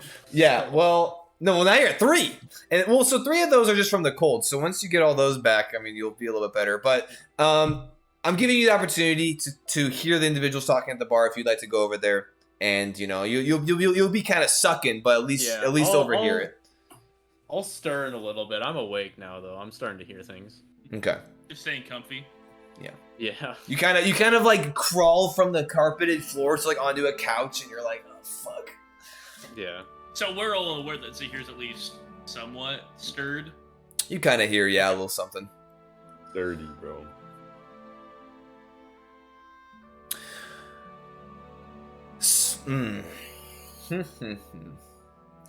This is the problem with getting too close to individuals that you work with, is that makes you want to drop your guard and give information that probably should not be shared amongst the group. It's probably safer that way, but let's just say that I am carrying information that some individuals in Snowstone would like to obtain, pertaining to the current officials that run Grimtold Holds. These individuals that I'm giving the information to, they are not directly linked in any way to the officials that are in Snowstone. But yeah, let's just leave it as simple as that, and let's just say that I'm the courier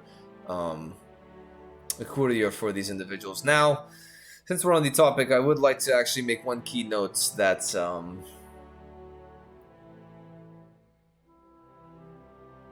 no, never mind. What do you mean no? No. You can't do that. Never At mind. this point, we all have drinks, right? Yeah, everyone. Yeah, you all like Morello kind of we all smashed drink. the stopper into the beer keg, and you filled up everyone's glass. Like, come on, like, look. I'll tell you what. I'm pretty quiet about my stuff. What do you have going on to let you ask me a question?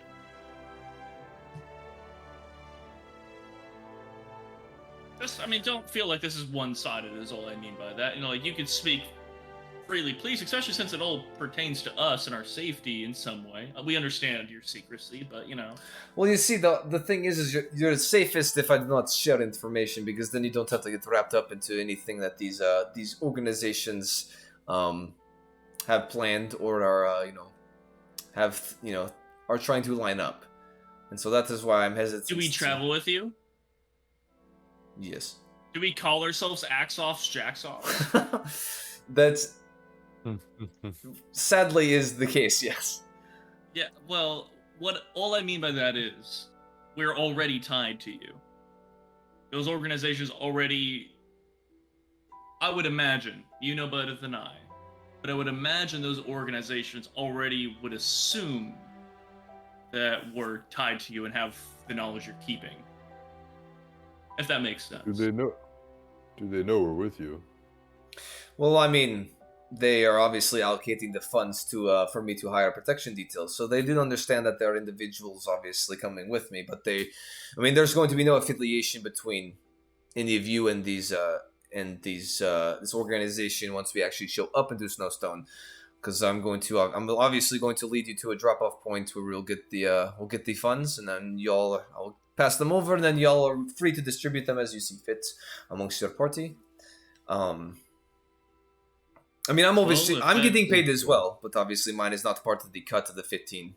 That is obvious. The 15 is for you individuals. It's for just your group, and then I'm getting paid separately. Well, Axoff, if that is how you best see it, sure. But I would like, How about this? at this point, traveling with you this long, go ahead. How about this?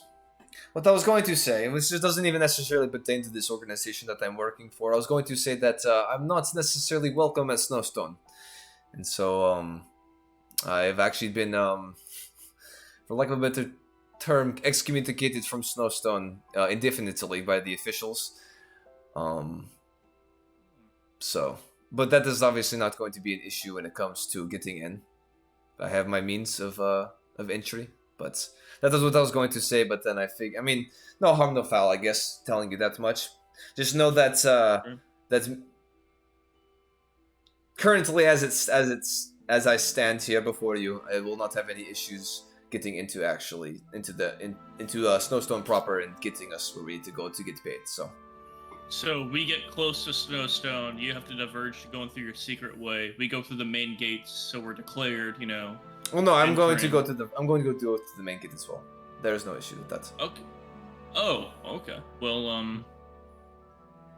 how much do you trust these organizations you're with or involved in?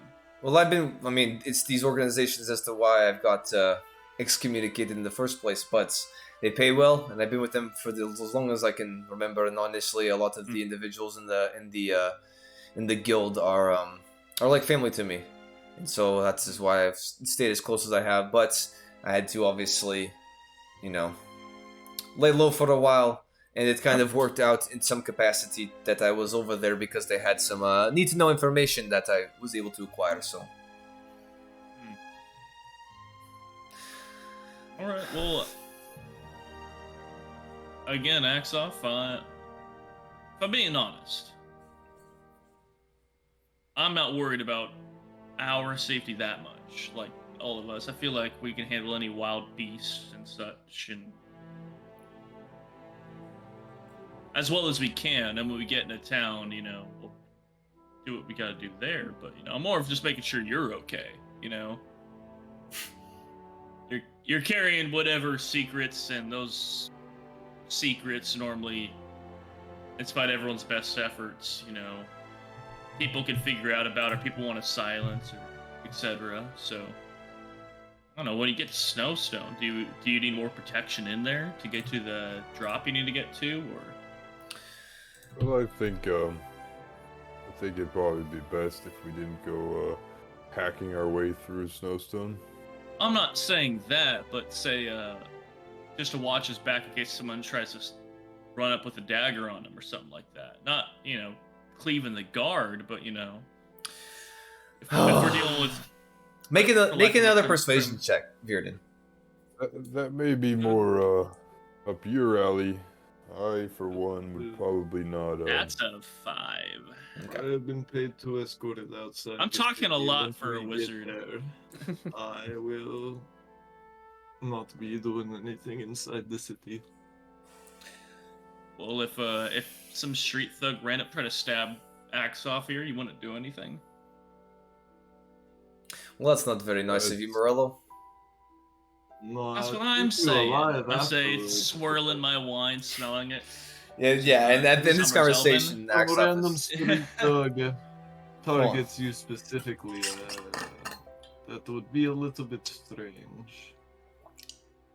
It would honestly not be the strangest thing that I've experienced in with my time, working for these individuals. But I think that traveling through the Frost Trail is definitely now at this point the top of my list, probably the deadliest thing I've ever done. And I think that in hindsight, I will never ever be doing anything like this. And now I realize why nobody fucking travels the Dire Frost Woodlands in the middle of fucking winter, because this is a goddamn nightmare.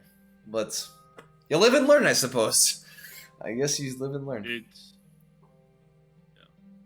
And actually on that point, I'm going to definitely be asking for more fucking money. When we show up, I'm going to tell these motherfuckers that 15,000 honestly is not enough for the amount of bullshit that you have all been put through, and neither of same as me. So, and if they want proof, then I'll show them the multitude of scars that we've all gathered thus far, just by the. I still have this, and I pull up the Ramarazzi. Yeah, and you also have the massive fucking scarring from when you went into its mouth and became almost immediately eaten. Well, that one's But that still was- alive, but this one's dead. Yeah, I lift up my Around. arm, just puncture holes right here and right here from the Ramarazzi, crushing my Yeah. chest. Would that be is that 15,000 total?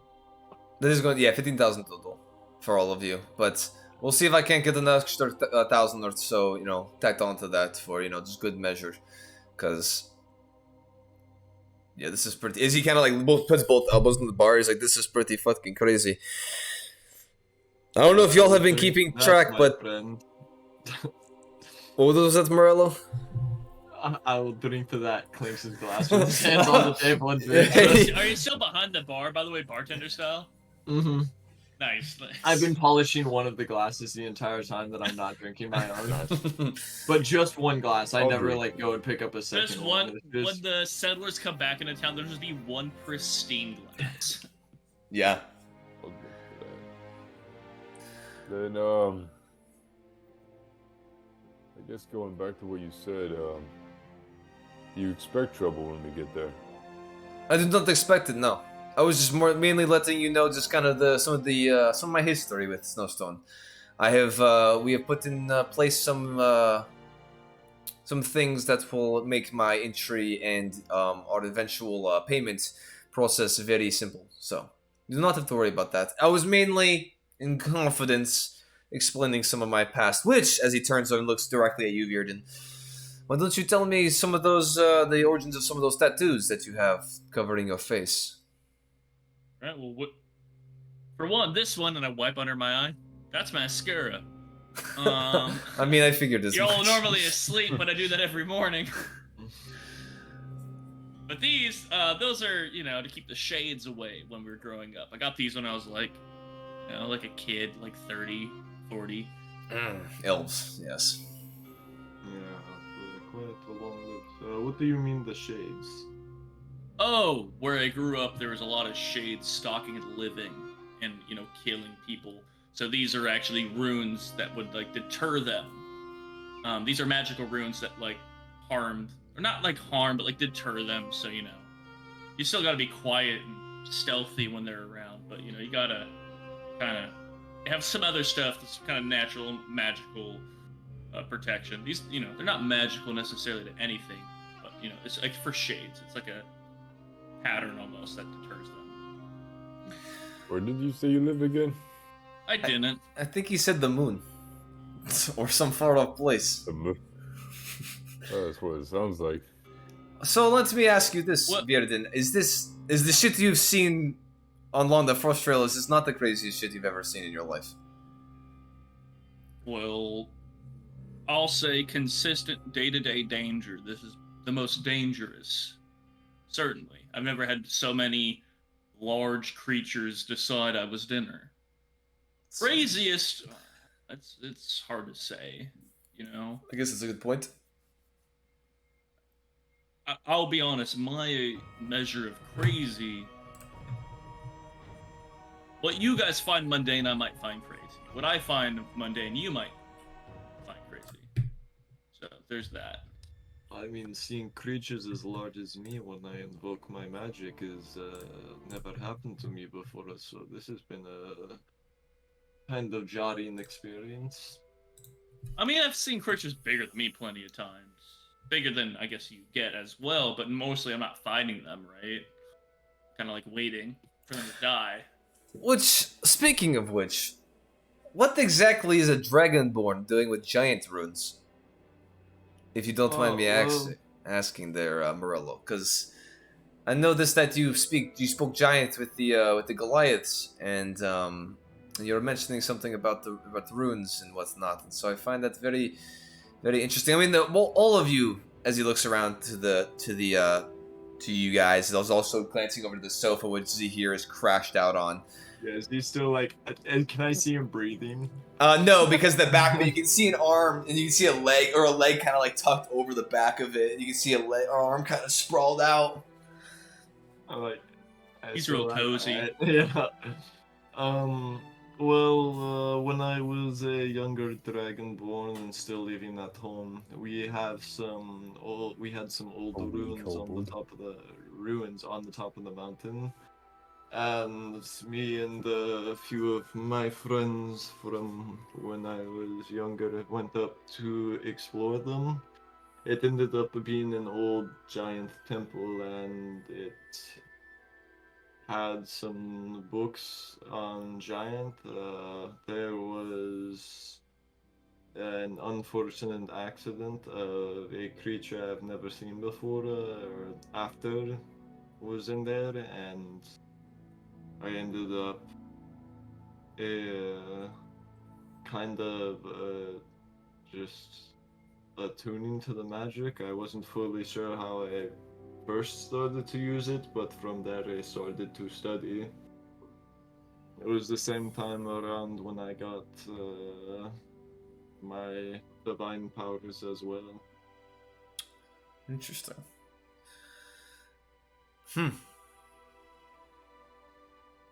Man, honestly, it's just very interesting. I pull out Yes, sir. my like fat notebook and I just set it down and I'm like, yeah, in here is all the research I've had over the years over everything giant related. Is Sir Denric still wearing his giant necklace?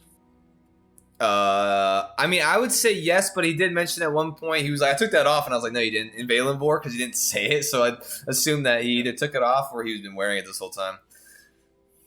Oh, I did take it out before Valenvor. You did, but Are then you I was still like, wearing it? psych, because you rolled in that one, and I was like, your necklace is smashing against it, and so I was like, yeah, you didn't take it off. But are you now wearing it? What do you mean? I don't need a nat 1 to be loud. I can do that normally. Are you wearing it now? Sir Denric, are you wearing it now? Am I wearing it? Sure. Alright. Because the only thing is, like, well, in that case, Murillo, and I gesture to Sir Denric, it's like, do you understand the chief of the Grey Wolf Marauders gave Sir Denric that necklace? Is there, aside from being a kind gesture, is there any other particular meaning behind that? Or... Do I? Because I can bullshit a reason up right now, man. I got one, right? I got one cooking, bro. Hey, you got can one you can either fucking make bait. a history check or it's fuck it, you can rip it if you want. I ask you. Well, most giants stay near each other in clans, whether or not there is like half giants or actual giants. They tend not to like anyone else outside of the territory of their clan, so they like to have markings showing who they belong to. It's very rare to find a giant or a half giant all on its own. On top of that, just to add, basically speaking through you, Morello, to this conversation, a lot of times leaders of these groups will take trophies from like great kills, which basically kind of continue, embellish their status within a tribe or a community, basically to be like, yeah, I'm the shit. So, Yeah, me lose a fight, I would never. yeah, exactly. Who the fuck? As fucking Garmal was coming back to life and just Yeah. Up, down, Just up, down, up, going down. between life and death like a goddamn yo-yo. Hey, you didn't lose the fight. He did not lose. He did not. Yes, strong. His clan did, but he didn't. He ain't heard no. I was bells. kind of worried that I was kind told of the bell several times. I was kind of worried that he was going to for sure get completely eaten by the Remoraz, and I was like, that's gonna be crazy. But that did not transpire. I was like, man, he dies, you know, his entire clan dies. I feel really terrible. Let me see what those gauntlets do.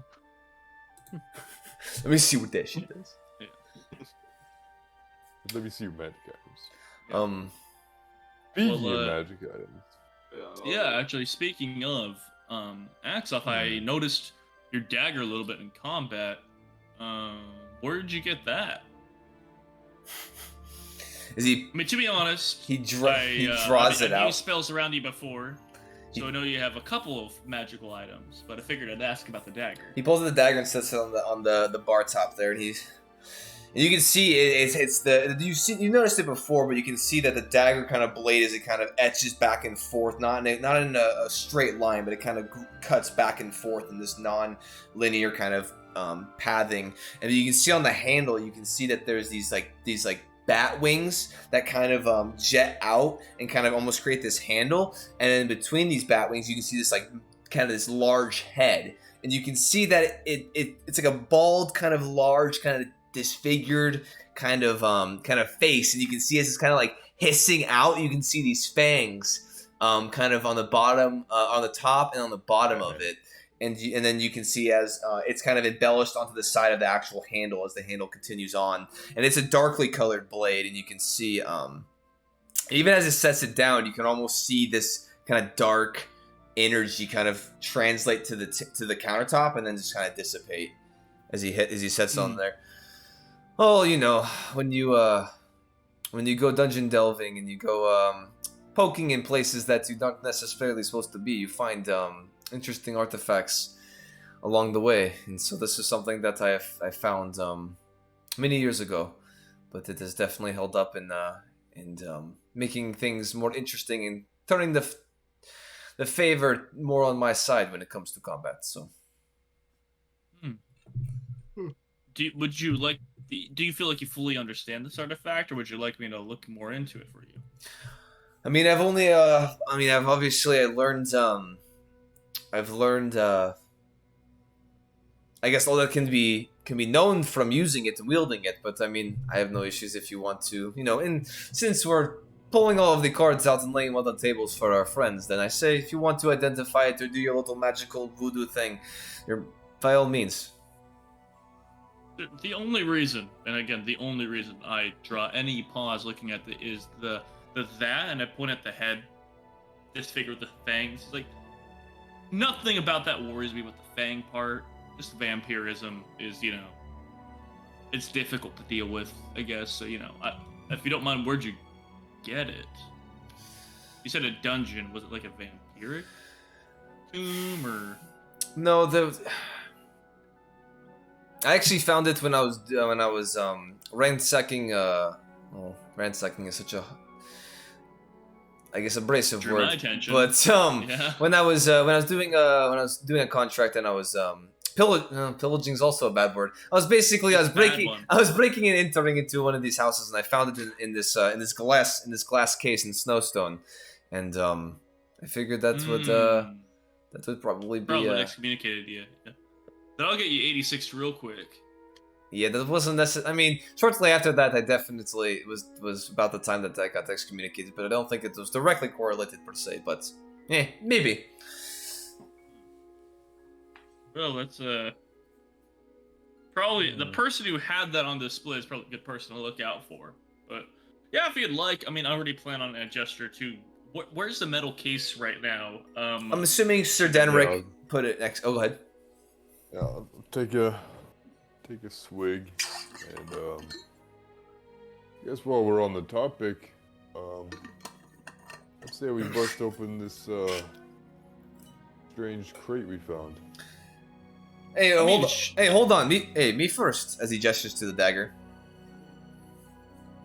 Oh, sure. Yeah, the only reason I was curious about the daggers is because of this, and I pull out my rapier and set it on the table there.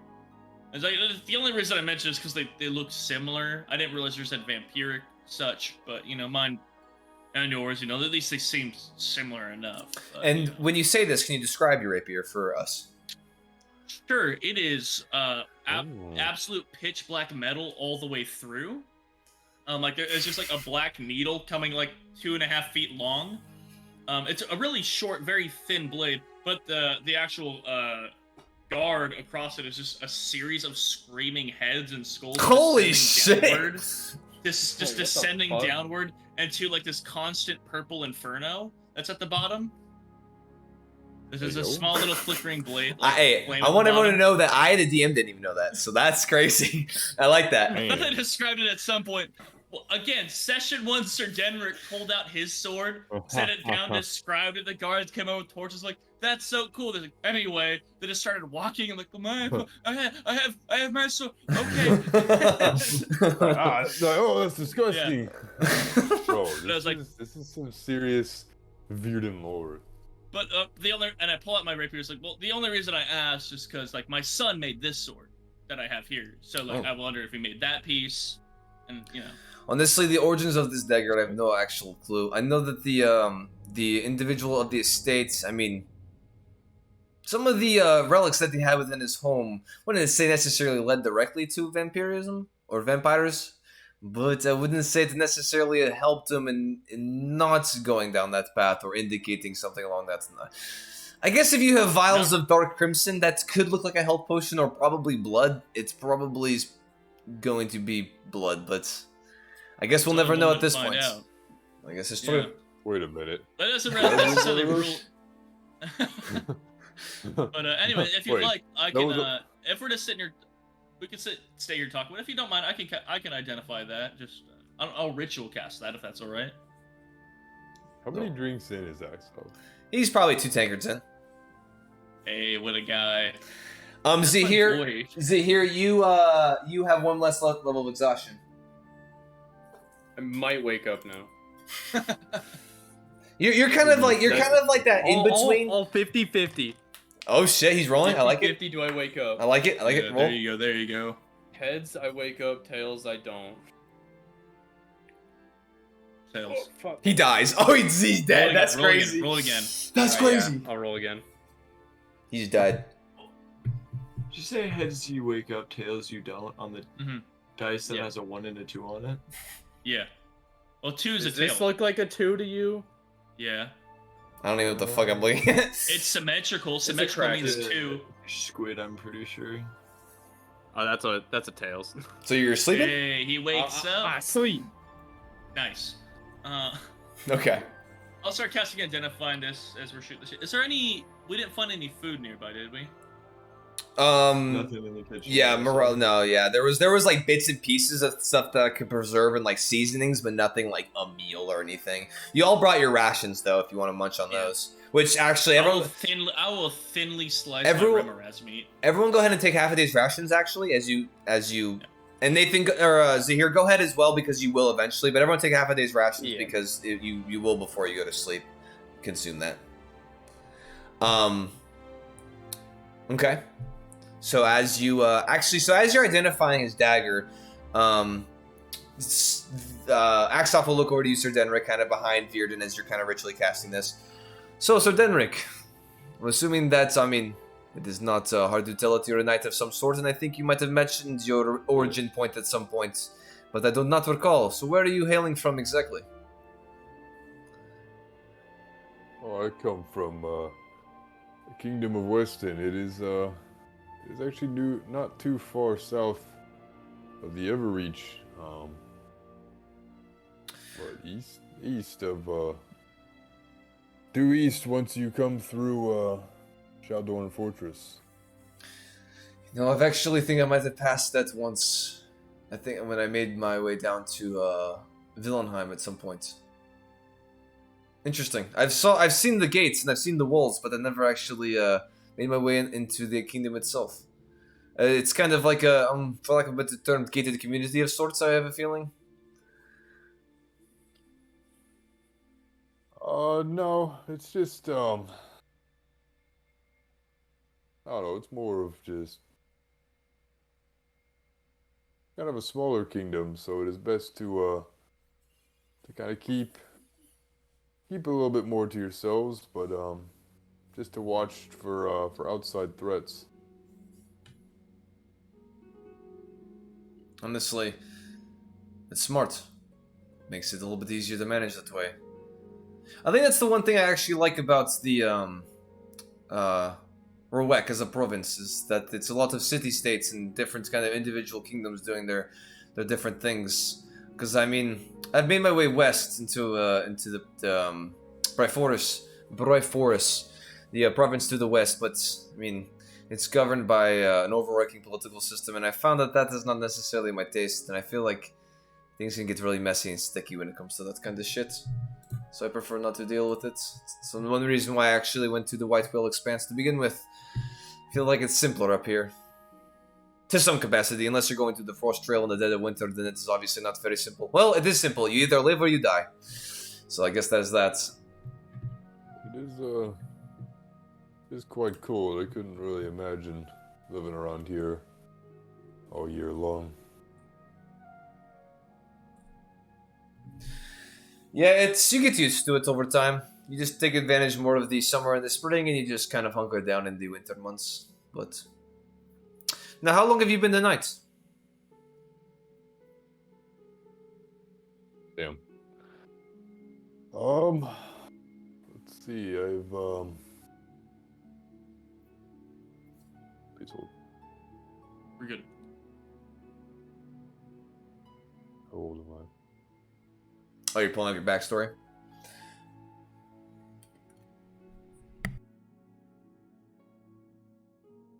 Yes,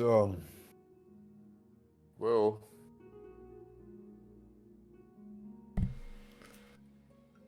when you're young, you have the opportunity to serve as a squire for quite many years, and once you grow up to be a man, you're allowed to fully be inducted into the Order of Knights. And very few will be inducted into the King's personal guard, which is the Lion Guard. And suppose it's kind of what I was hoping where I would end up, but I will say being out along this adventure, it has changed my perspective quite a bit. There isn't too much, especially not the magical sort. It's not too much that goes on down in Weston. You have the occasional troll that will come down from the Everreach, but other than that, thankfully the wolves down there are nowhere near the size as they are up here. Honestly, they have a special place in the fucking White Whale, that's for sure. But honestly, hey, I'll let you know, whoever knighted you, I'm assuming you're king or a lord of some sort, you let them know that I appreciate what they have done, because that path has obviously led you here to me. And that obviously has been fortuitous for everyone in this party, so... You make a good knight. You are a better man than I. Because obviously I've Circumstances have kind of pulled me into less honorable lines of work, but I still have respect for those that uphold the law. So he kind of nods and takes a drink. Thank you, Axel. And you're welcome to stop by if you're ever along the road. I might have to take you up on that offer. Hey, as long as you don't arrest me, if I get into any tomfoolery. Just don't go rummaging around for any artifacts in the castle, and you'll probably be all right. I think I can keep to that. I All got right. 2 again. No. I'm still asleep. So as you finish identifying this weapon, for the purposes of the audience and everyone here, you do come to find that it is called the Dagger of the Vampiric Beast. It is a +1 dagger. It does deal 2d4 additional necrotic damage. It has 2 abilities. One ability is called Siphon Essence. On a successful hit, the wielder can expend a charge and regain health equal to the necrotic damage that was dealt. Ability 2 is Blood Rush. The dagger beckons the wielder to creatures that are suffering from heavy injuries and blood loss. Creatures below half health are indicated to the wielder, and as a reaction can move half their movement speed towards them. Okay. No curses? But there are no curses on the weapon, actually. Okay. Yo. Well, I look upon that. I was like, well, axe off. I'm gonna be honest. This is just cool little dagger you have here, and I don't mean little derogatorily. I just mean it has a bunch of neat abilities that it seems you are aware of. Where you get to see who's particularly hurt in combat. You get to do a teleport. You get to, in some ways, heal yourself. But doesn't seem. Looking at it now, doesn't seem dangerous. Excellent. Well, it seems that I have obviously uncovered anything of special note through my time using it, as he grabs it and then resheathes it into like the lower kind of small portion of his back. Well, I would say it's special in its own way, certainly, but it's nothing. My concern is when I see your vampiric dagger, and do I know what's called vampiric beast? The dagger of the vampiric beast? It's kind of hard pressed. Like, I would say that's like the only thing I mentioned in conversation right now. It's like, hey man, it's named Dark Shit. I would say in some capacity, yes, it would kind of distinguish because I mean there's also a spell called Legend Lore where you can learn things about certain items and stuff, and so I would say that with a name, things get named, and I would say that like names kind of have a special meaning to certain magical weapons, and I would say that kind of is a factor when it comes to Legend Lore kind of spells. So I would say yes. I would say it's kind of like, it's not like the dagger of the vampire. It's more just like an inclination that kind of comes to you. It is a dagger of the vampiric beast, not the dagger. It is just dagger of the vampiric beast. No the, no A. Also locks off. Okay. I was like, well, this dagger is certainly vampiric in nature, but I mean, it isn't necessarily cursed. So, I mean, don't let me tell you that this is a bad thing, because I mean, and I just gesture to my face and body. I'm used to using lesser known or appreciated means to get a leg up. Well, if you wanted to know if it was cursed, I could have told you, because I'm definitely, as far as I know, not cursed. At least not at this moment. Well, that's the thing about being cursed. I've, interacted with people who've spent decades being cursed. And you wouldn't be able to tell. Aside from, in that particular case, the guy knew it. But, like, hard to, but sometimes people can kind of keep it under wraps. Some people don't even know for decades and decades till one day. It's not like a slow progression of it's just they go along, then a Tuesday they snap. That is honestly a fair point. So I do appreciate you actually identifying the weapon, because maybe it is deeply rooted, and it maybe would have jumped out at me after some time or something along those lines, because you never know with magic. You never know. Magic. That's right. Magic's weird. Do you come across many artifacts of that nature on your dealings or adventures? Not necessarily. I feel like the one individual that I went into, he was fairly wealthy, and I feel like he was well versed and traveled, so I feel like it was just circumstance that I found this weapon. Not, I mean, magical items, I mean, are generally things that not the most common individuals have. So, and if someone does have it, it's usually a family heirloom or something that's, you know, they stumbled upon. But I think this, I mean, I don't come across too many. Honestly, I've come across more magic in this, you know, time together that we've spent than the majority of the rest, you know, the majority of earlier in my life. So, Matter of fact, let me go ahead and get started on that case, Sir Denner. I begin to stir. okay, Zahir, you start to wake. Ah, Zahir, finally awake. If there's no objection with Zahir awakening, I'm gonna walk over and begin again ritual casting identify on the shell itself, that case. The case itself. I'm gonna walk Okay. over there. Bam. Okay, so if anyone wants to, if it's here, you want to interact with anybody, if anyone else wants to interact, and my thought is that as long as everyone's role playing and, you know, having a good time, we can keep playing, and then once everyone, you know, gets tired in real life and in game, then we can go ahead and call a session, which I'm assuming is probably coming up here pretty quick. So, Personally, about 45-ish, I gotta start heading out. no worries. personally, I'm good right now. Yeah, I could just go back to sleep. He said, "Hey guys." Me personally. Anyway, I say let's go and get this case open, and then we can. I mean, everybody in the party is exhausted, so I say get the case open, and then everyone's exhaustion will probably be hitting them in game. So we'll go ahead and y'all should probably head to sleep. So I'm casting. You said the case itself was magical, so I'm casting identify on that. yes, as you cast identify on it, it's yeah, some time goes by, and Zahir kind of stirs, but then falls back to fucking sleep. Nice. You is nothing of note necessarily when it comes to like the case itself being of like I guess like properties per se. The biggest thing that you could find was that along the locked area, the locks, and I guess I should have specified this when detect magic procced, but it is trapped magically is what you come to find with identify, and you can discern that if the locks are improperly tampered with, then they will detonate, or not detonate, but they will explode. They will emit the trap that was being held within. Or In what school of magic was the trap? Invocation? whatever the generic kind of trapping one. I want to say it's Evocation. Yeah. The kind of catch-all for school.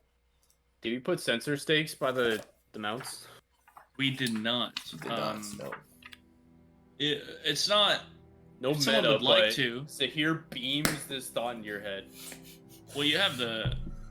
I'll say I'm going to mess with this case if someone would like to, and I'll take all my 3 sensor stakes out and gesture to Sir Denrick or Morello. If you would like to, then it'd just be set for you. I didn't have to attune to these, so it's just if you set them. I'll go put some out. Please. I think we'd all feel better knowing our mounts are safe. I'll, A good thought you shot across the room there, Zahir. Zahir's fucking. Zahir like mumbles in his sleep, like, "Hey, make sure you put sensor stakes up." I'm asleep in the Family Guy death pose. I'll It bothers me that I know what you mean. grab my pipe and head on out to put one out in front of the main entrance gate that we came through, one in front of the stables, and one in front of the tavern. Okay, sounds good. You'll be out for a little bit of time, but you kind of stroll and kind of spend some time smoking and looking up at the stars. So, Well, axe off. Here's the problem. If you don't get this right, trying to crack these locks, 2 locks, right? yeah. If we don't get these right, a trap will go off. Let me check my spells. Well, I'm I currently. have to spell magic, but I am asleep. Hey, maybe Zahir has dispel magic. Maybe we should wake him up. No, just kidding. I mean, Morello would know because I tried. I did try God. it. Morello left. Oh, I beam a thought into your Oh head. well. I mean, honestly, I feel like if any of you magic casters can't do anything, I mean, honestly, there's no harm or foul if we all want to just bed down, because I am obviously exhausted. This alcohol is kicking my ass. But, Tell you what.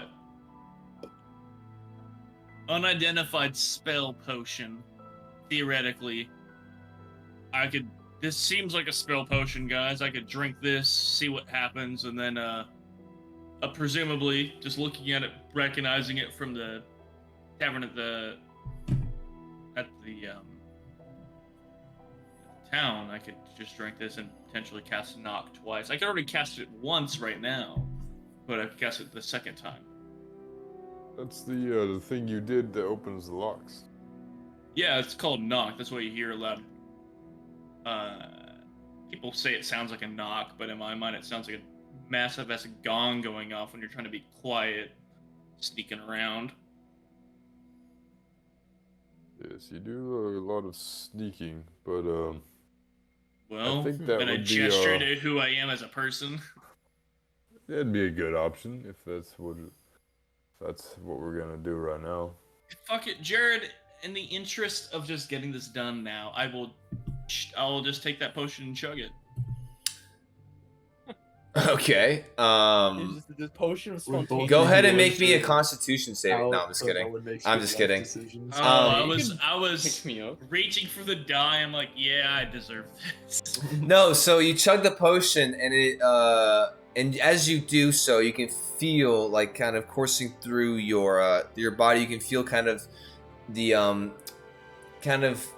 portions in the how do I want to word this? Kind of how you draw forth the magical ability on which you can cast spells. You feel that kind of, and that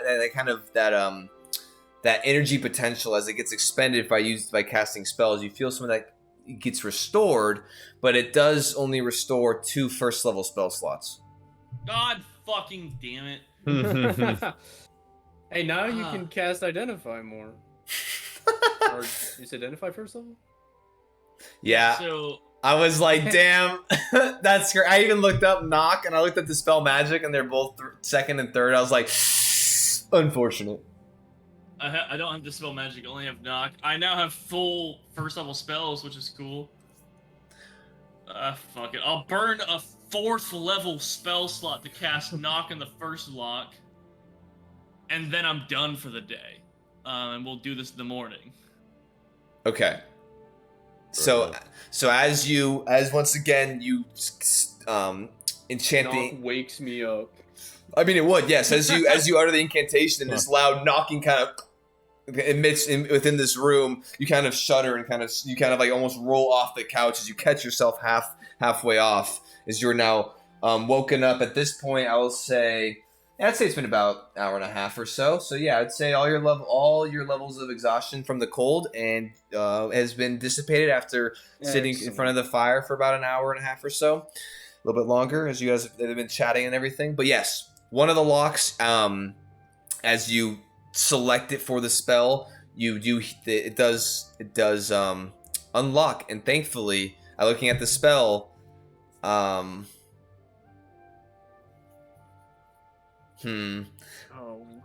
What? I'm not like in front of it. I'm just like pointing at it. On top of it.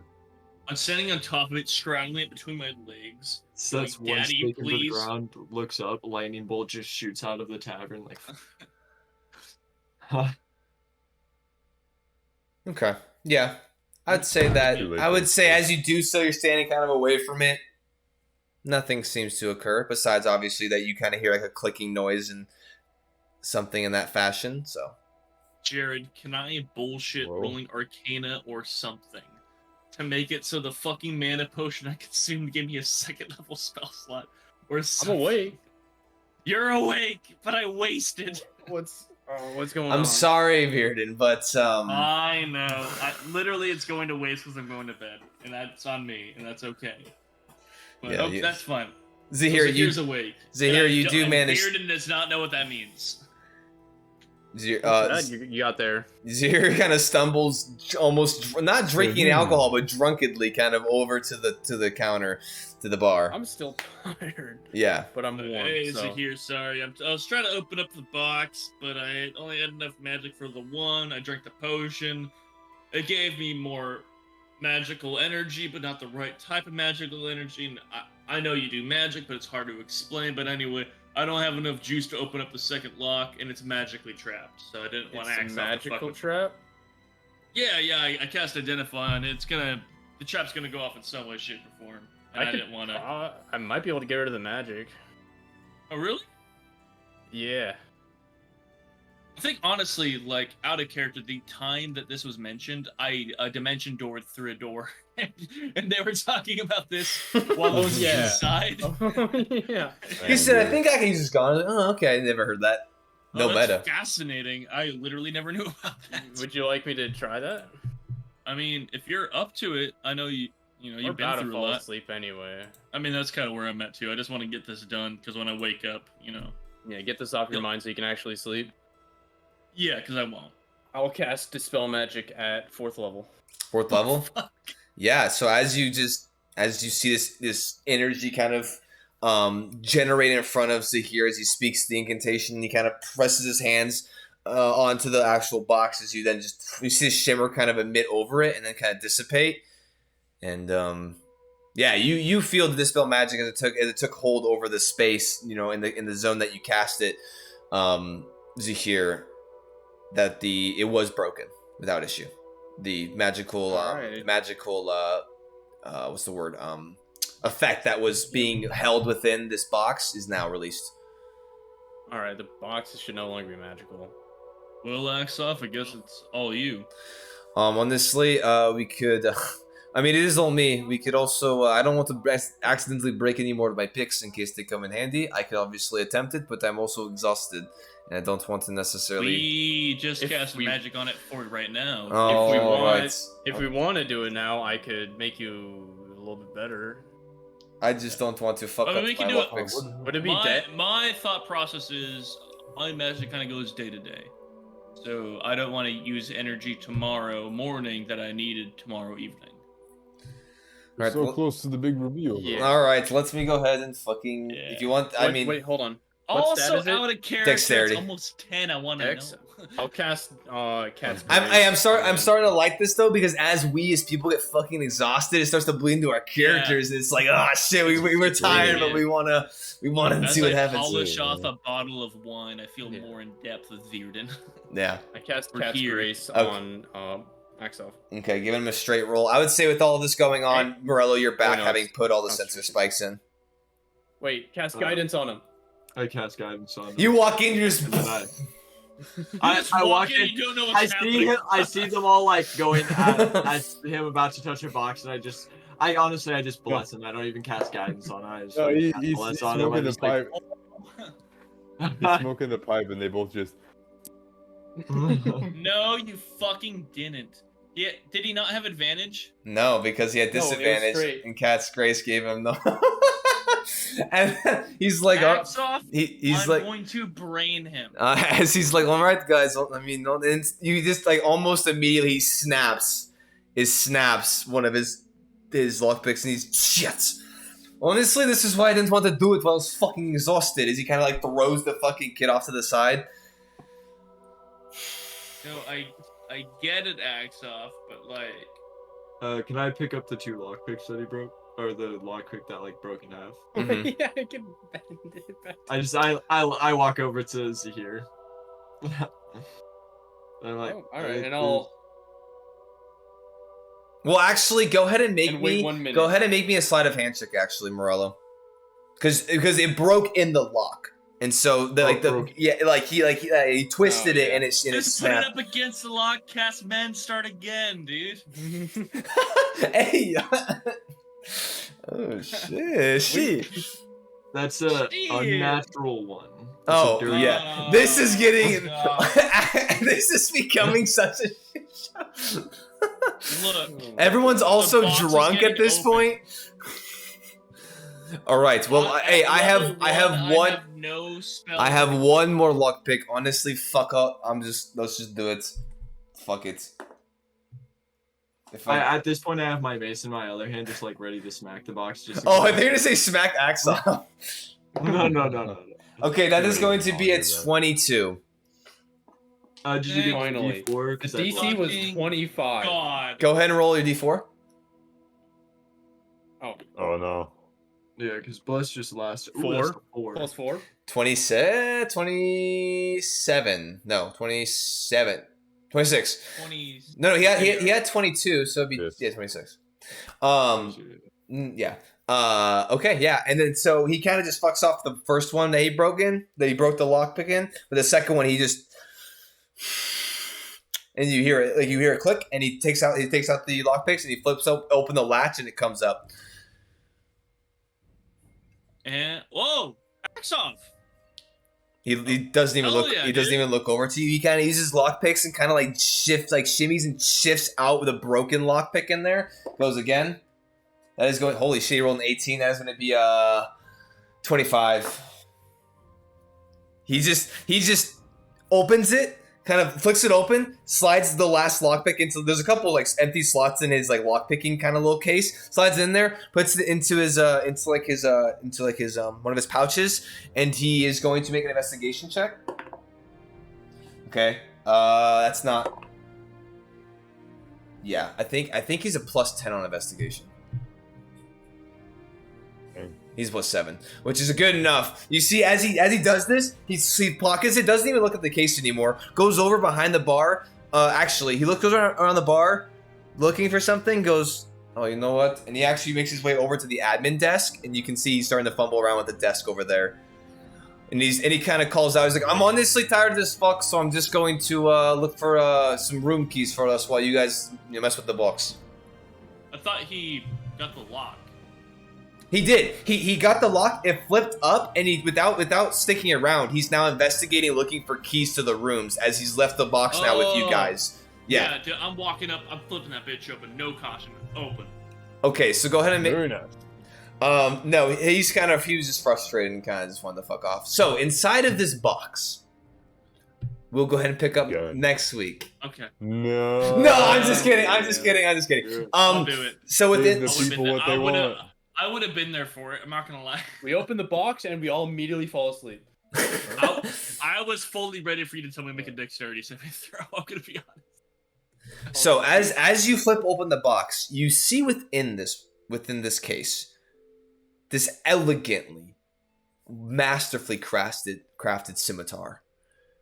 You see that the blade of the scimitar is this beautiful kind of white, kind of light blue, kind of coloration to it all along the blade. And you can see along the back of the blade, it kind of juts back occasionally and creates these almost like these kind of points behind it, giving it almost like a very light serration, but this very just intricate kind of uncharacteristic design.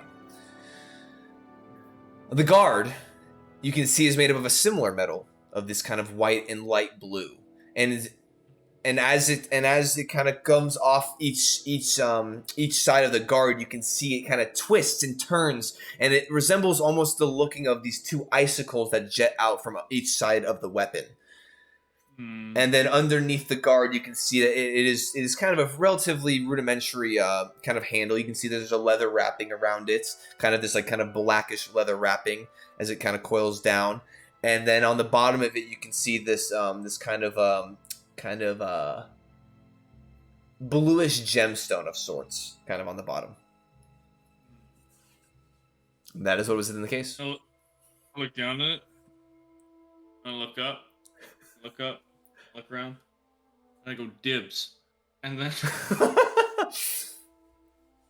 I go dibs, and I laugh, and then I grab the scimitar, pull it up, and was like, "Well, boys, I'll identify this, and I'll inform you. I guess, gesturing to Axoff, I guess I'll identify it in the morning. Let's have a good night's rest." Axoff calls out, "Didn't you just drink a potion that lets you identify it right fucking now?" I mean, okay, for one, as a fuck it, identify. Oh, dude, don't leave us hanging. As he's Look, identifying it, I feel pretty jazzed right now, but I'll just not ritual cast, but just cast identify. Okay. Yeah, cast it. Boom. Sounds good. A minute. As you do that, Axoff. Fuck. As Axoff over in the corner, kind of onto the left, the side corner where the admin desk was, you hear keys jingling as he's, "All right, I found the keys to the rooms," and he kind of like slams them onto the front desk, and you can see he already took a key off. as he's walking around the desk and making his way to the side stairwell up. What was inside the box? Hey, the sword. I'll Just- pop that I'm one. still doing it. A sword. The sword was inside the box. Virdin is identifying it, but I will hear about it in the morning, and I'll take a key and I'll head up with him. Okay, sounds good. And so as you ascend the stairwell, you can see that there are 3 doors that are kind of pushed back, like on the opposite side of the balcony. There's kind of these doors that you're assuming are rooms that you can stay in. But as the balcony kind of continues on, and right before it kind of jets back out and has that overhang over the bar, there is a side hallway that kind of leads further back, deeper into the actual interior of the inn, and there are additional rooms further down, kind of deeper into the space. So basically, you can have a nice party room where you can open that shit up and be like, "Let's fucking get it," and like jump off the balcony, or you can actually have a more it's gonna have a more, tucked away room. And I will say, let's just here. How about this? Oh, with the 4 you have for Morello, you grab the key that is to one of the front kind of balcony rooms. Perfect. It'll keep me closer to this sensor spike. So Okay, perfect. I'll, pop in there and I just start to doff my armor and get ready to sleep. Sounds good. Axoff does continue and goes down the hallway as he's looking for his room.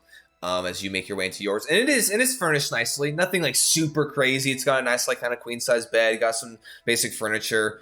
But yeah, as you go ahead and make your way and start to doff your gear, what are the other 2 individuals doing?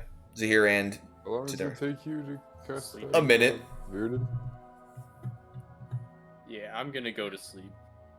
I'm gonna walk over and pick up the loot. Okay.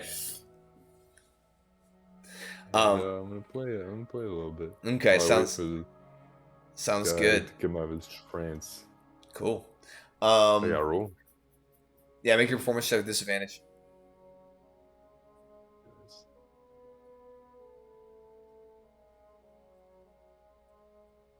Like your performance check I with can't disadvantage is get any frightening. W's. Dude, I'm so sorry, man. There's nothing more frustrating than rolling like shit all night.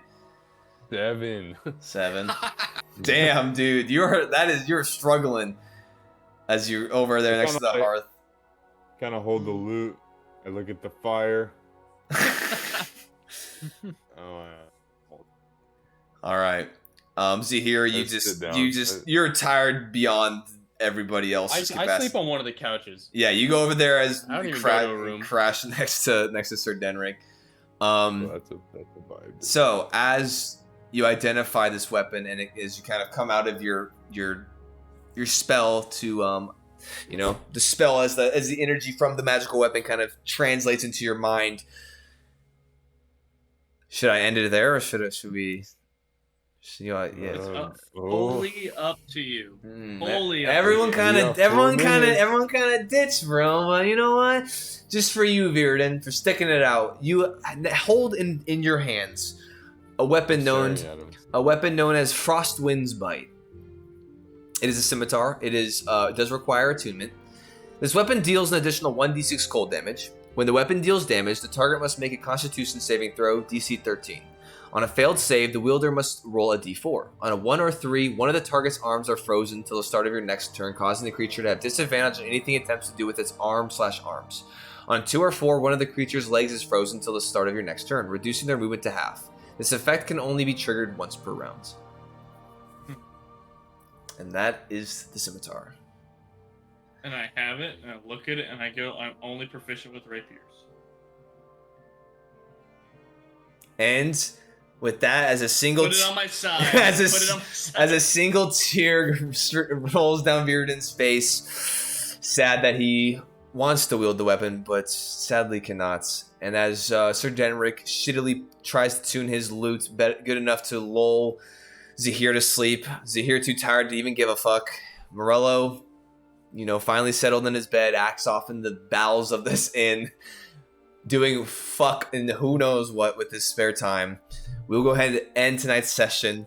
Holy shit, that was a ride. Whew. Wow. That hold on. 5 Yeah. hours. Let's 5 bro, hours, 5 hour bro. session. 5 Holy hours. Holy shit. shit. We were cooking it, dude. We Wow. were cooking. We were cooking, I was man. like, Oh, something was cooking and it was 7s. Bro, I was You were rolling dude, nothing is hella worse sevens. than rolling shit all session. you're Yeah. just like, Nah, sitting there, you're like, why am I here, passed- bro? I passed my 2 attacks, so that's all. That's all. I'm gonna All say. right. Well, That is it. Combat-wise, we killed. that's true. Honestly, you guys, Yeah. I was like, all right, yo, like they're doing, all right, like they're doing okay. I don't think things could get weird. And then fireball, just 116 damage. I said, holy fucking shit. All right. Yeah, no. Last session I- I was like, hey, it's looking kind of dire, and then this session I'm like, where'd the wolves go? I think in that combat, I did well over 200 points of damage. No, with the Dude, fireballs, this is like- dude, easily. But we can Yeah, continue what I chatting. But for now, I will go ahead and sign us off here. Hey, thank you so much for those that suck it out for fucking 5 hours. But honestly, hey, Hell yeah. when you're vibing, you're vibing. So it is what it is, right? But thank you for so much for tagging along with us, and just hanging out, and just being part of the journey. But Yeah. we will go ahead and Appreciate continue this this next leg of the venture this upcoming Thursday. As we see, if Virden will get over the heartbreak of not being able to wield a scimitar, and Never. nope, and see where and I'll tell you right now. and see where crossing the frozen lake will take them. So, but yeah, you guys all have a wonderful rest of your night, and we'll catch you on Thursday. And until then, take it easy. Take it.